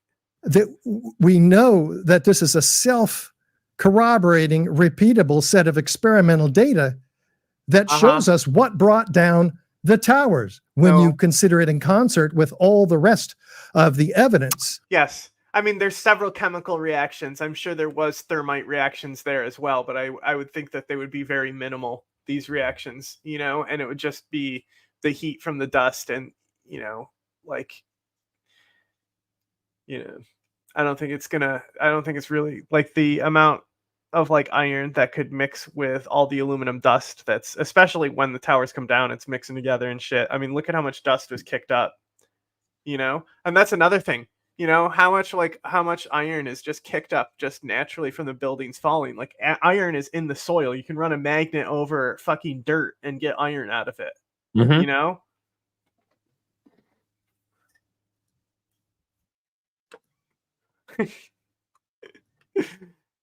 that we have yet to cover. So if you like this clip and you want to watch another one, click right I here. don't.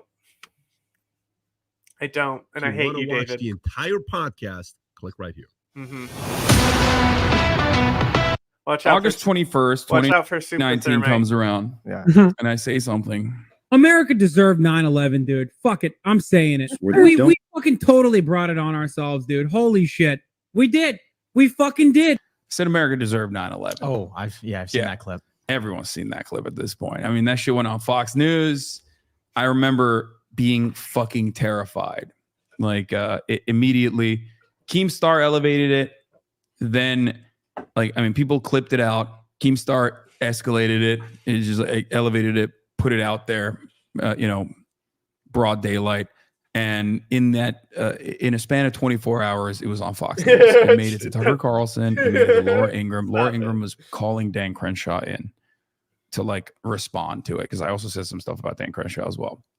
Yeah, you said And he I should remember be thinking irate by like, a I'm brave so Mujahideen. fucking, I'm killed. I'm gonna be murdered. Well, I'd been getting death threats at that point pretty regularly, but it was on Fox News now. How many people were watching you when you said that live? I don't remember, but it wasn't that big. It just doesn't matter once it's out there. Yeah. It's it doesn't matter. Once you, that's how this works. It doesn't matter. You got 2,000 people, let's say, watching, or 5,000 people, let's say, watching. And then it gets in front of a much larger audience of people that are like, oh, fuck this guy. He's Muslim socialist guy. He's saying America deserved 9/11. He loves Al-Qaeda. You know what I mean? Which wasn't my point at all. It was actually do. the opposite. He loves He made China. its way to Fox You News. love Al Qaeda, Hassan. I've seen it. I've seen you kissing them. I've seen you doing the kissy kisses.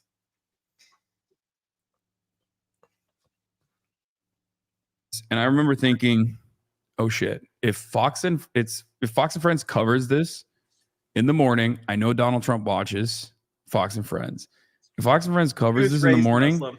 I'm fucking screwed, because Donald Trump might watch it. And if he does that, I'm dead.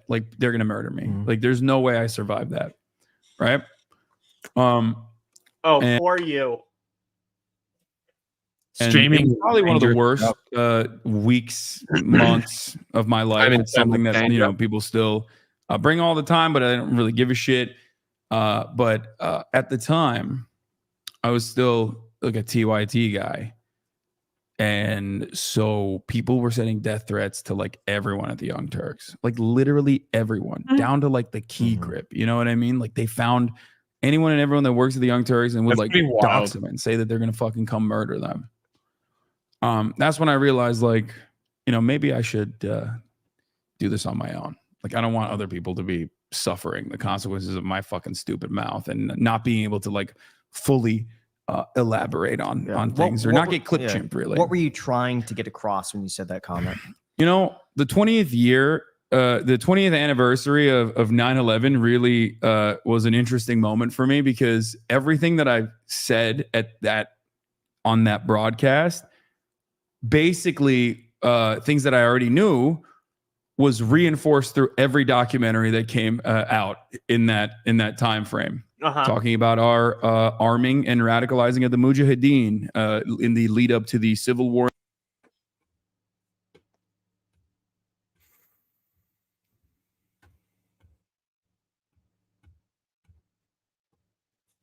What are you doing? It's just frustrating when it's how we radicalized the Mujahideen. Is what we did. Just how stupid they are. Bro,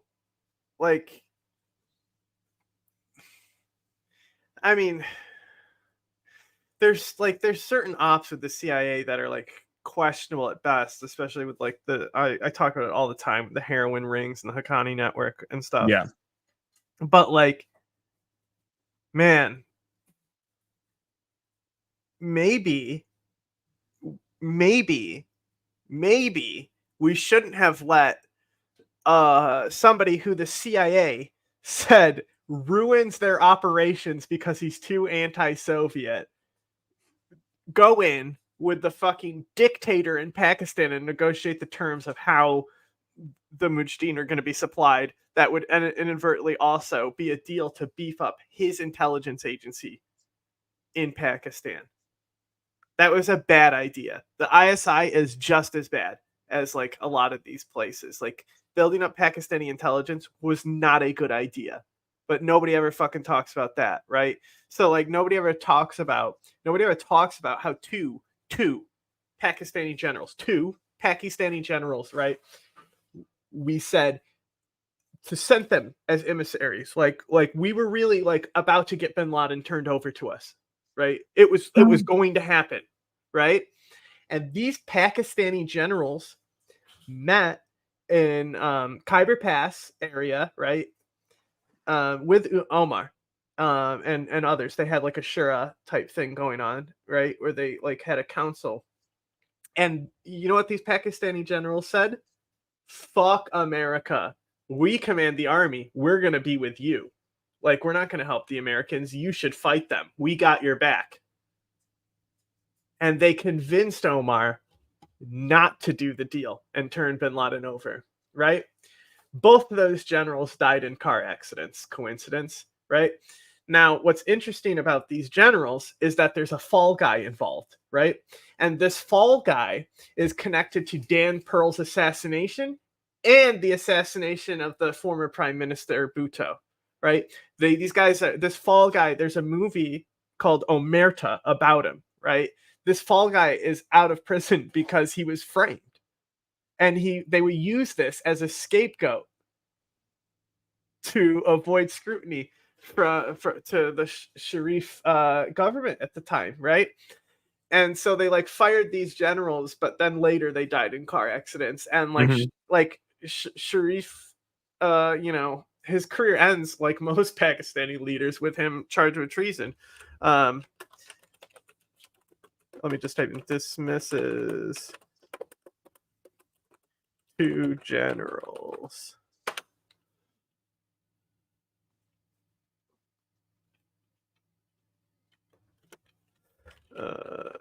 After, let's see if I can find something here. This is such a niche story that few people know about. But Adam knew about it when I brought it up. I barely had to say anything, and he knew what I was talking about because he brought it up.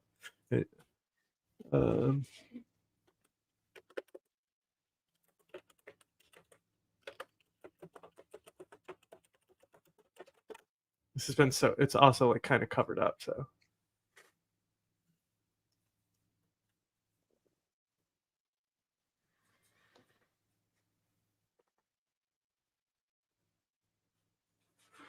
Okay, I need to figure out who Pakistan Prime Minister. And I want the older ones. Where are the older ones? Former. Where's this motherfucker? Where's this little treasonous dog who helped create? Oh, you know what? He was probably a president. That's why he's not coming up.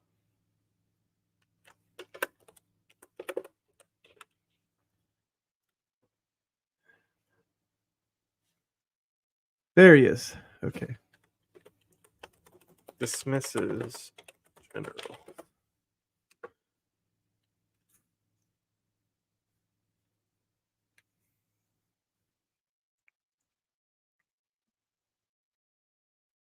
Library Congress! Hell yeah. Hell yeah. Let's go, Congress. We got it. We got the document. We got the evidence. Fucking Pakistan can't hide shit from the US government and their transparency. That's what's up. That's what I'm talking about, okay? Okay. So, stage a coup d'etat. This might not be about Mullah Omar. This might be a different thing. Damn it. Omar. Taliban. Okay, never mind. I haven't found it yet. I lied. I'm a stupid bitch. Or in Afghanistan, in the USSR invasion of Afghanistan, and how much the CIA very openly elevated these otherwise like random groups of militants into a viable and robust anti-Soviet violent force. They did it through Islamic fundamentalism that they instilled upon people, then legitimized. And then some of those groups became the Taliban, right? They started infighting. Some of those groups became the Taliban, and America was Hang on. our invasion of Afghanistan, and how much the CIA very openly,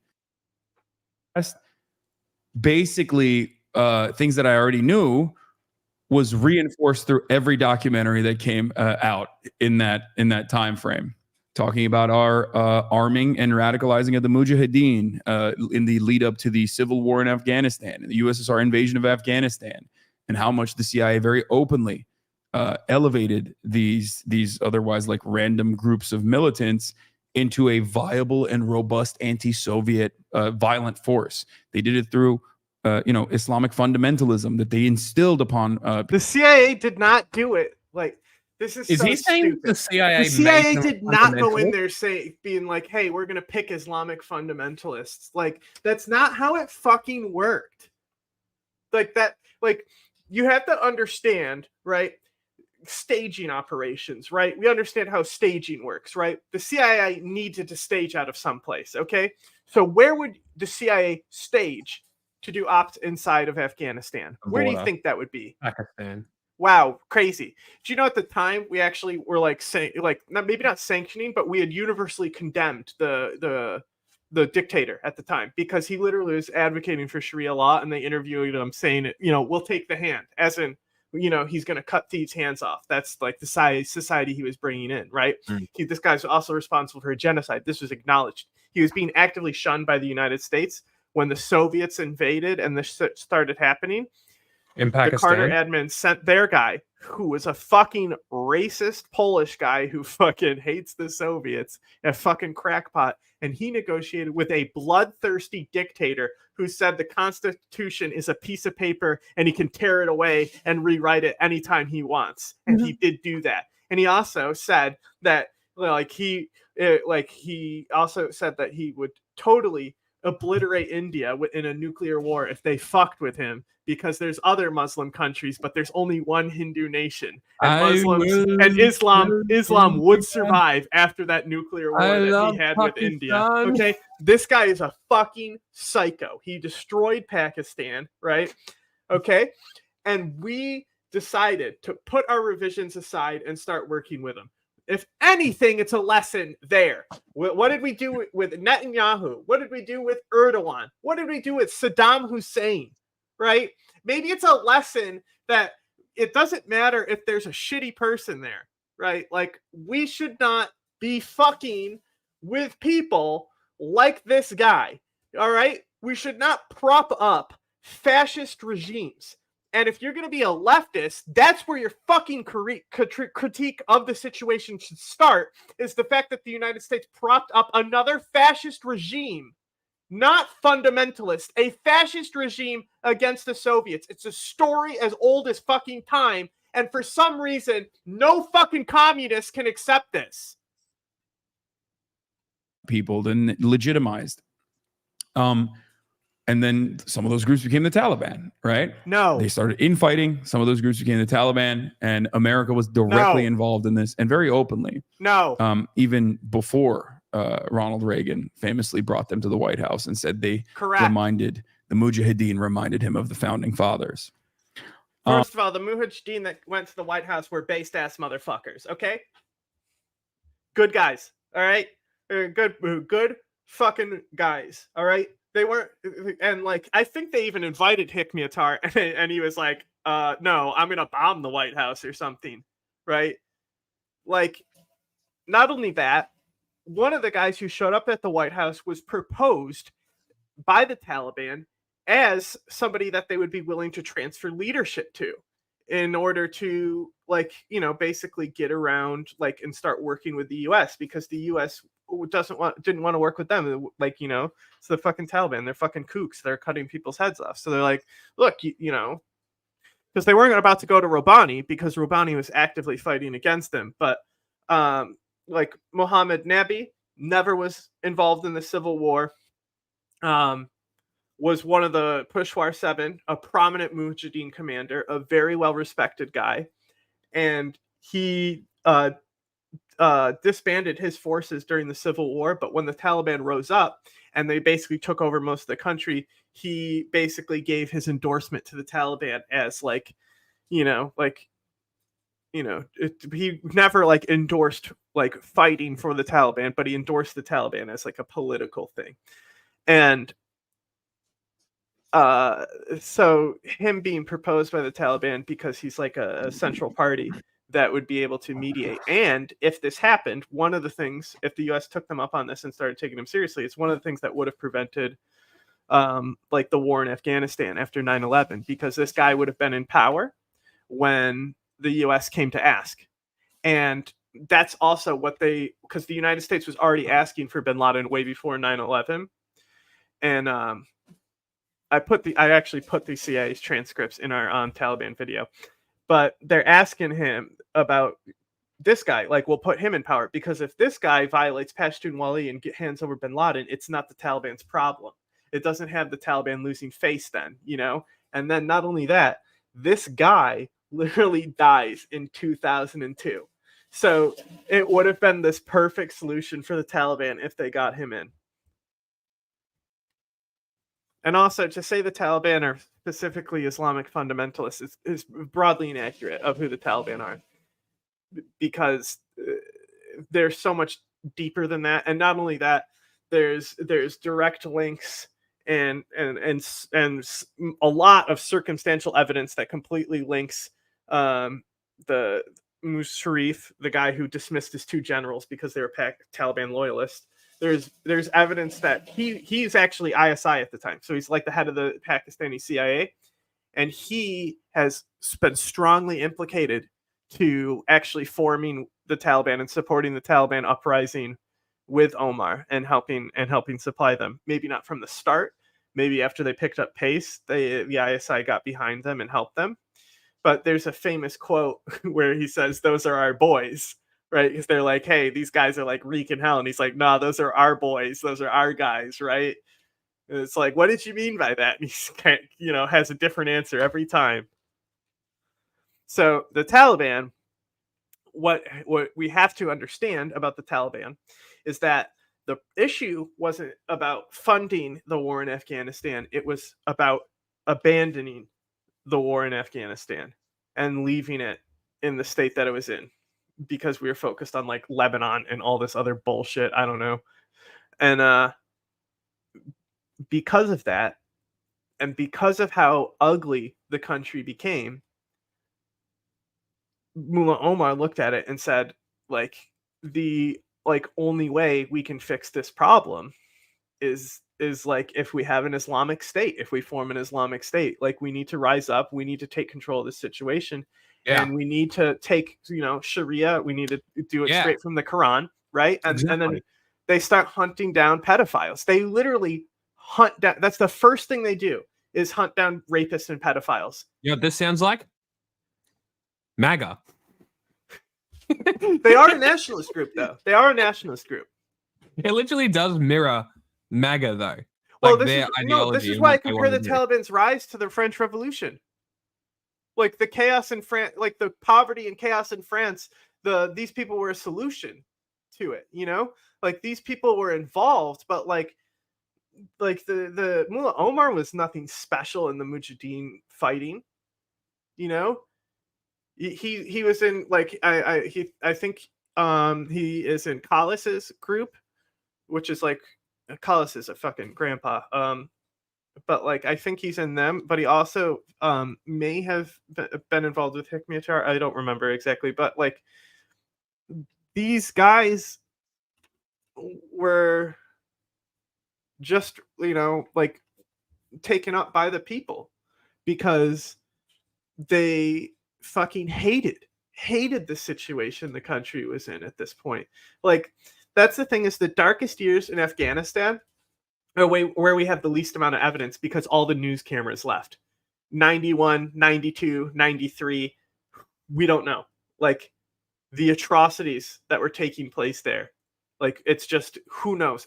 Like what the actual environment was. So the rise of the Taliban is quite unique, and it's similar to other revolutionary rises. You know, it's that they are authentic revolutionaries and they're concerned about the end of the revolution. You know, and so that's why you have the terror to begin with. By the Taliban start inflicting terror, you know, they fundamentally believe that with the terror they can make these warlords submit.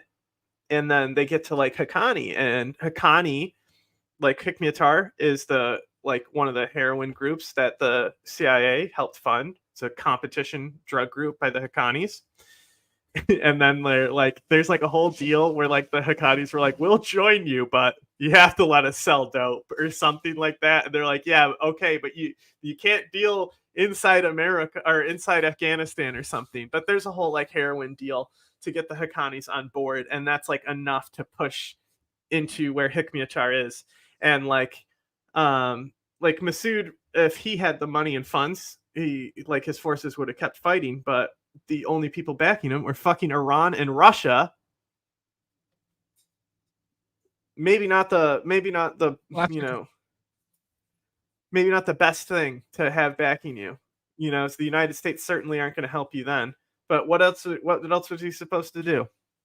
It's so much more complicated than the CIA fucking created some Islamic fundamentalists, because it leaves out like so much, because even before the Taliban formed, there's Afghan mujahideen in other countries that and that's the thing, is nobody knows about the Black Decade in Algeria and how significant this is to the whole picture of how Al Qaeda forms. Like there is no Al Qaeda without the Black Decade, and nobody knows what the Black Decade is. Nobody knows that the Mujahideen were in the first Gulf War. There was Mujahideen squadrons that were dispatched to fight Saddam for invading Kuwait. Nobody knows that. Nobody talks about that. Nobody cares about that. That this is not something that was like just confined to Afghanistan. This was a global movement, right? And if anything is responsible that the Americans did to bring people to Afghanistan, it was making Rambo 3. And I can tell you right now, there's a lot of fucking guys in MEK who didn't join Al Qaeda, who are very open and do interviews now. I mean, they're old as fuck now. I don't know. I haven't seen them in years. And they talk about the reason why they went to do jihad in Afghanistan is because they saw Rambo. The CIA didn't come recruit them. So that's what I was talking about, because it was in response to what Dan Crenshaw was saying about how, you know, 9/11 happened because they hate us. Like they hate us because they hate us. That's it. And it was very frustrating for me to see like a dude who went, served overseas, got his eye blown out, right? To come back and just like keep reinforcing that same cycle of violence. And even using his like veteran status as a way to just like send more men and women overseas to get their shit blown off for no fucking reason. You know what I mean? So you're saying they have a reason to dislike us, but not deserving to happen to innocent people? Yes, I never meant that. Obviously, like the 3,000 people that died on 9/11 deserve to die. That's fucking ridiculous. I was simply talking about America's chickens coming home to roost. You know what I mean? This is I don't know, at least in academic circles or even in most circumstances. Why is this hard to understand? I don't get it. Like it's a dumb fucking statement. It's like that. It's also incorrect. Sure, but whatever, right? Who gives a fuck is mainly my point, right? There was an instance in Australia where this journalist for ABC, SBS, something like that, Muslim woman, I think Yasmin Abdel Magid, something like that. I think she was a refugee, something, UK citizen in Australia, journalist, whatever. She goes on Anzac Day, which is like our big like military Fascist day rally. Yeah, like it's the big military day where everyone's like super like patriotic and like somber. It's like, oh, the people died. She goes, lest we forget Manus, Nauru, and Palestine. And people basically, she just was just a cunt about it instead of actually explaining her position, and was bullied out of the country. And then she started crying because she got bullied out of the country. And I'm just like, you could have stopped talking, just like stopped replying, and people would have forgotten, and you would have been fine. But now she's like got this big victim complex. This is what this reminds me of. That's all.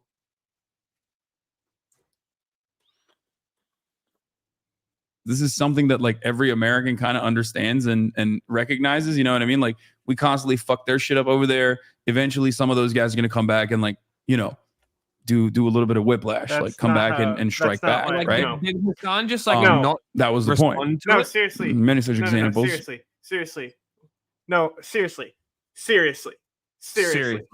What did Cereal. America actually do? Super cereal. Plant a flag in Saudi Arabia? Are we gonna fucking believe that? That it's over a fucking flag being planted? Are we gonna fucking believe that it's over us fucking drinking beer? And like, this is just as stupid as believing that it happened because they hate our freedom.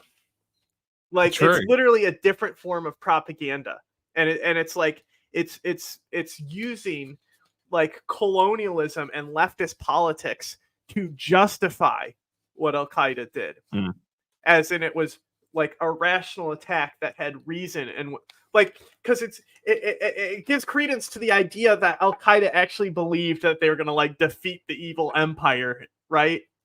Come on. Yeah. You think they actually believed that they were going to defeat America and like America would crumble and only Islam would remain? Do you really believe that? Do you really believe? How could somebody so smart to pull off that attack be so fundamentally stupid? Like, I know they believe in dreams and shit, but like, come on. Like, let's give them a little credit here.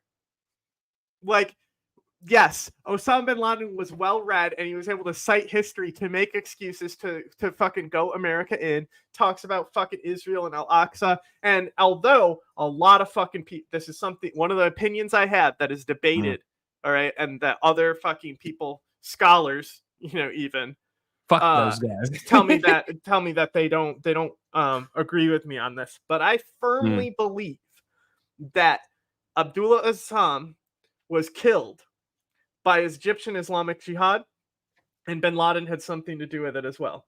And people say, no. He loved Azzam. Like, that's crazy. It's fucking Osama bin Laden, bro. Yeah, what bigger picture? Person doesn't fucking matter. Didn't he kill his brother or something? No. But like, Azzam was like the leader of the Services Bureau. And Azzam dies. Guess who's in charge now? Osama bin Laden. Guess what's able to form now? Al-Qaeda. Right? Yeah. And there was, and so like Al Qaeda was already forming within MEK, and there's people in MEK who don't like it because MEK was more than just like, most of the stuff that they did was like logistic stuff. Like, Azzam would talk a big game about going and recruiting people and to go fight and stuff, but like the kids he's bringing in from New York aren't fighters, right? So he's doing other stuff like helping supply troops, you know, like things like that. You know, very little of what MEK did was consistent in fighting. That said, they were a fucking militant group that did fight, and they did participate in battle against the Soviets. And I think bin Laden got injured a little bit in one, like he hurts his leg or something because he falls down or something. I don't know. But this guy, Azzam, is Palestinian. Okay? So he has obviously, you know, he's allowed to have issues with Israel, right? Yes.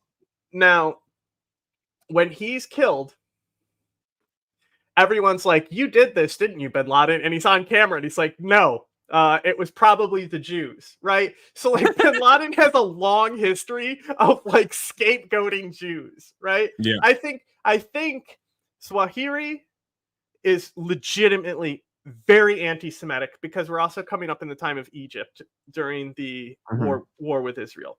He is legitimately very anti-Semitic. But I think a lot of the Al-Qaeda anti-Semitism, especially from bin Laden, is like LARP, because like he's a very conspiratorial guy. I wouldn't be surprised if he believed there's like a secret cabal of Jews running things or something like that. But at the end of the day, even if he believed there was a secret cabal of Jews running things, that didn't matter. America's freedom didn't matter. If America was a tyrannical fucking Islamic regime, the results would be the same, because his goal was to get a fucking giant army to come into the fucking Western nation states. Simple. Like, it's not hard to understand. Their goal was to destabilize the region, and look what happened. They played America every step of the way, even though the intelligence continually told us this is what they're trying to do. And America said, good. You know, like, watch us do it. Oh, you set a trap for me? I'll step right in that. Thank you very much. Like, so much death could have just been prevented if America just, like, stopped and thought to itself for a second. Hey, maybe the stuff about freedom that they're telling us they hate us because we fucking give loans with fucking taxes on, or with interest. Come on. Hi, do you want to know how to fix this? Stop. It's a concept called blowback. And I think the way that the media actually started covering in the 20th anniversary of 9/11 and the Afghan invasion reflected all of the talking. Like, seriously, compared to what Russia has done to Muslims, compared to America, what did America do at this point? Muslims. Back Israel in the fucking last conflict and negotiate a ceasefire, because they negotiated a ceasefire with Egypt. Yeah, that's why they hate them. Even though that ceasefire was negotiated by a fucking, like, basically a proto-Baathist, you know? Like, the Egyptian nationalist movement is what brings Baathism. It's a response to it. It's like nationalism in the region. Yeah, like, yeah. Why you know, and what's that? Half the group in Al-Qaeda is a fucking Egyptian group that wants to fucking kill the guy who's running Egypt. And what's that? They already previously killed Anwar Sadat. Points that I was making at the time, which is why I had a lot of people actually come back and be like, listen, I misunderstood what you were saying at the time, but I totally get it now. By the way, this clip is brought to you by our sponsor, Epidemic Go fuck Sound. yourself.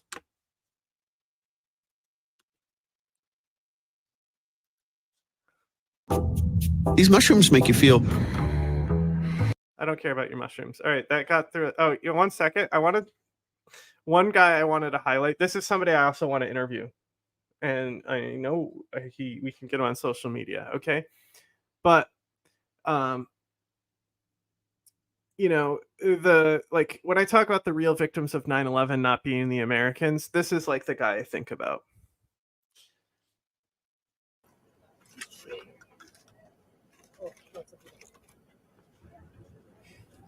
So this is literally 1998 bombing survivor after we just clapped bin Laden the day before this, right? So, you know, someone directed him here. This is where your family are, right here. You know, their names on the wall.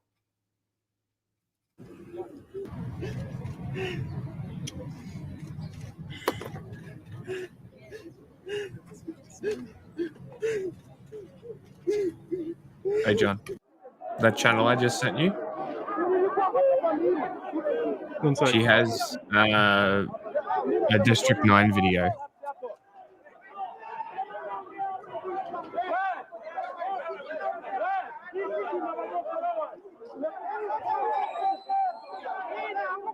This a day. So this guy right here, like, he's done a lot of interviews, but what happened is the grenades go off, right? That they're trying to do the embassy bombing. So there's the guy's grenades. The grenades go off. People go to the windows. So one of the most common injuries of the Kenyan bombings is damage from glass, right? So he goes to the window after these grenades went off. Truck bomb goes off. Glass gets shot into his face. So you can see there's scar tissue on his head, right?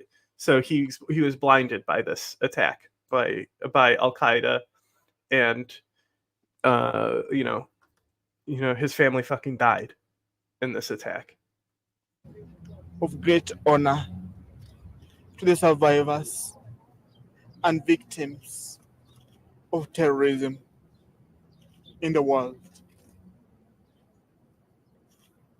It's a day to remember those who died, a day to remember those whose lives were changed forever.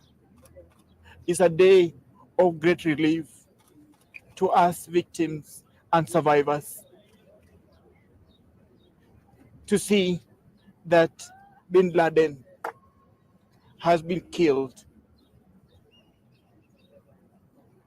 I know it would have been better if he was captured so that he could confess and repent his sins and evil deeds to the world. I would rather he was captured so that he could share the information about his network to the world. Al Qaeda's still fucking Africa up. That's the issue. Fuck it. Fuck Al Qaeda.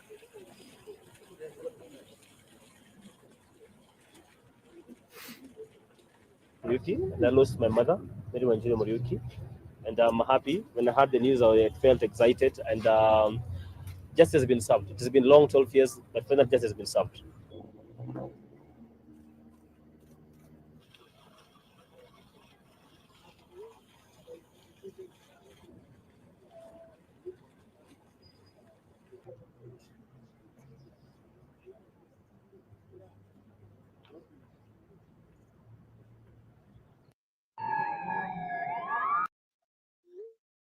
So I want to say there's an interview with this guy where he's like, these people are also fighting for something we don't know, you know? Like he rationalizes them.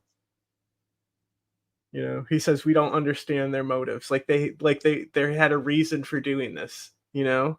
It's not just because they're like chaos and they hate us. They have a reason for doing the things that Well, they're there's a doing that reason we for don't everything, and understand. to explain it away as chaos is ignorant and Yeah.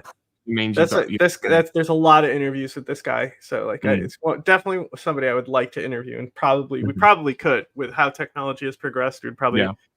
get him on a video call Mhm. with someone to do a system or something. Okay. Anyway, that's all the 9/11 stuff. Mm. All right. Game for last hour What? or fascism?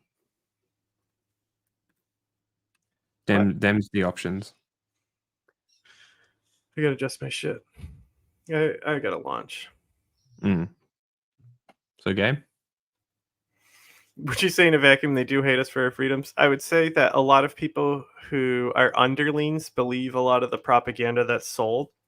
They don't Mm. understand the greater purpose was to like destroy these Muslim lands and things like that. So it's really when you look at the head, that's why I say like Al Qaeda core is different than Al Qaeda itself, because like, you know, like Al Qaeda in Syria, they were truly fighting, you know, against Assad. I mean, their goal was still to establish an Islamic State after Assad, but you know, a lot of these groups who end up like having assistance and fealty to Al Qaeda are fighting a revolution. You know, they're like legitimate revolutionaries, or you know, it's tribal matters that, you know, where they end up getting allegiance to one side or the other. But some of these guys probably, you know, just like hate America. And I'm not saying that, oh, well, Bin Laden likes America. He definitely hates America. But, you know, there's just other reasons for things to happen. Oh, lame. I want it on this other monitor, but it won't let me. 1 second. I think you have to change it in game settings. No, it's fine. I don't care. You're just going to see some icons before it full screens. I don't know what this thing is that you're making me play, so. Okay. But. Well, I'm trying to open mine and it's not having it.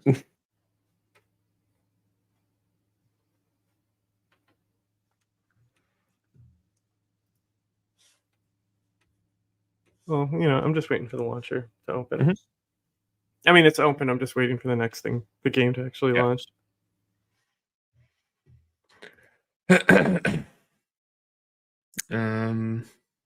I'll just put something on while we wait.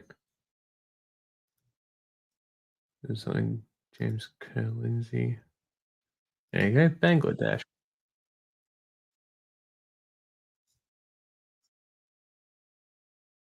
August 2024, mass student protests overthrew the country's long-standing leader. However, while the revolution was hailed as a chance for Bangladesh to establish a new political system, there are already fears that it could instead lead to instability in one of the world's most populous countries. So, what lay behind the revolution, and why are concerns growing about what happens next? Hello and welcome. If you're new to the channel, my name is James Kerr-Lindsay, and here I take an informed look at international relations, conflict, security, and statehood.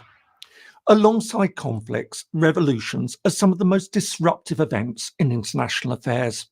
Sweeping away an old order, they represent a profound break in a country's domestic politics, often with broader regional and sometimes even global implications. But while revolutions can dramatically change a country for the better, wiping away a corrupt authoritarian regime, what is this gay? What have you done? What is this gay shit you're making me play? What have you done? Screen share it. They're over here making me take a pledge that I will compete to win and support my teammates. I understand that actions to undermine that effort. Oh, so you're telling me I can't immediately start team killing Jack? Okay. And No, you can't team kill, actually. Unfortunately. Okay, I'm sure I can do some shitty walling and like push you and stuff. Possibly. Possibly. Respect my teammates. I will respect my teammates and make the best effort to foster an environment where they can perform. What is this, a fucking job? Like, this is like the shit that they fucking talk, like, this is, you know, they have an acronym, you know, that they have for the job. Yeah. And like this like anti-bullying shit at school. I respect my teammates and foster. This is so fucking gay, bro. Who the fuck is this shit? I understand that respect builds trust, and trust is needed for everyone to perform their best. Oh my god. Protect myself and my community. I will protect myself and others by making proper use of communication, reporting, and coordinating systems. I'm not reporting shit, okay? And I'm telling everyone, good luck, go fuck yourself. Okay? I will leverage. I'm not too. The best we're gonna do the best we can in every game. Fuck off. I will help Riot be safe. I will be responsible for my account devices, personal information. Okay, so if I get my information leaked through their server, it's my fault. Got it. No. It's you can't account share. That's what it is. It's saying that you're not allowed to boost people, basically. All right, I'm going to reset my computer because this application is not opening. I'll be back while you do the tutorial. No, I'm trying to figure out how to get a whole window here. Go to no, go up. Go to general. Go general. A channel. Yeah, general. It should be there, the size one. There's preset sizes until you actually get into game. So I picked the biggest one. That's the best you got. Okay, I'll be back. Don't care. You should watch it. I don't give a shit. It's going to teach me about the power of friendship. That's how to be a good teammate. You know, help Harry Potter find the golden snitch.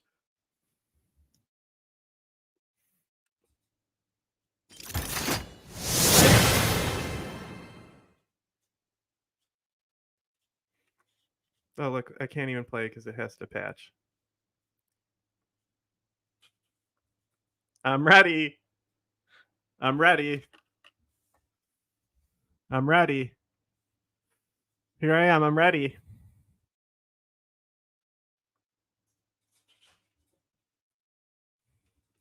I literally said, there better not be like dumbass qualifiers and shit. Like, I better be able to just fucking start this game.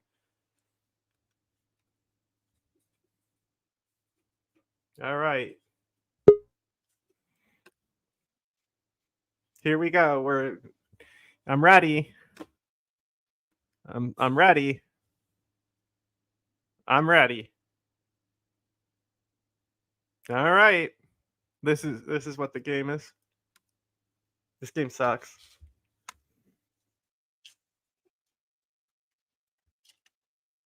What kind of garbage is that? Can't hear you.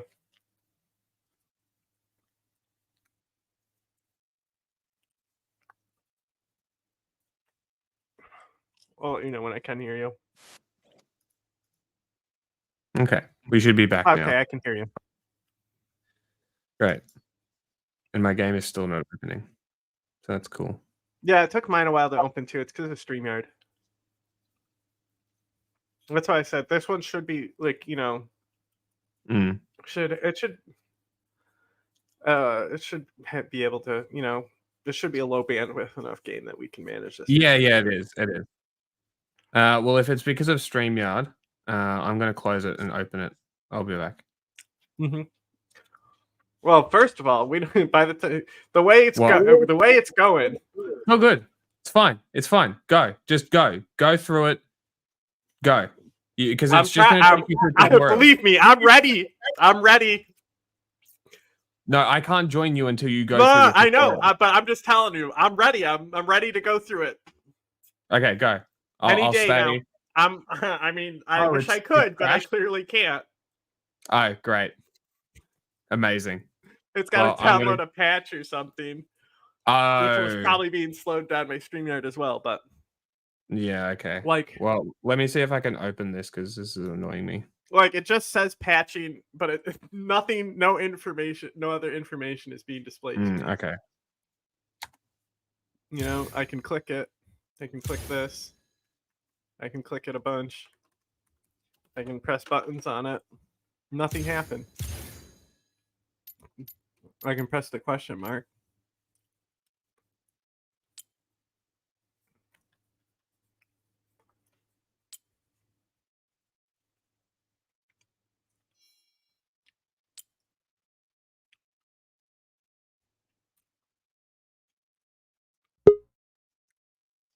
Well, it wasn't. It's just broken. So that's cool. This is well. See, I told you I should have launched it before we started streaming. Yeah, definitely should have. You wanted me to see its little, you know, friendly little lesson on how to make friends. Who knows? By the time it lets me play, you might be. Yeah, maybe. We are on. I think you are on the Oceania. Yeah, I did pick Oceania, so. Mm. You know.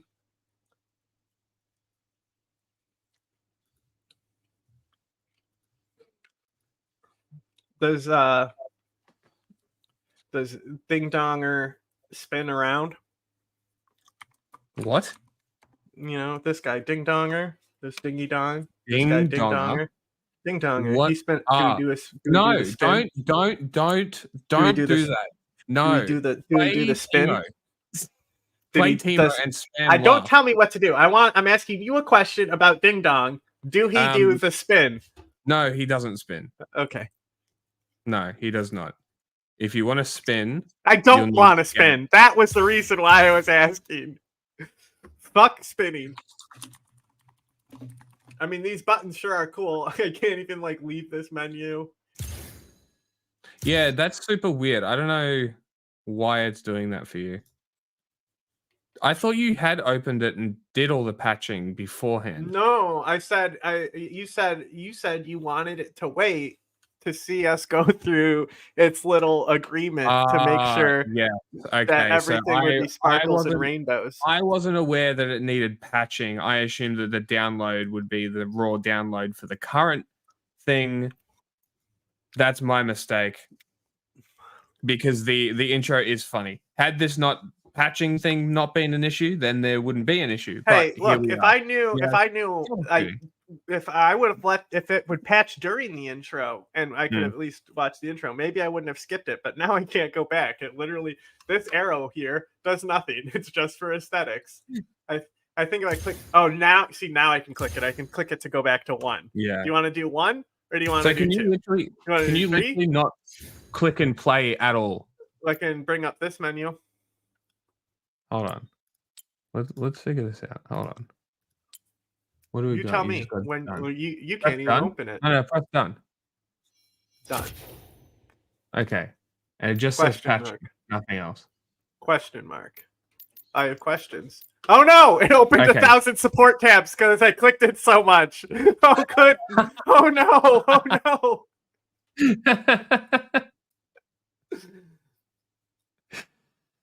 Who do I play? Ding dong. I hate that I like playing ADC. When I'm actually trying to win, I'll play Kane in jungle. Well, also while we're waiting for it to patch, make sure you change it so we're in the league section for streams.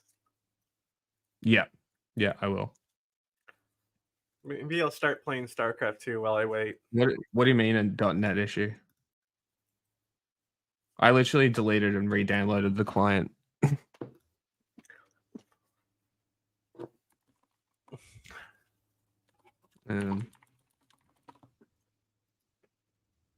How long does it to patch?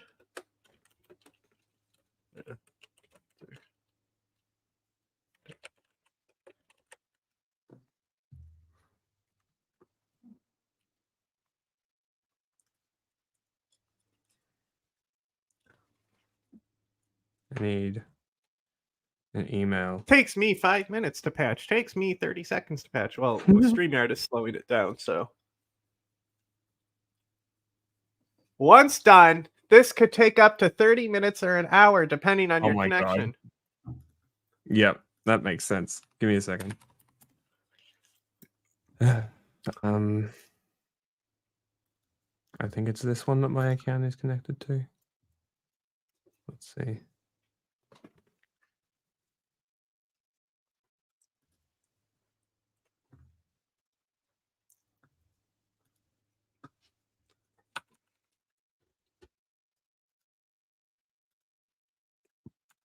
Okay. Yeah, I don't know. How good is your internet, like download speed wise? yeah, it is worse that it won't tell you like how long it's taking to patch. Like it literally should tell you. That's the problem. Yeah, it's just a gray thing. It doesn't even look like If it's you doing were to anything. close it and try and reopen it, would it never open? Like that's the next option here. So let's. Hey, look! Guess what mine is doing? Oh,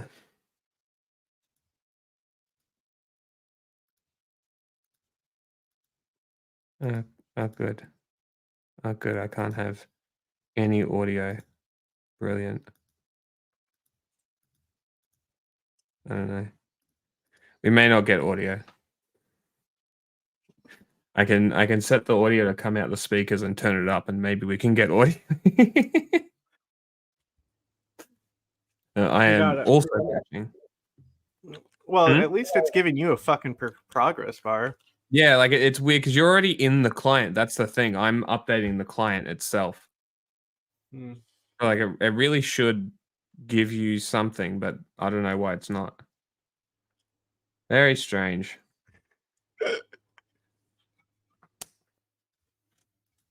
Well, I'll tell you what, this is a good advertisement. It's actually going up real fast now.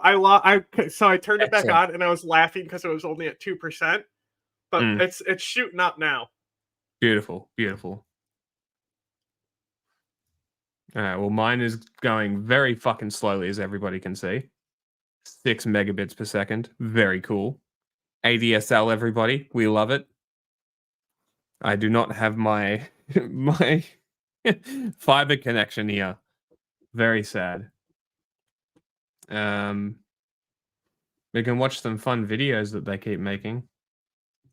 I feel bad for the people that work at Riot because their job is making skins. Like, I honestly feel really bad for them. Okay, we need to change to... Oh, I'm going to have to do it in Twitch. View on Twitch.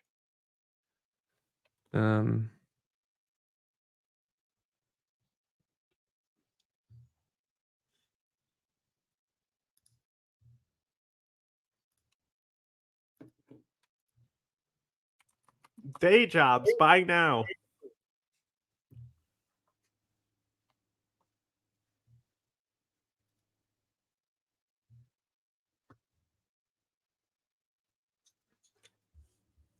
Day jobs. Don't explain shit to me. Minimum specs. I'm a fucking pro expert gamer, bro. 560 it says. Nvidia 560 is its recommended specs. I got good specs, I just have low RAM. Well, you should be fine because it only says CPU and GPU here. Let's see RAM. RAM 2 gigs. Yeah. Yeah. 4 gig of RAM. 2 Yeah. gig of VRAM. Yeah, I have 4 That's gig VRAM, recommended. 8 gig RAM. Okay.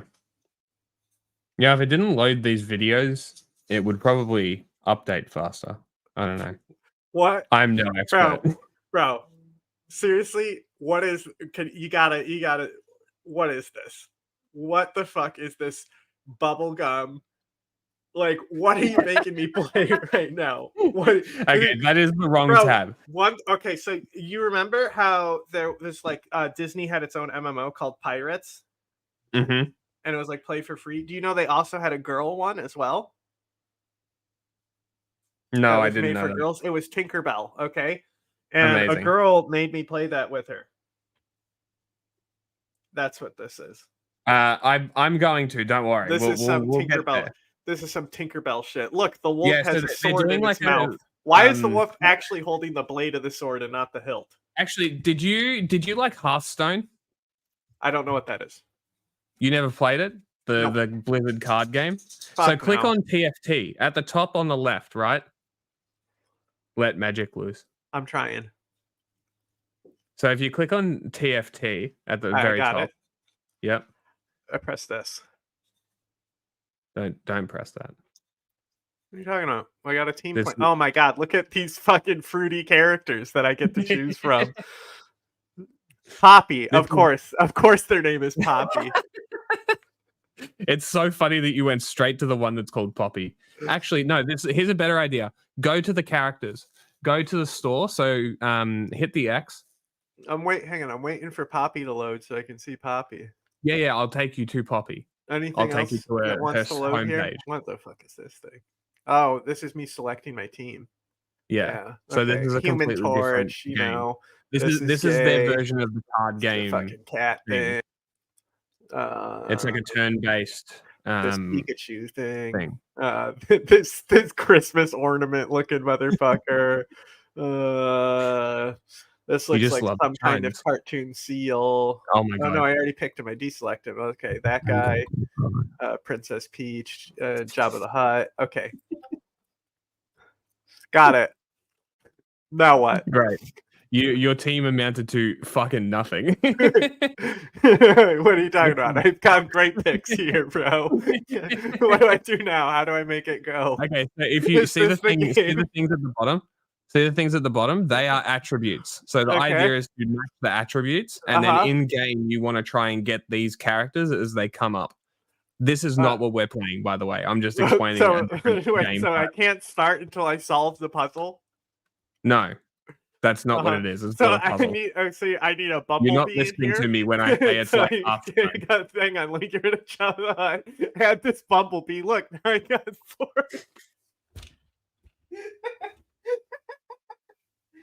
Okay, what else I need here? Mage. Okay. Do it. Make an Oceania account. You can level up. You can level up with him. This looks like a mage. Okay. Fairy. Okay. So if you look for those attributes, you want to try and match those. So if you were to actually go into the game, you would be looking for these characters because they give you extra attributes during the game that help you win. It's very mind-numbing, low effort gaming. It really is.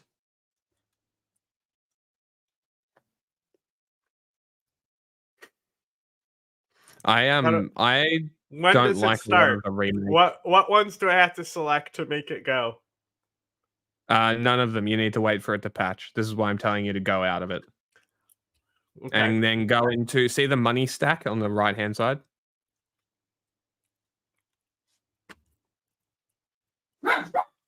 Shut up, dogs. Do you You're gonna see make the me money buy- stack? I clicked the money stack, bro. Okay. You want Okay, it's want just me to taking buy forever. premium Go characters to, here? no, go to champions. This Go to fucking champions. bird. Jesus Christ, go to fucking champions. This is so frustrating. Holy Jesus fucking Christ. Okay, these are all the characters. Yeah.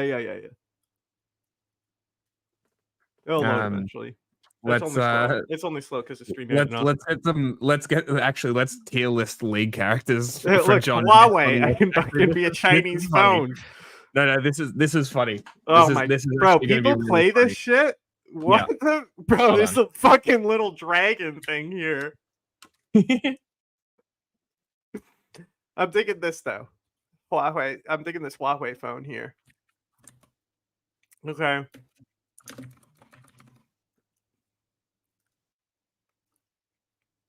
All right, fuck yeah. All right, this is great. Hold on. Uh-huh.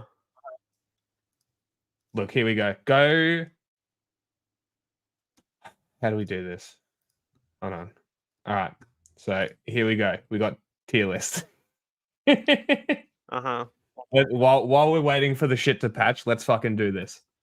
All right. You pick the character and we'll go from there. Oh, I mean, there's so many great ones to choose from, clearly.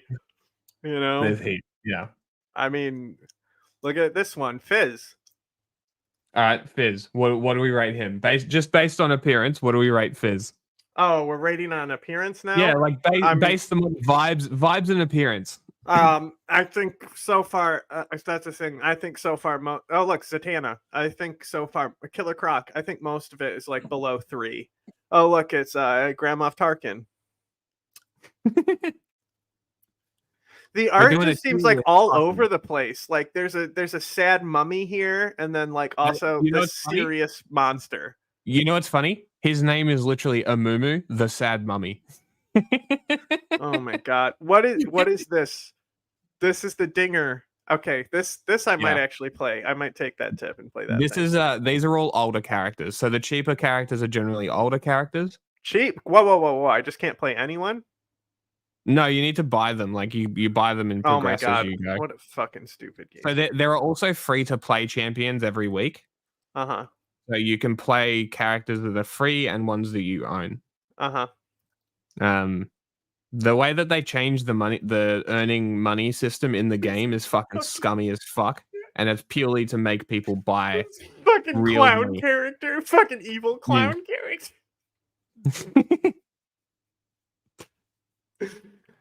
Should we do a 1v1 where I just go really hard? No. First of all, it's got a patch first. No, I know. Actually, No, go look, to the Game skins. Pass. Have a look at the skins. Oh, I'm sure there's so many good ones. There's so many skins. Yep. You mean I don't get these out of loot packs that drop? You can actually. You can get them for free.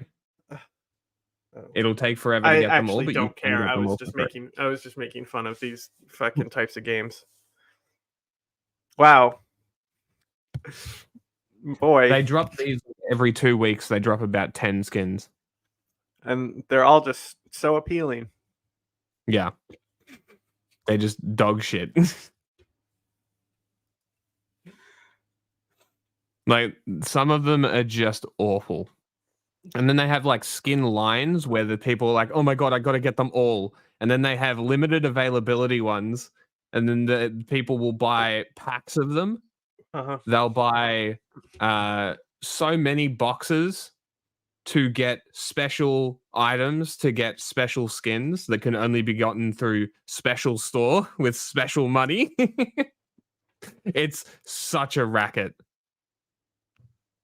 Yeah, I'm gonna stick him in bots, but he's still got to do the tutorial, so that'll be interesting.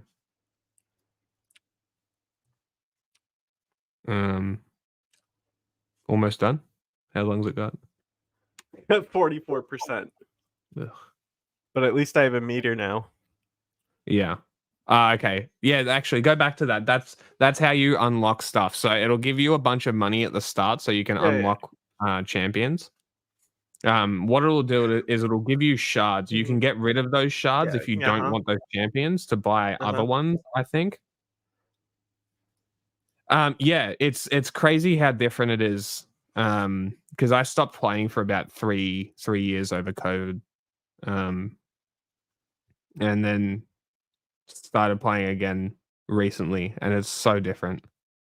I don't think they make you play Ash, but I could be wrong. It's been I think I bypassed Wow. the tutorial by exiting the game. So I don't see That's it, not you know? fun. Which is like, if that's the case, nice. Nice. Fuck your tutorial.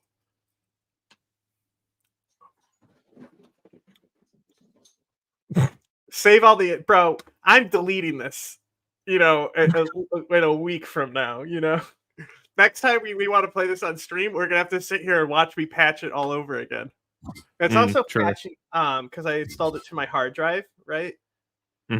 So it's gonna be slower to patch to that because it's like not a spin drive, it's like a storage drive.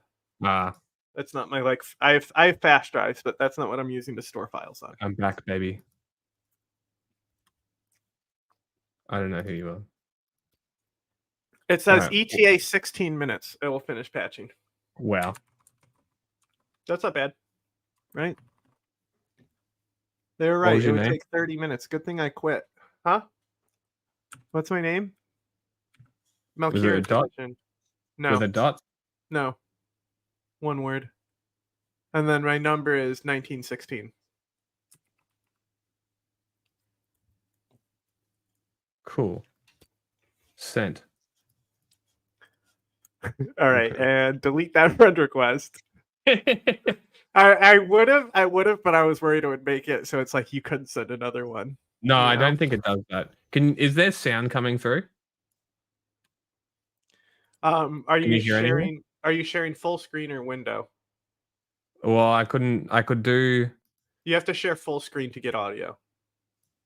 Yeah, it wouldn't. The windowed It's mode doesn't have even the audio. entire screen wouldn't give me the audio option, which is strange. Anyway.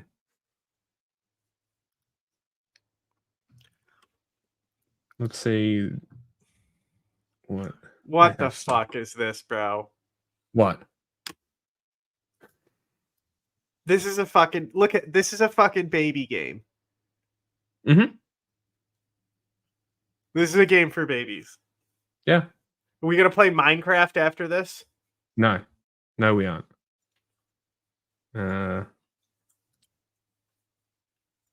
Yes. I'm disappointed in you. What do you? Who? Me? Oh, look! I can already see all your bits and bobs that you get to fucking have. Yeah. You know, I guess every nut and bolt that you then here's some doodads. You know. Yeah. I love it when there's like multiple, like a dragon. multiple just crazy currencies. Hello. That's my Path Yes. of What? Exile. It's so good. What are you disappointed in? I have about 10 banned accounts. Why? Why? This game sucks. Why are we playing it then, huh? No, because it's funny. Guess what? We're probably not going to be able to play it. Guess what? ETA 6 million minutes. Amazing. Mine is ETA It's now, 121 it has went minutes. down to 0 kilobytes per second. Come on. See, how fun is this? This is so much. This is so Come on, much you fun. can do it. This You is can great. do it. Come on, get those kilobytes. Oh, I can't even. I can't it went even to like 71. Like I can't even put something on just to like fuck around in a game because I have to patch it as well. This was great planning. Keep in mind, John drops, "Hey, we'll play games today." You told me to 15 wait. minutes before we I started. was going to get it set up before stream, and you told me, hey, it would be funny if you do the checklist when we do it on stream. Okay? This is your fault. I didn't know the game would have to had been patch. patched when you got in to that Well, point. guess what? ETA, How am I 11 supposed to minutes. know? Fuck, I looked back and it went up to 5 million again.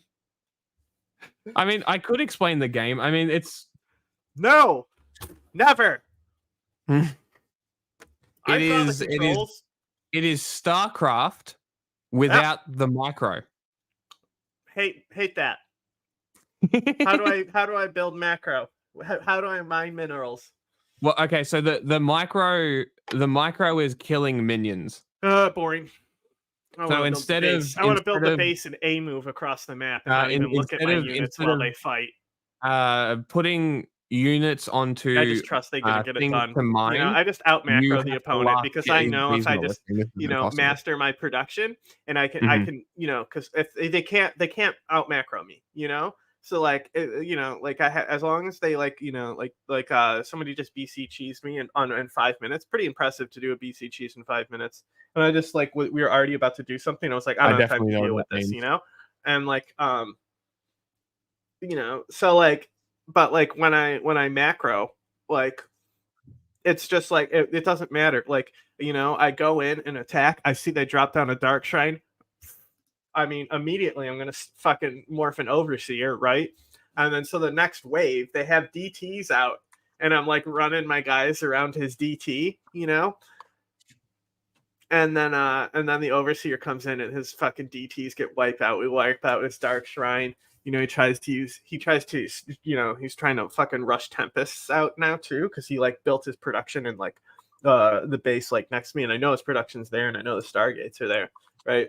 So, but what I'm doing is I'm already warping in my corruptors or hatching my corruptors because I saw his Stargates already, so I dropped the Spire, right? So by the time that he starts putting out these Tempests, because they're expensive as fuck, these Tempests. So he puts out 7 Tempests. I have 50 corruptors coming at those Tempests, right?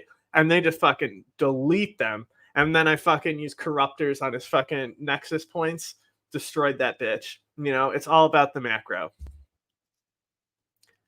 Yes. You don't even have to look at your units if you got a good macro. Here, there's a explainer for Heimerdinger for you. I don't want to hear it. It's too late. It's happening. I'm Zerg.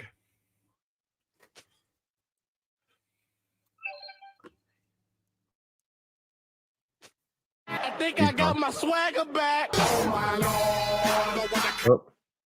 Might have music. Heimerdinger? Whoever calls this guy Heimerdinger, slam your stupid, overpriced MacBook on your dick. This video is not for you. This ain't a spotlight about Heimerdinger. No. This is the League of Legends actual champion spotlight featuring the Donger. I don't agree with your methods, but by golly, do you get results? Defend your turrets, siege their turrets, snipe their carry, stun their team, rack up your... This might actually make him play the game, to be completely honest. ADA, this guy does it all while you go to class, play Hearthstone, and wonder why no one fucking follows you on Twitter. Donger's passive is this thing. It gives your turrets and allies health regen, but it doesn't give you health regen. I'm not even sure he's watching. Shit out of luck. Don't fight with me! Fucking really is here. Good job, Nick. Yeah. Oh man, I just 2v1 that mid. No one gives a shit. Nope. H28 evolution turret is the Donger's Q, where you place a little mini turret anywhere on the map. There's a bunch of different ways you can place these depending on your playstyle, but fuck that shit. Illuminati here. I don't know. I don't know. There. I don't think they're gonna get Illuminati power. I'm invoking the Illuminati power right now. So here's your turret, but if you ult that shit, here's your fucking turret. Why? Because your ult upgrade makes all your skills fucking awesome. You want a bigger turret? I think he would actually enjoy Heimerdinger, to be completely honest. I think that's the funny part. Yeah, here's your fucking turret. You want more rockets? Fuck yeah, here's more rockets. You want your dick to not smell like cum when you spread your legs? That's called taking a shower. But if you want a bigger dong bomb, we got that too. Bait people into ganking you because they don't know how Donger works, and you can just easily pick up a double kill. Will they ever learn to not dive you? No. They'll just do it over and over and over and over again. And if you just get Zonias and let your turrets do everything for you, it's fucking game over. It's funny because he's using terminology that people who have never played League would have no idea what the fuck he's talking about. You're done. You're done. You don't have to do shit. The only thing you have to do is just not forget that whenever you level your queue, you got to replace your old turrets with your new ones because they won't automatically update. Take turret, take dragon, take baron, do whatever you want and still do your fucking taxes. If you guys ever feel like a loser just because you're getting smashed by the donger, remember that there are people out there who tech micro rockets. It's a skill shot that can either be fired at a small location or a fat ass area. Okay. What? He's just gone. What is going on? I'm sitting right here, okay? I'm turning off my shit so it downloads faster. Fair enough. Depending on where you put your cursor. Ulting your W, it suddenly becomes a skill that has 216 AP I literally ratio to banned hit a a single bot. champion. Jesus, it's disgusting. Is it making you want to play? And then you've got your dong bomb. To be honest, unless you're Do you, used to do you want to use the dong bomb? playing the donger, this is actually a really hard skill to land successfully all the time. It's a bomb that stuns people. Huh?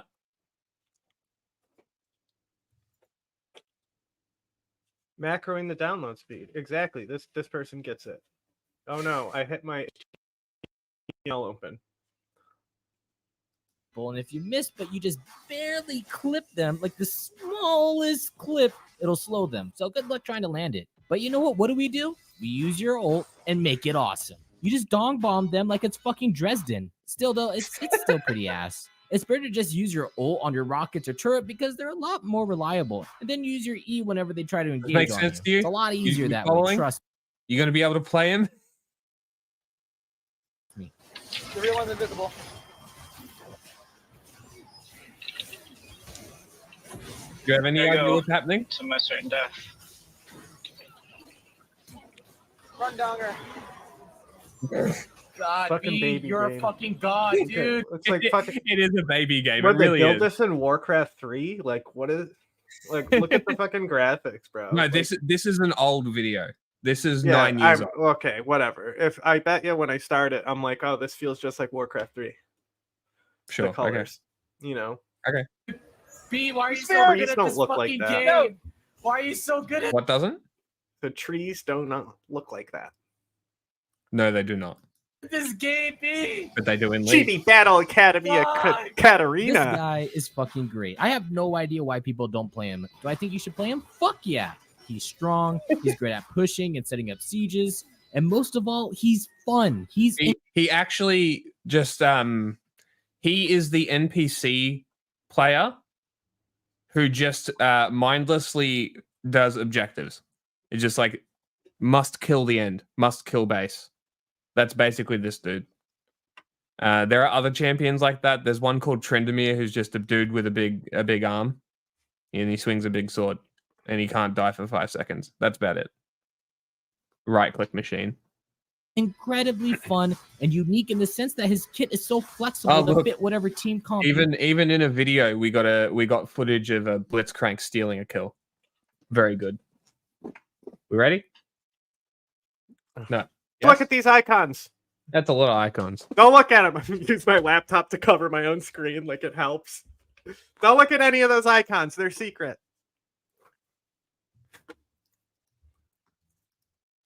Yeah. No, it definitely is a baby You used to top him and push it in.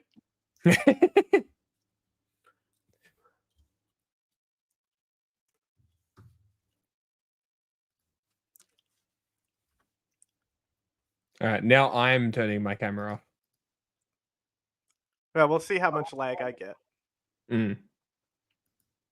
Bad upsec. It's literally just all I do is save videos to it, like all the videos that and they're all stuff that's already been like archived. Because like now I use my laptop to edit, so it's just fucking all the videos that I've exported this year are on my dashboard. That's all.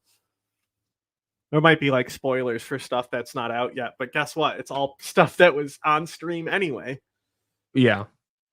I want to start doing other videos soon.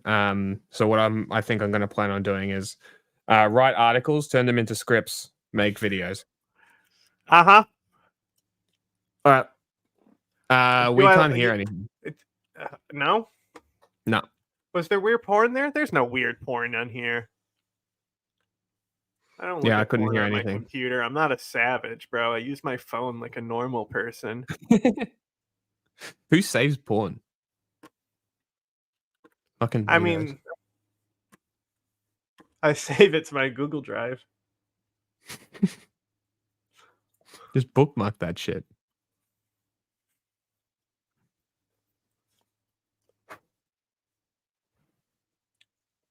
Hang on, I'm paranoid I didn't select the right option again. Hang on. It's over here like, just do this. Shut up! Don't tell me what to do. Okay. Can you add my screen so I don't click off? Thank you. All right. I've got a good feeling about Perfect. this. What's A move? Or do I click it manually?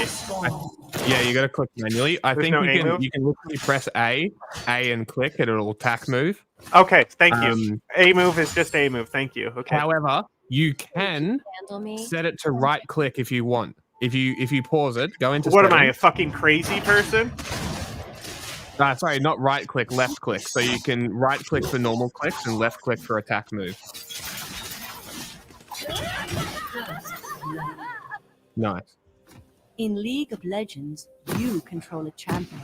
A No shit. powerful and heroic individual. Each champion has unique and powerful There's no abilities boxing, though. that set I them don't like apart that. from other champions. No two champions are alike.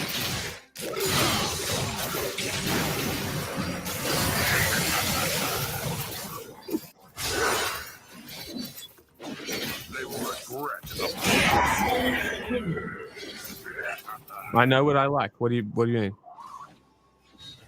I mostly use it as like reference points, so I don't have to go through the homepage.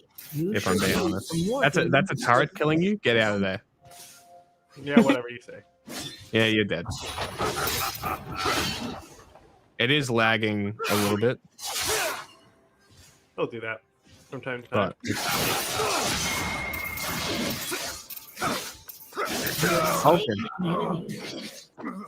Fuck my dick, bitch. Fucking See, NPC ass now bitch. that's weird. Always close pawn tab. My blade is yours. Press R. Run fast, baby. Press Q. Attack. Bro, Press I Q know how to. again. I know how to play the game, bro. I'm telling you how to play him. I'm killing everything, bro. Attack them. No, press Q. Keep attacking them. Press Q again. That's all you need to do. Press W.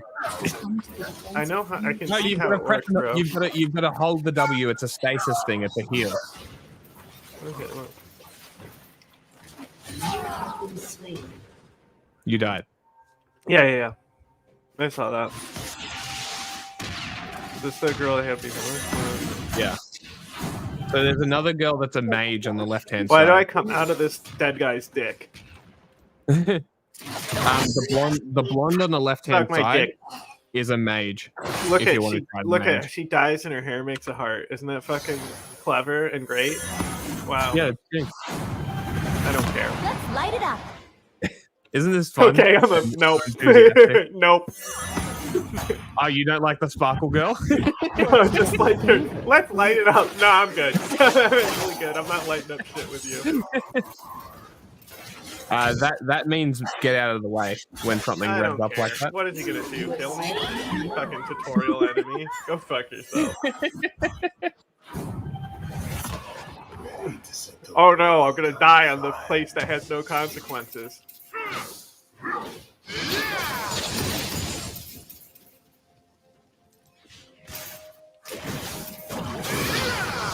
Come to the defense of friendly champions who are under attack.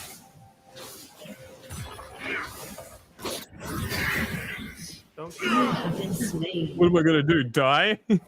Oh no, I'm gonna start over exactly where I was with no consequences. This is what happens when you remove consequences. Look, Even when there is consequences, this is what happens in I League. got the most kills of all time. Okay. This guy's also gay. Fortune doesn't favor fools. Uh-huh. Fortune doesn't favor fool. You get her name? Miss Fortune? Fuck, I missed them.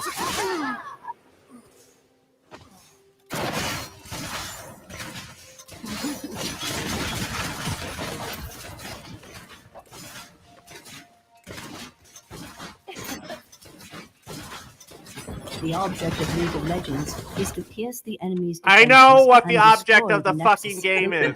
in the heart of their base. This tutorial is so unnecessary, bro. It's awful, isn't it? The League tutorial has always been awful. I don't. Can Box. you skip it? Give me them all. Can you Box. skip it? Box click. Outside the box micro.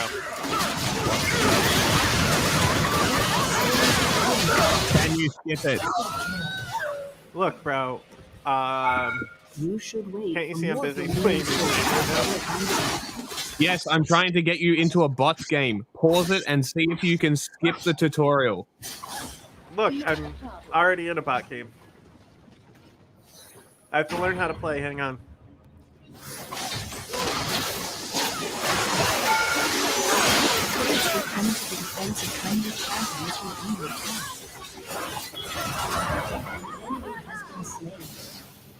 An enemy has been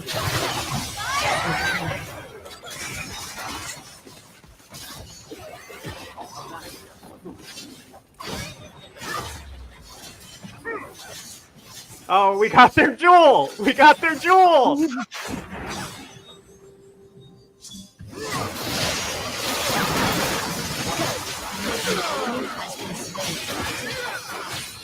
If I hold shift, does it keep me planted?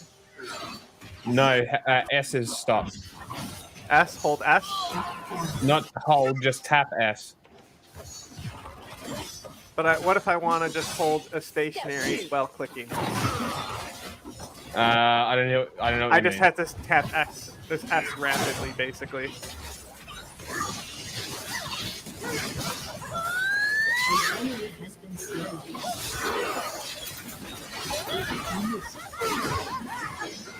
It's updating painfully slow.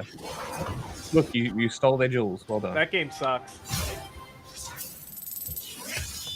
Oh, great. Love how we're gonna see the all my icons every time. Yeah. What does this want me? Pick a character. So Brand is the fire. Yeah, guy. I got it. Fools. I'm the best. Look, I already won. I'm pretty sure you can skip them once you get in there. But then I'm pretty sure you don't have to do it. Hmm? Then I won't learn my lesson. We want you to play Annie, the little girl. This thing? Yeah, So the you little got a fire teddy. girl. Yeah, the little fire girl. I want to play the Shahid. She sends Tibbers out to punish people. I want to play a Shahid. You could Ghost. you could play Siva. Are these passives, or do I have to proc these? No, they're summoner skills. So it's got Ghost and Heal. Ghost just makes you walk fast. For, I mean, 40 what key is seconds. it, though? DNF? What? Right? DNF? What do you mean? The key. Yeah, D and F, yeah. Stand your Left skill. is D, right is F. There are 3 lanes on this field of justice, each with its own turrets, inhibitor, and minion. Inhibitor! I will say this though. I will say this. The tutorial for League of Legends, although it's painful, Good feeling. is Close to the battle to earn very good. Very, very good at explaining the game to somebody who's never played it before. I just wish a lot of, I wish a lot of, micro games, you actually moved your character with keys instead of mouse. Yeah, this game, it would be interesting if you did that because you would have to move with the arrow keys and play the skills, but then you can't really aim, so it doesn't really work. That's the only issue. He's gonna get pulled. He's dead. Oh. champion is severely He vipered me, bro. And he's gonna get stacked. No, I'm good. I'm good. I gotta press one of these buttons, right? Be careful. Okay. I just forgot what buttons they were because I had to look down to see them. It's the 4 leftmost buttons on the top row of the Oh, keyboard. no. I was looking at what button was heal because I had to look at what the icon was before I hit the button. Yeah, okay. Can I click map? Can I just auto-close? Oh, thank fucking God. I know what I'm doing.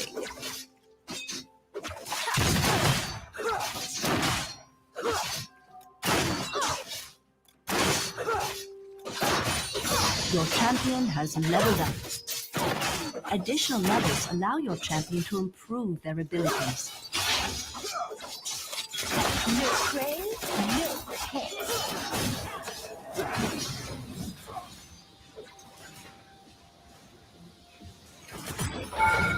You have slain an enemy. You have slain an enemy. An enemy has been slain. So I mean, there's not much that I can really help you with in tutorials because it kind of tells you what to do. But basically, the idea is that instead of resource farming, you kill the little red guys, and the little red guys when you last hit them give you money. Turn a summoner platform. Enemy double kill. Yeah. So B takes you back home, heals you, gives you everything back, and you can also buy items at the base. And obviously, buy items, you need money. Money you get from the red dudes and killing people. Towers give you money. First tower gives you a bonus. If an enemy is on a kill spree, killing them gives you a bonus depending on how many kills they've got. There are like all these little things that you need to sort of pick up on to kind of like really play the game. There are camps over here that power me up. You've got danger. Yeah, but so that's the jungle. So what I was asked before is do I play? I said I play the jungle. So you would take jungle the spell, smite, and smite gives you a summoner spell that does damage to monsters. Yeah, you better run. You better run. You fucking pussy. Use fucking W, pussy. use W. Pussy. Nice. So with Misfortune, her passive does bonus damage on the first shot.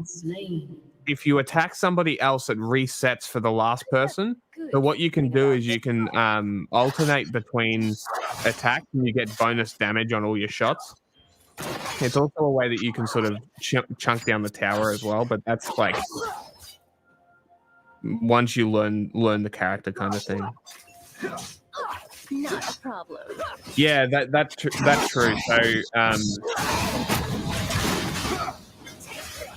yeah, so I like to say that this game has a low barrier to entry, but the skill cap is super high. It's just really toxic.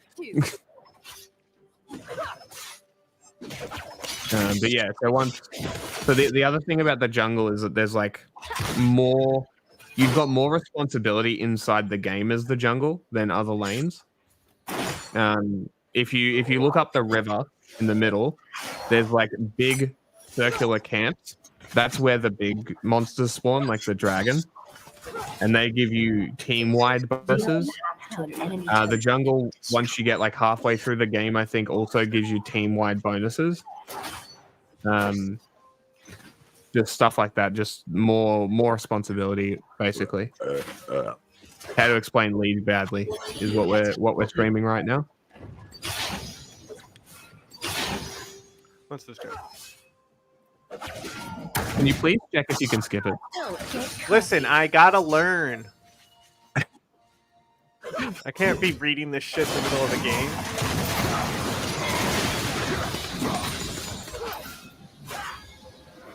Yes, mine's still downloading as well.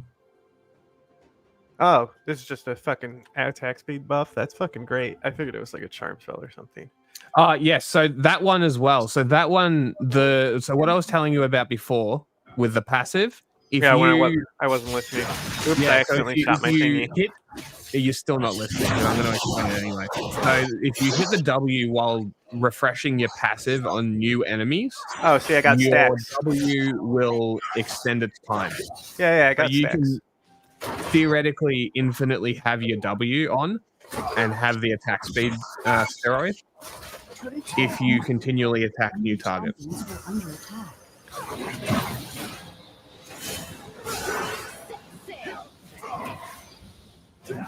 But again, that's like once you sort of understand the character in the game, you have to worry about that sort of stuff. But yeah, more or less, the game is deceptively simple. It's just like the characters is the complicated part. So actually learning how to play the game with characters is hard. Also, the people who play this game are not very receptive to new people who don't play very well, and Oh, isn't especially there because leagues? the lower levels are full of people boosting low-level accounts to level 30 so that they can sell them. That it really makes it tough to discuss. That doesn't affect towers, by the way. Yeah, but I'm shooting the guys next to the tower. Also, if you use the Q to bounce off a minion and you kill it with the Q, it will double its damage or something like that. It does a lot more damage.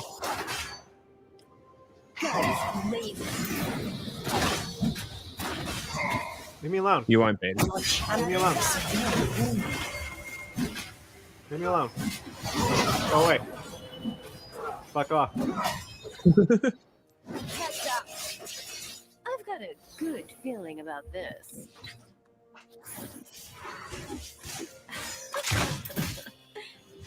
Shoot his ass. Shoot his ass.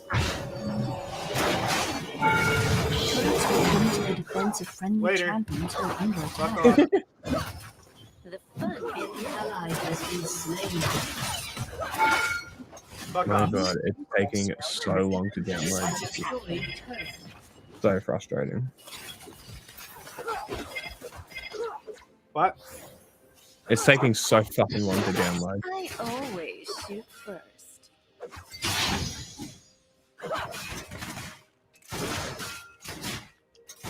Yeah, you better run while I destroy your jewels. Your turret is under attack. Don't attack my shit. Get out of there. An ally has been slain. You're gonna get stacked. You're gonna get stacked. Oh my God, the bots are so stupid. I'm the best. I'm just a natural, bro. Leave me alone. Oh, Go get away. stacked. Leave me alone. No. Go away. Oh my God, all I want to see is you get stacked by the Nasus. Go away. Go, away. Nasus. Go away. Go away. Get him. Yes. Get him. Oh, you stupid dog. Fuck. This game's easy, bro. Fucking baby game. All I wanted to see was him Baby squish you game. with his big staff. Your champion is severely wounded. Your champion is severely wounded. I've been fucking at 2 health half the game, bitch. Shut up. Step 2.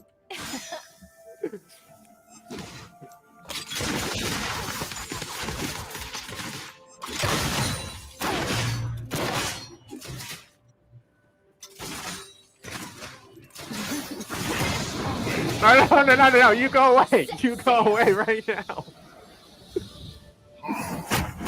Quick, shoot their jewels. Use your core spell to return to the summon of That's right, MVP. They call me the jewel. Go away. Oh no! Yes. Wasn't a stack, but it's good enough.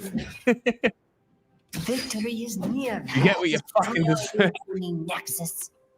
Oh, yeah, I can destroy the Nexus. Is good. I mean, a Corruptor? Can we get a Corruptor to destroy this Nexus? You've got dangerous eyes. I like that. Okay, whatever Yeah, you say, bots. honey. Bots is shit. I'm hoping that I can put him straight on intermediate bots, so they're a little more aggressive. Look. But we'll see. Just get us in a game together. I'm trying. It's down. It's at 60%.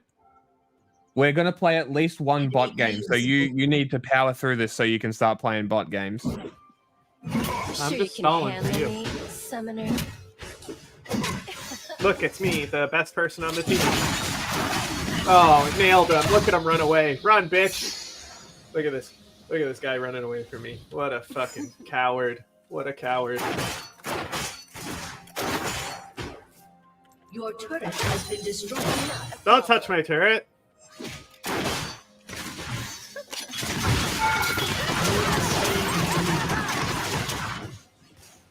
No. You stay out of there.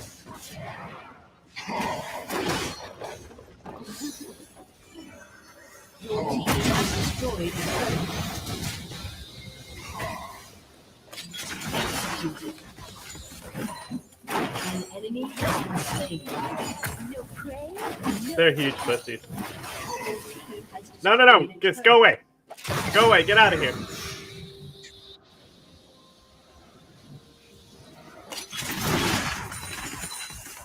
Oh, not this doofus. Look at him. Fucking Dr. Robotnik ass. I've got a good You have slain an enemy. Executed.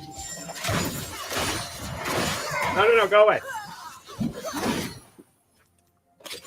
Yeah, well, I'm taller. I'm taller.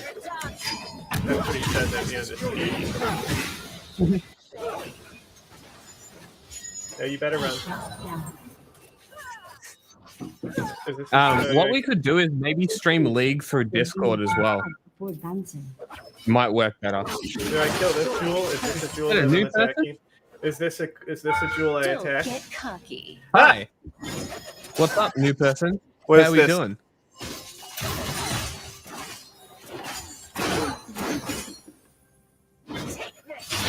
An ally has been slain. An ally has been slain. We are teaching new person how to League. Torture That doesn't do session. shit. Look, we did it. We got their jewels. Uh, Now they can't connect their warp gates through the Kala. Don't look at my background. That's why I wanted it on my other one, because it's got less icons. And oh, look, and- I get a sky bison. band. Don't look at my background. Band. I like banning people. Don't look at my background. Fuck you. Oh, look, a Yeah, don't look at my crocodile. background. A crocodile. No, I switched it to my phone and it's downloading slightly faster, so. Switch that to your phone. You've got That's okay. dangerous. I like that. Yeah, dangerous. Welcome to Summoner's Rift. Hi. Open No, shop don't hit and the purchase dog. an item. Why are they beating on this The dog shop over has here? many items for sale, some of which are components from I more want this. powerful equipment. Thank you. Do I get this too? Why not? Huh? Can I Slay get this? Can I get this? enemy minions. Okay, fine. No, so Fine. you need to build 2 items. So that the cannon looking thing is what you want first. Uh-huh. Depending, do you want a crit build? Do you want a high damage armor Is it penetrating faster to build? go Like, down what the do you want? center? No, depends where you're going. If you're going mid lane, sure, Summoner. because there are different lanes, Okay. different what's one- characters, different lanes. Misfortune is a bottom laner. Okay. The go bottom has an ADC and a support. Mid lane is a solo lane. Top must lane is a be solo counted lane, on both sides of and the then jungle. We need jungle. Yeah, is there 2 top lane? I know what I'm doing. I know what I'm doing. What a cunt.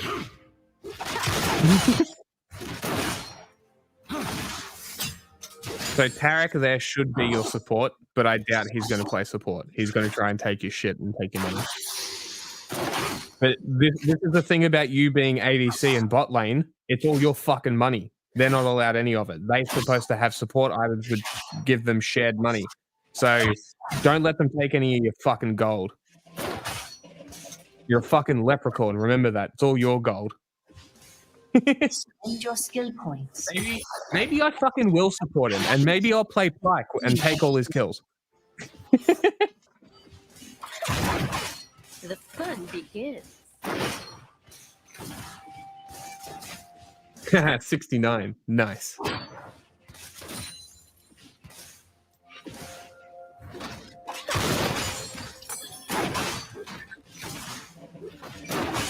Guns blazing. Just like experience, you gain gold whenever your champion slays a minion.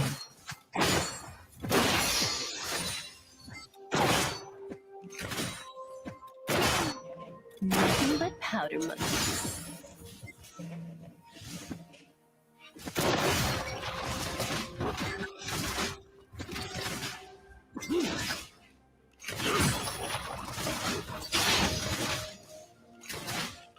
Oh, here come the faggots. Look, it's fine to say it about bots. That's not breaking the toxic player rule that I said. I will not play Sona. No. I'll play Seraphine. I will not play the harp chick. Never. Anti music. Anti fuck off. Suck my dick. Turrets will come He just popped you in the face. until under attack. I'm faster. Don't put your fucking. I think the W gives you a boost in move speed too. Yeah, that's what I used to run away. Yeah. Oh, watch out! It's Cloud.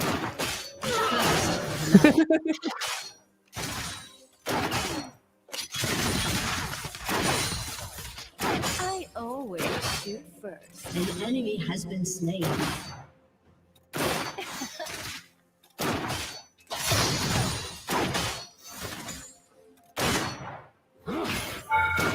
What do you guys think my most played champion is?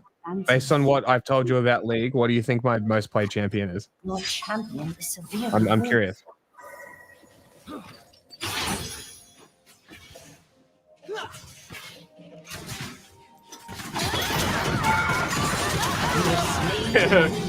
Dumbass robots. You have a lot of gold. Spend your gold to purchase items for your champion. I'm busy. At the shop. The gayest. Close. Honestly, close. Honestly, look. Like these are my most played. Close. Like Kane, Ezreal. Close.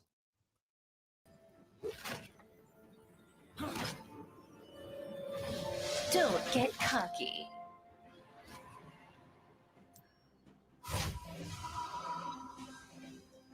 I revealed it before you sent this, but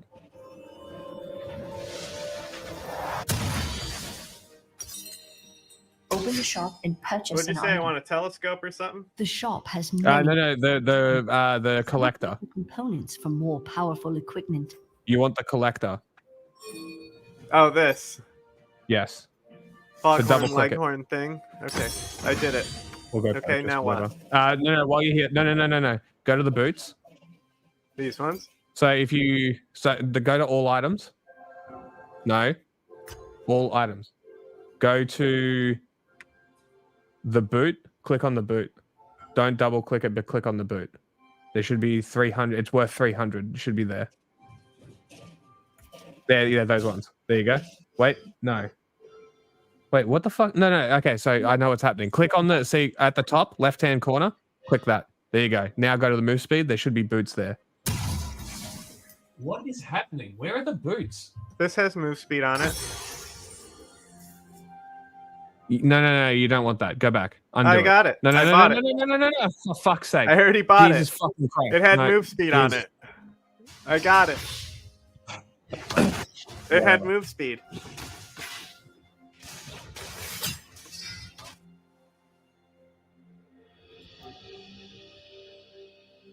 No, not even close. I fucking love Senna, and I don't play a support.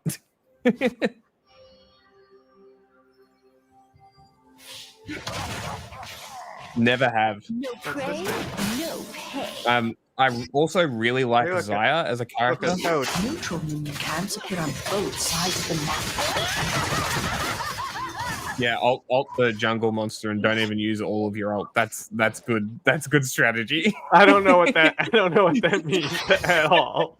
Look, even everyone's laughing at you. I don't know what that means at all, bro.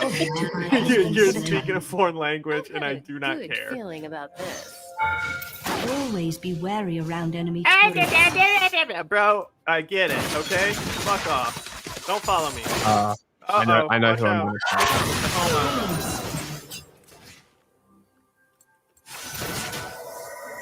Dude, he just ran away. The fun This begins. guy was so stupid.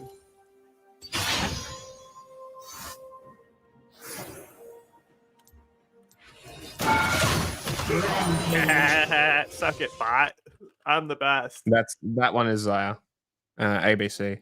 ADC. I don't know why I said ADC. Everyday carry. Yeah, that's her. She throws feathers. It's great. No, I misclicked. And she got released with a partner character, and they have a joint recall. But also he's like flamboyant as fuck. It's very funny.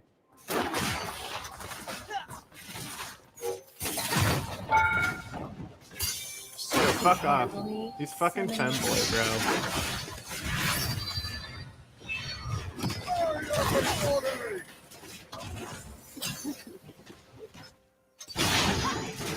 You'll never catch me. What's this button do? Does it do anything? I guess not. Be careful.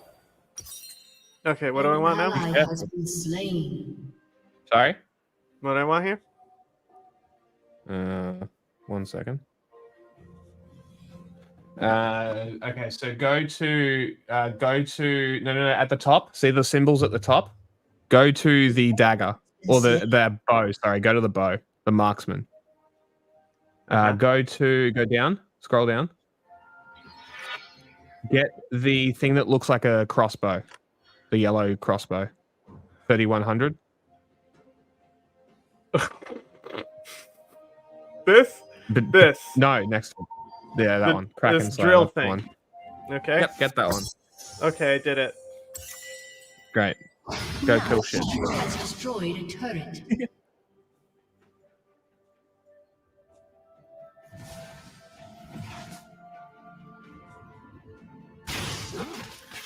Oh. Yo, pussy, why are you running away? Step 2. Oh!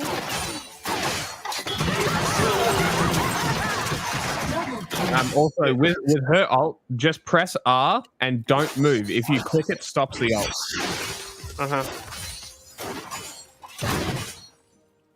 I have Fuck off, finally... little elf. What are these things? Get Druids? cocky.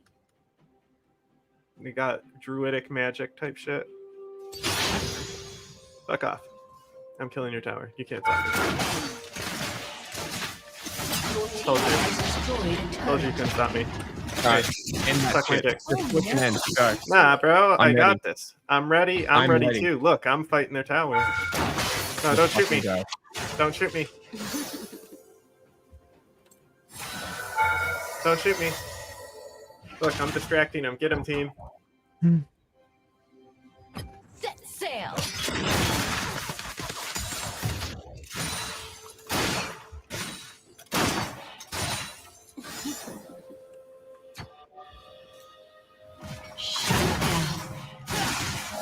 Shut down. That's not ending. I don't know how to end it. Destroyed a turret. Look, I mean, we got him on the ropes, bro. What do I want here? See the blue 3000 blue on the side, another crossbow. Get that, yeah. All right, I did it. Now go mid You've got and just kill all the towers. I like that. Don't let anybody stop you. You can do it. I mean, my team is already in their base. Yeah, it'll end soon. Just take all of mid lane. It'll be easy. Sure you can handle Kill the cow. Summoner. Your team has destroyed a turret. If you use your circle shower thing, it slows. So if you use it on them, it can slow them to allow you to catch up to them. Okay. That's sort of generally how you want to use it. Stupid bot. Also, anytime the ult upgrade is there, you want to try and get that. An ally has been slain.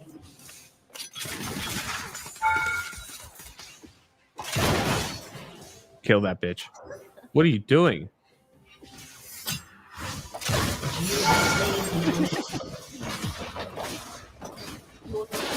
Fucking those cunts up now. Nobody can stop you. I can turn my camera on now. It's downloaded.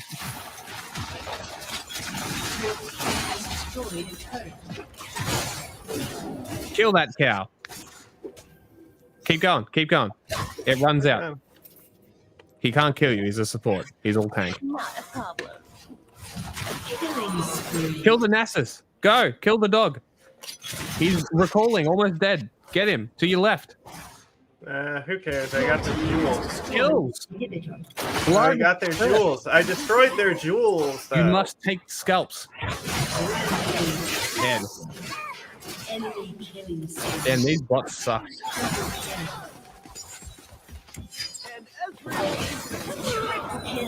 Nice. Go for a penta. Don't die to towers. What are you doing? You dickhead. I was flanking him.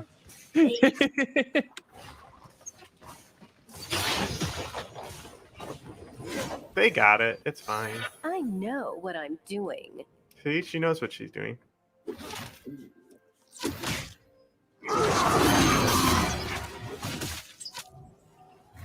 An enemy has been slain.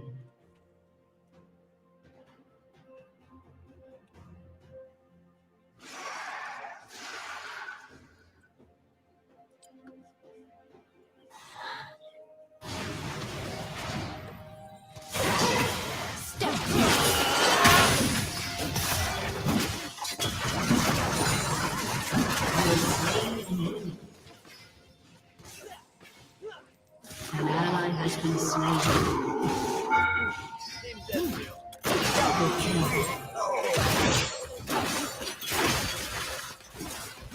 Triple kill.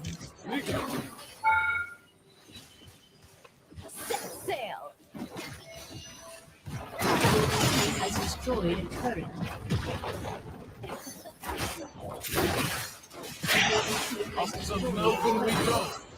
Rampage. Blazing. Just kill it. Kill the jewel. My jewels! Me monies. Victory. Seems like a baby game to me. It is a baby game, but this is also tutorial. No baby game. Hopefully, now you can play bots. Don't look at my background. You got mine. Great. Cool. Blue essence. All right.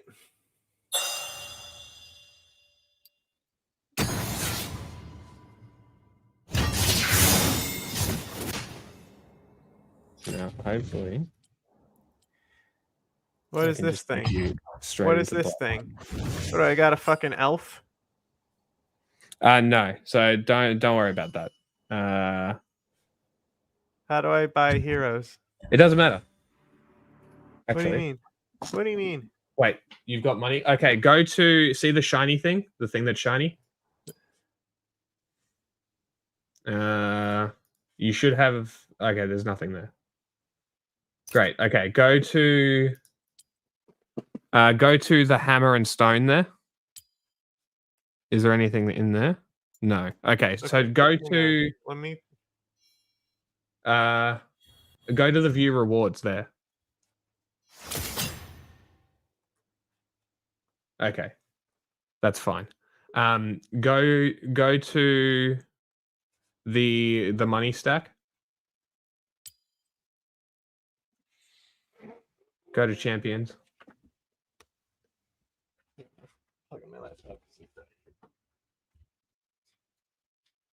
All right. All right. Losers. Champions. This button. Clicked them. Go sort. See the release date. Sort it by RP from bottom down. This one? Other one. So Okay. This one. yeah, that one. They're the cheap ones. So buy Annie there. Which one is the suicide bomber? Buy Annie first. Okay, but which one is a suicide bomber? Heimerdinger. So if you go No, into the search bar, Heimerdinger is not a suicide bomber. suicide bomber. What are you talking about? I'm talking about a Shahid. I want to. I want to run in there and blow up on him. I don't know if there is a character like that. Gay. Let me think. Let me think. Because there's like 150 characters. Gay. Okay, what else I want? So I want this puppy thing. no. Go down. I want this one. Sonya. Sona? No. You sure? This This one's 50% off. The princess. Yeah, no, that's 50% off real money.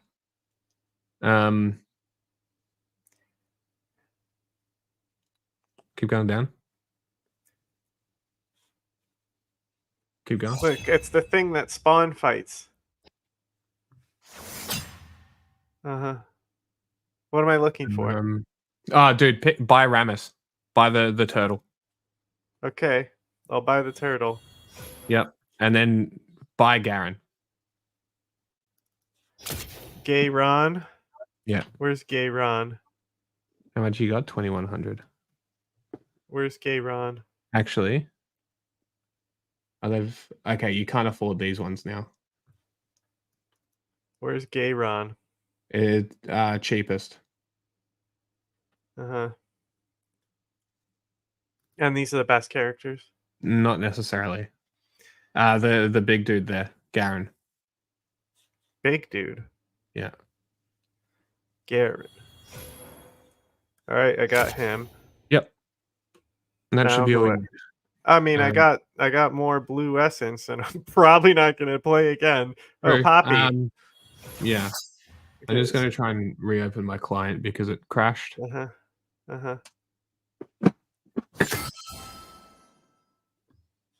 Oh, Wonder Woman. We'll grab her. Oh man, this character looks fucking stupid. Get this squirrel thing. All right, man, we got all the best characters here. Yeah. All right. Can you go into the party? Here I am. Okay. Go to the plus. Invite me back. Invite. Did you see my name? It's man. Kind of transphobic, bro. Pretty gay. Pretty fucking stupid. How do we make it so? So if you make me the boss, so no, if you click on the three dots, yeah, make me Pick player. Leader. No. Party leader. Let's do. All right, we got Bronze League. No, this is a bot. Bronze League. Yeah, I'm bad. Fancy Feast. Fancy Feet, I think it is. Don't look at my background. How do I make it so it's my other screen? I'm not sure.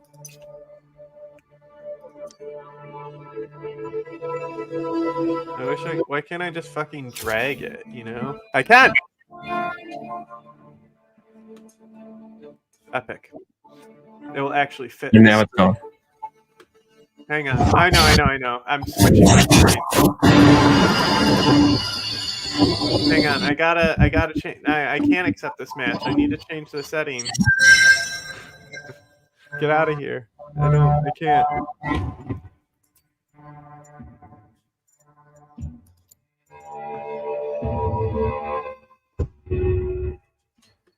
Okay.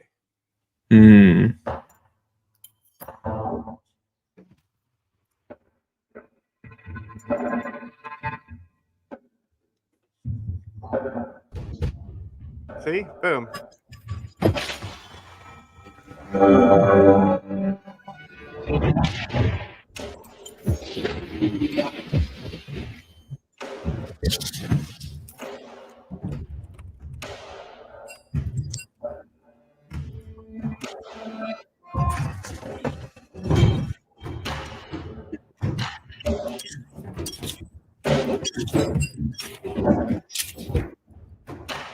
Oh, good. Nobody saw me nerd out setting that shit up. Good. I'm glad. Yes, I play Brad. I must play Brad. John has no idea. Don't tell him.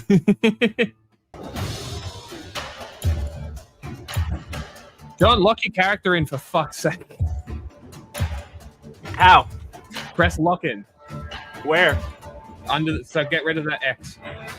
It's too late. It's already. You want to play too? Maybe you should have said something. Yeah, I didn't realize.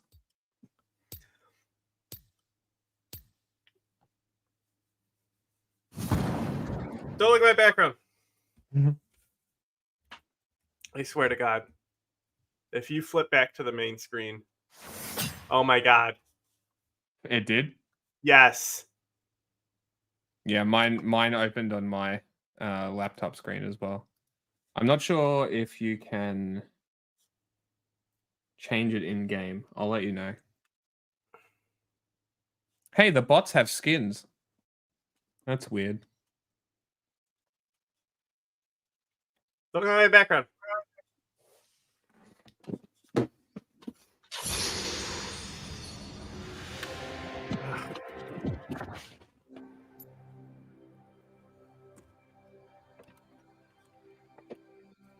Okay.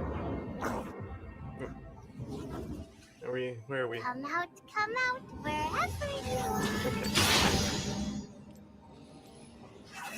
Oh, she's like fast as fuck, boy. Welcome to Which lane? Summoner's Rift. Mid. Okay. I need to adjust my settings a little bit. Whatever, nerd. 30 seconds until minions spawn.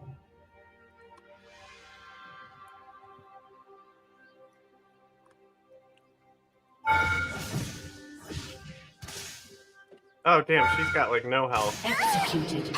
Yeah, also the towers in the tutorials don't do damage to you. If you didn't notice. Which I'm assuming you didn't. Minions have spawned. Did you switch it so we're under League of Legends? Yeah. In StreamYard? Okay, cool. I never play with matches. Hmm. Oh God. Well, you like that one? No. Absolutely not.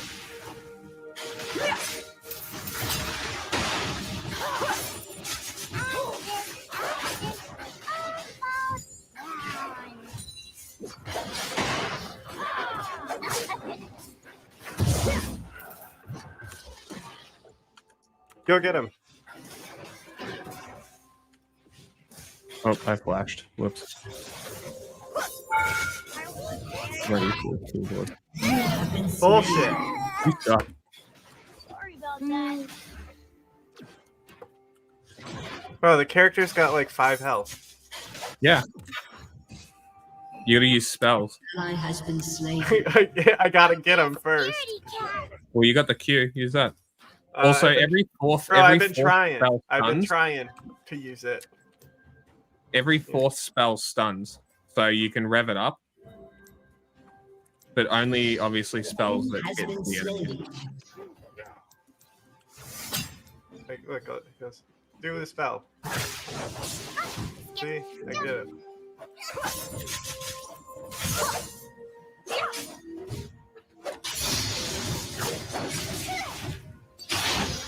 What's this one? Oh, just a little wave. Have you seen my bed tippers? Does this fireball do anything to towers? No. No. Leave me alone. Leave me alone. Fuck off, Faye. Has been slain. Whoa! Can't eat them. Then why do they gotta smell so good? Try to keep up. Should I buy items? I mean, you can. Where are you? Which one are you?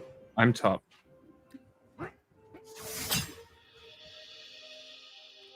What items I buy? You want to go. So in the menu, you want to go to the book. You want to buy mage items, and just basically buy whatever is recommended. You generally can't go Killed wrong. someone. Okay, go to the book. Buy the items under the book. Got it. An enemy has been slain.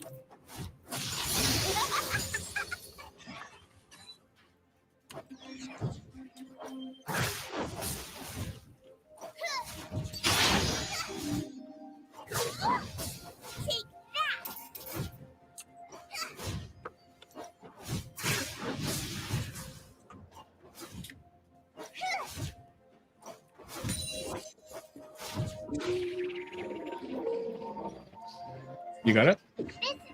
Huh? You figure it out? Oh, I think no. That's just for when I die next time. I was asking. Oh, okay.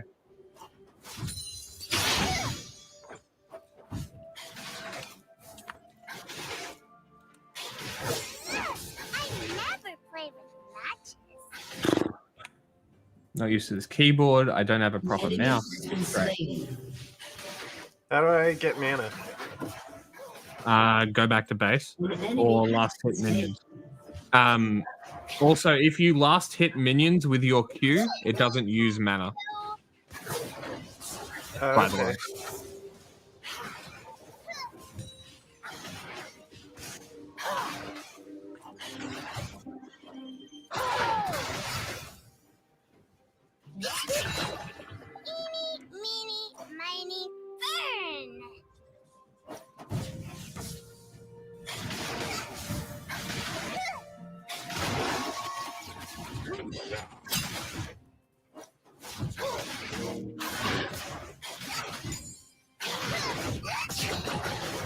Ow.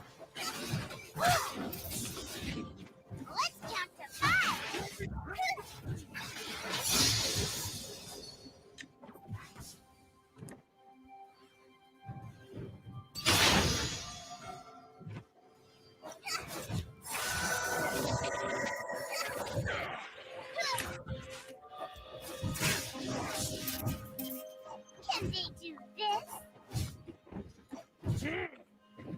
An enemy has been slain. Yeah, go me. This is thrilling.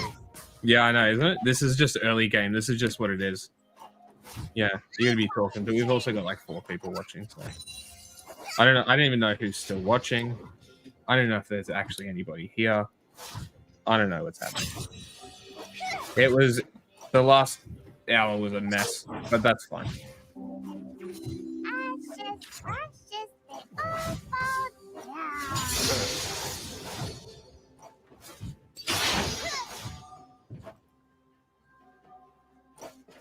Fucking stop! They keep every time. No matter what I do, I can't fucking get the final hit on a minion. Killing spree. I just turned green and got hit by a meteor. I don't know what's happening right now. So why are you laughing, bro? Because I turned green? Yeah. It's very funny. Why? It seems like a good thing that happened to me to be hit by that meteor. Sure. It seems like it powered me up with energy. I feel energized.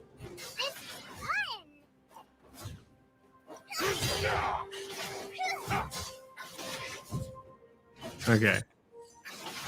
Did you appreciate what happened to John? I'm not sure what happened either. Stop it! Leave me alone! Go away! Leave me alone! Leave me alone! Oh my god, they're shooting dragons at me! You got fucked up.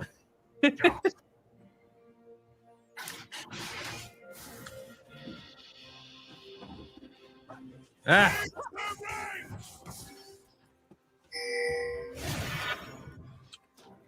An enemy Mine. has been slain.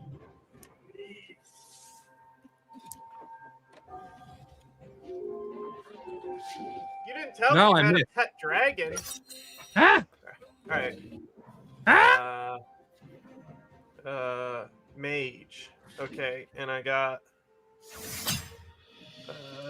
Okay, you I'm want to gonna get no. Okay, so you want to get the crystal, the snow looking crystal, the blue crystal on the staff.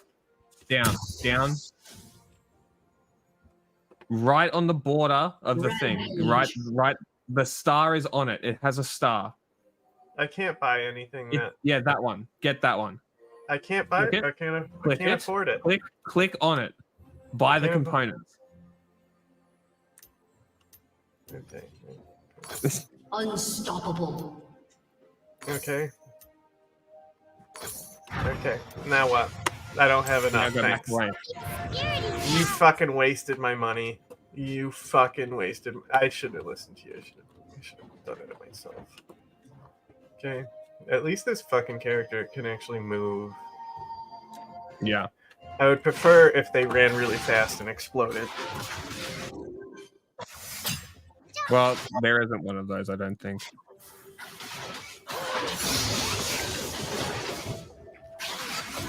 The best I can get you is Tryndamere, which is as he's dying, you can press the alt and you don't die.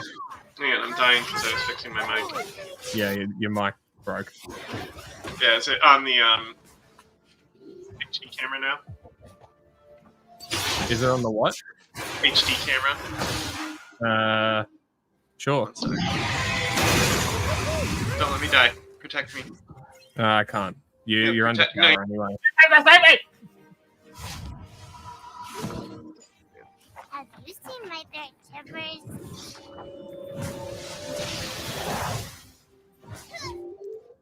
I use my ult on these guys. Fuck off. Fuck off. Random mobs that I'm my ult on.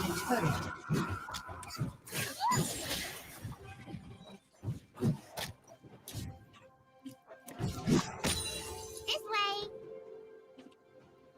Dominating.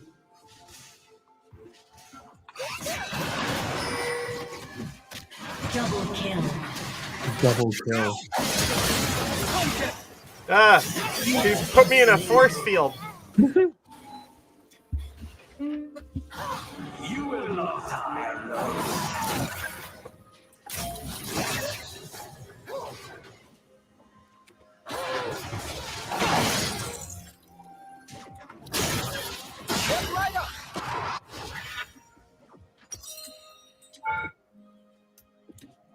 Enemy rampage. Do I have it now? Because I bought the components? No, you've got to get the last part, but you've almost got it. I never play with matches. This character sucks. Who told me to pick this? Yeah, because you're fucking not playing. Huh? You read what she does.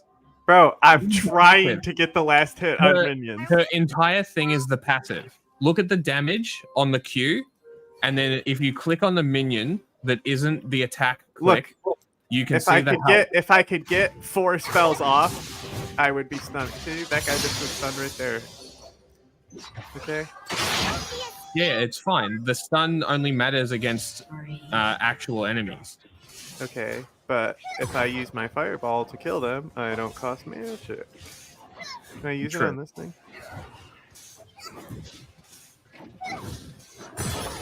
They don't even know I'm here. They don't even know I'm breaking their shit. Okay, bye.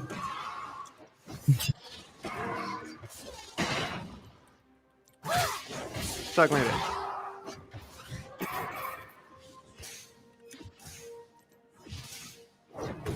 Does this thing work on it? Yo, what the fuck? What is Somebody happening? just threw a fucking meteor at me from the fucking jungle, bro. What's happening? What the fuck was that shit? You What fucking happened? Was it the same thing? Are you fucking with me right now? No, what's happening? I didn't see what happened. Somebody threw a fucking meteor at me, bro. It didn't seem to do anything, but...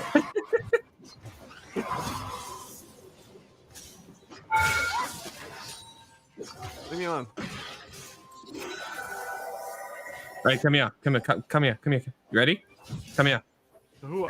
What is? I don't know what here. Go through. Click the portal. Whee! Was you that? Were you dropping meteors on me? No. Okay. Are you not lying? No, of course not. I don't have a meteor. Okay. Your team has destroyed. Drop a big ball on my head. Like, what are you talking about? I'm just collecting Bro, meat.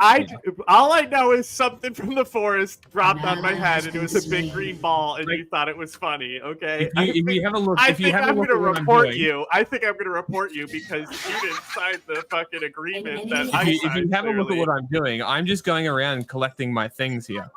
Okay, Zeratul. This is all I'm doing. I'm just a happy little guy collecting my things.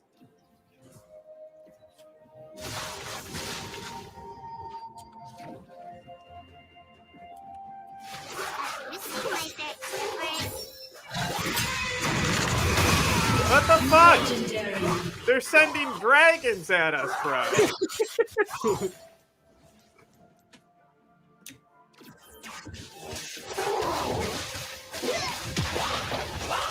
Break this tower, bitch. Has destroyed a turret. I'm the best. MVP.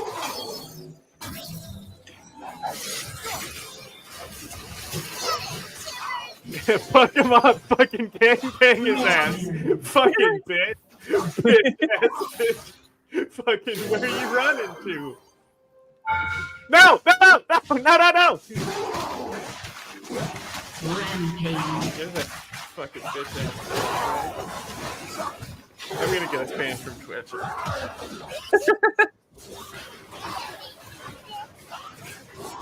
Well, don't do that because that would be bad. Look, I can't help the way I thought.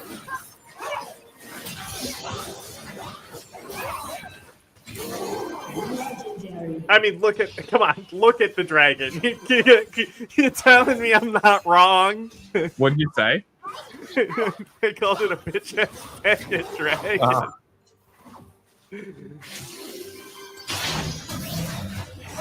Wait, hold on. Wait. You ready? No! No, look. Keep your Go through the fucking portal. weird ass meteor Go shit through away the from portal. me. I don't Go want. through the fucking portal. Okay. Whee! Okay, I did it. Your team has destroyed. You have been dropping the meteors on me. That's it. Where do I report you? Do you got fucking chickens following you, bro? I want to fucking have chickens follow me around. No, hold on. Follow me. Ah! Follow me. Dragon! Look, follow me. I'm I just going can't. around No, collecting I'm these little busy things. winning the game for us because I'm the MVP. Great. I'm collecting meat. Oh, whatever you say, Zeratul. I want chickens. I have chickens. Okay, I want Zeratul. all the chickens. Classic. Always. Nope. Leave me alone. Leave me alone.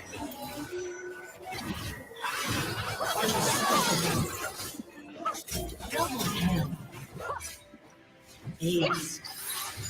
Ace.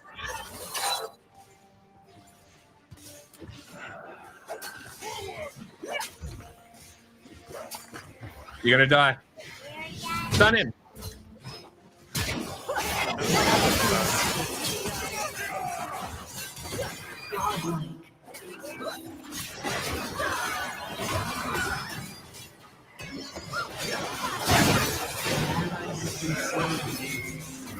Enemy has been slain.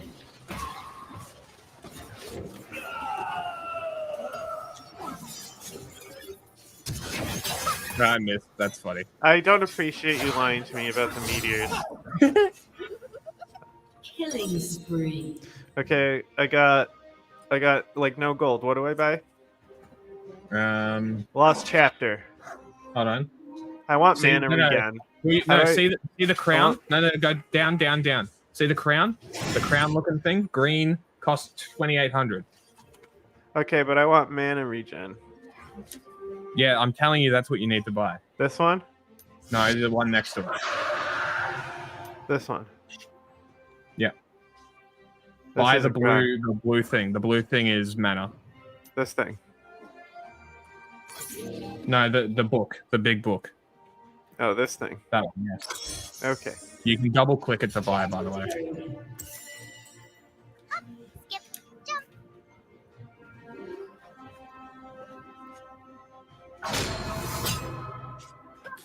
Your turret has been destroyed. Who's destroying our turrets? Legendary. Oh my god.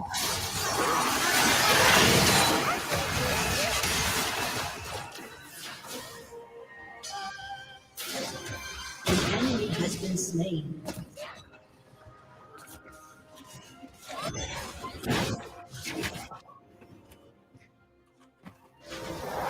Ah. Have you seen my bear tippers?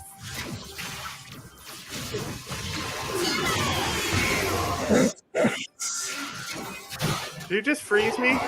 I froze everybody because that's actually what I was meant to do there. Like I actually did something properly that time.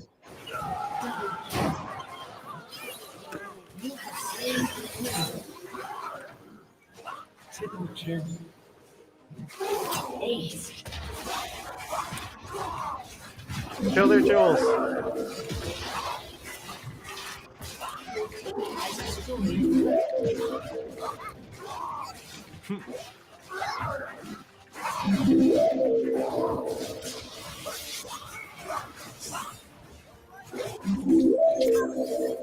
Good job. Good job.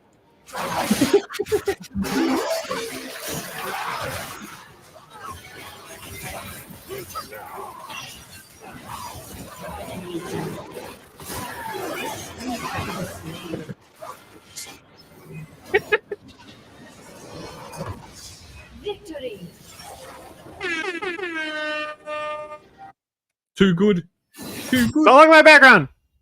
Too good. Oh, now it's back over here. Oh no. Not the Hunter, a background. teammate. Definitely not Jack. Well, what the fuck? You lied to me about the meteors. You broke the agreement that we signed. Even though the chat's not popping, the 3 people watching are pissing themselves laughing. Hey, hang on, I got a whole thing here. It was genuinely funny that you're like, what the fuck just happened? And then you were like, the jungle's throwing meteors at me. I knew you were fucking with me from the start, though. That's the thing. That's why I picked that character specifically for that move. So you could freeze me, so I misunderstand the game even more. That's what we call toxic. We're just fucking around. Someone's about to be reported. What do I want here? I want to which one? This looks like, is she actually a control mage like she looks? Caitlyn? No, she's a cop. She's an ADC, so she's a damage character. Okay. Yeah, she's a right. What right about this click. weird thing? So Tristana is actually, I'll just show you. Even I better. can't see. This is my screen right now. Okay, I can't look at. What is this thing? So Tristana is again sort of right click distance damage, but she has jumps and resets, attack speeds, and this one? and explosive. When she last hits a minion, they blow up. So they have area of effect damage too. Okay, Ezreal is a queer that shoots sparkles out of his fingers. And what do they do? It's so it's pretty much just raw damage, but it acts as an auto attack. So you can get things that boost your auto attack damage, so your basic attack damage. But your Q activates it as well. So you're a skill-based damage carry. So these are all damage carries. Okay. Once a Vandal Gunner, always a Vandal Gunner. Bombers, so. Yes, actually, no, you're actually probably correct, because what you can do, her E. Okay, so now that we can actually see my screen here, because we're done here, I'm going to go into the practice tool. Actually, you can come in with me here. And I'm fixing my shit. Yeah. So look, I didn't see it in time. I did I pick that one? That was the queer one, right? I didn't pick him. I'm sorry. I didn't see it in time. I couldn't see my screen. Jack wasn't finding chat. It's his fault, actually. No, that also just came in. So join that. Join me. I'm trying. And I'll show you what Tristana does. Or I'll play Ezreal, you play Tristana. I'm trying. Oh wait, hang on. This one? Here I am. I'm trying.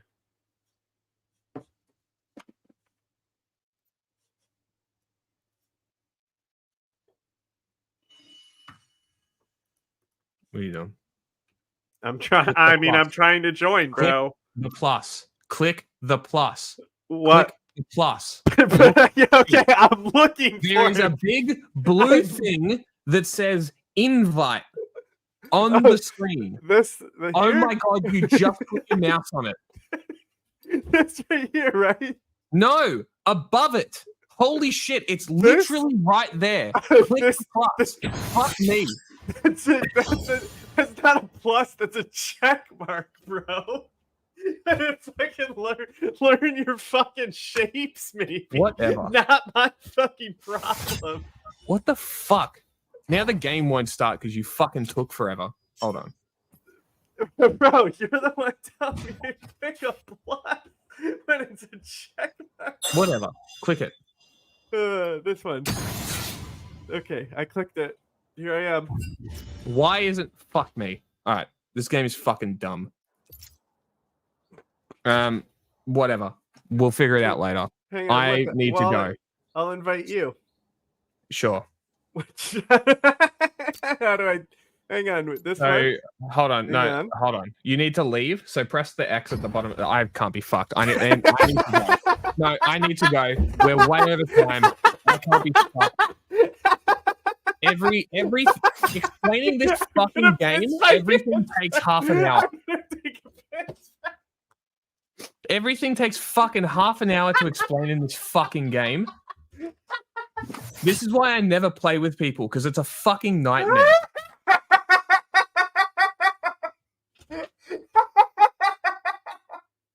Jesus fucking Christ.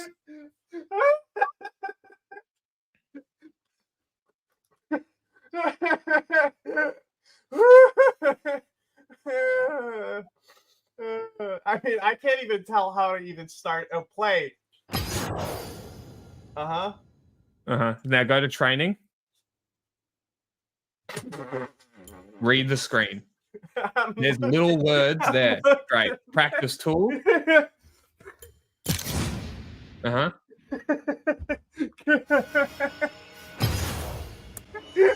And now invite me. I hit my elbow so hard. Ouch. Fuck. Okay. Fuck up. Yeah, where do I... Right click my name. Okay. Invite. Great. Press start. Okay. I'm going. What happened? All right. I'm going. Bye. I can't be fucked. Stay up. Fuck this game. Oh, I'm so glad that glass didn't break when it fell to the floor just now.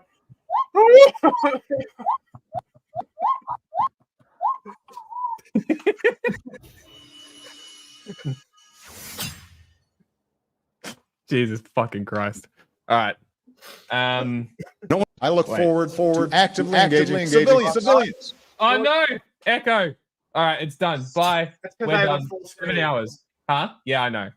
All right. Monday. See everyone then. Bye. Yeah.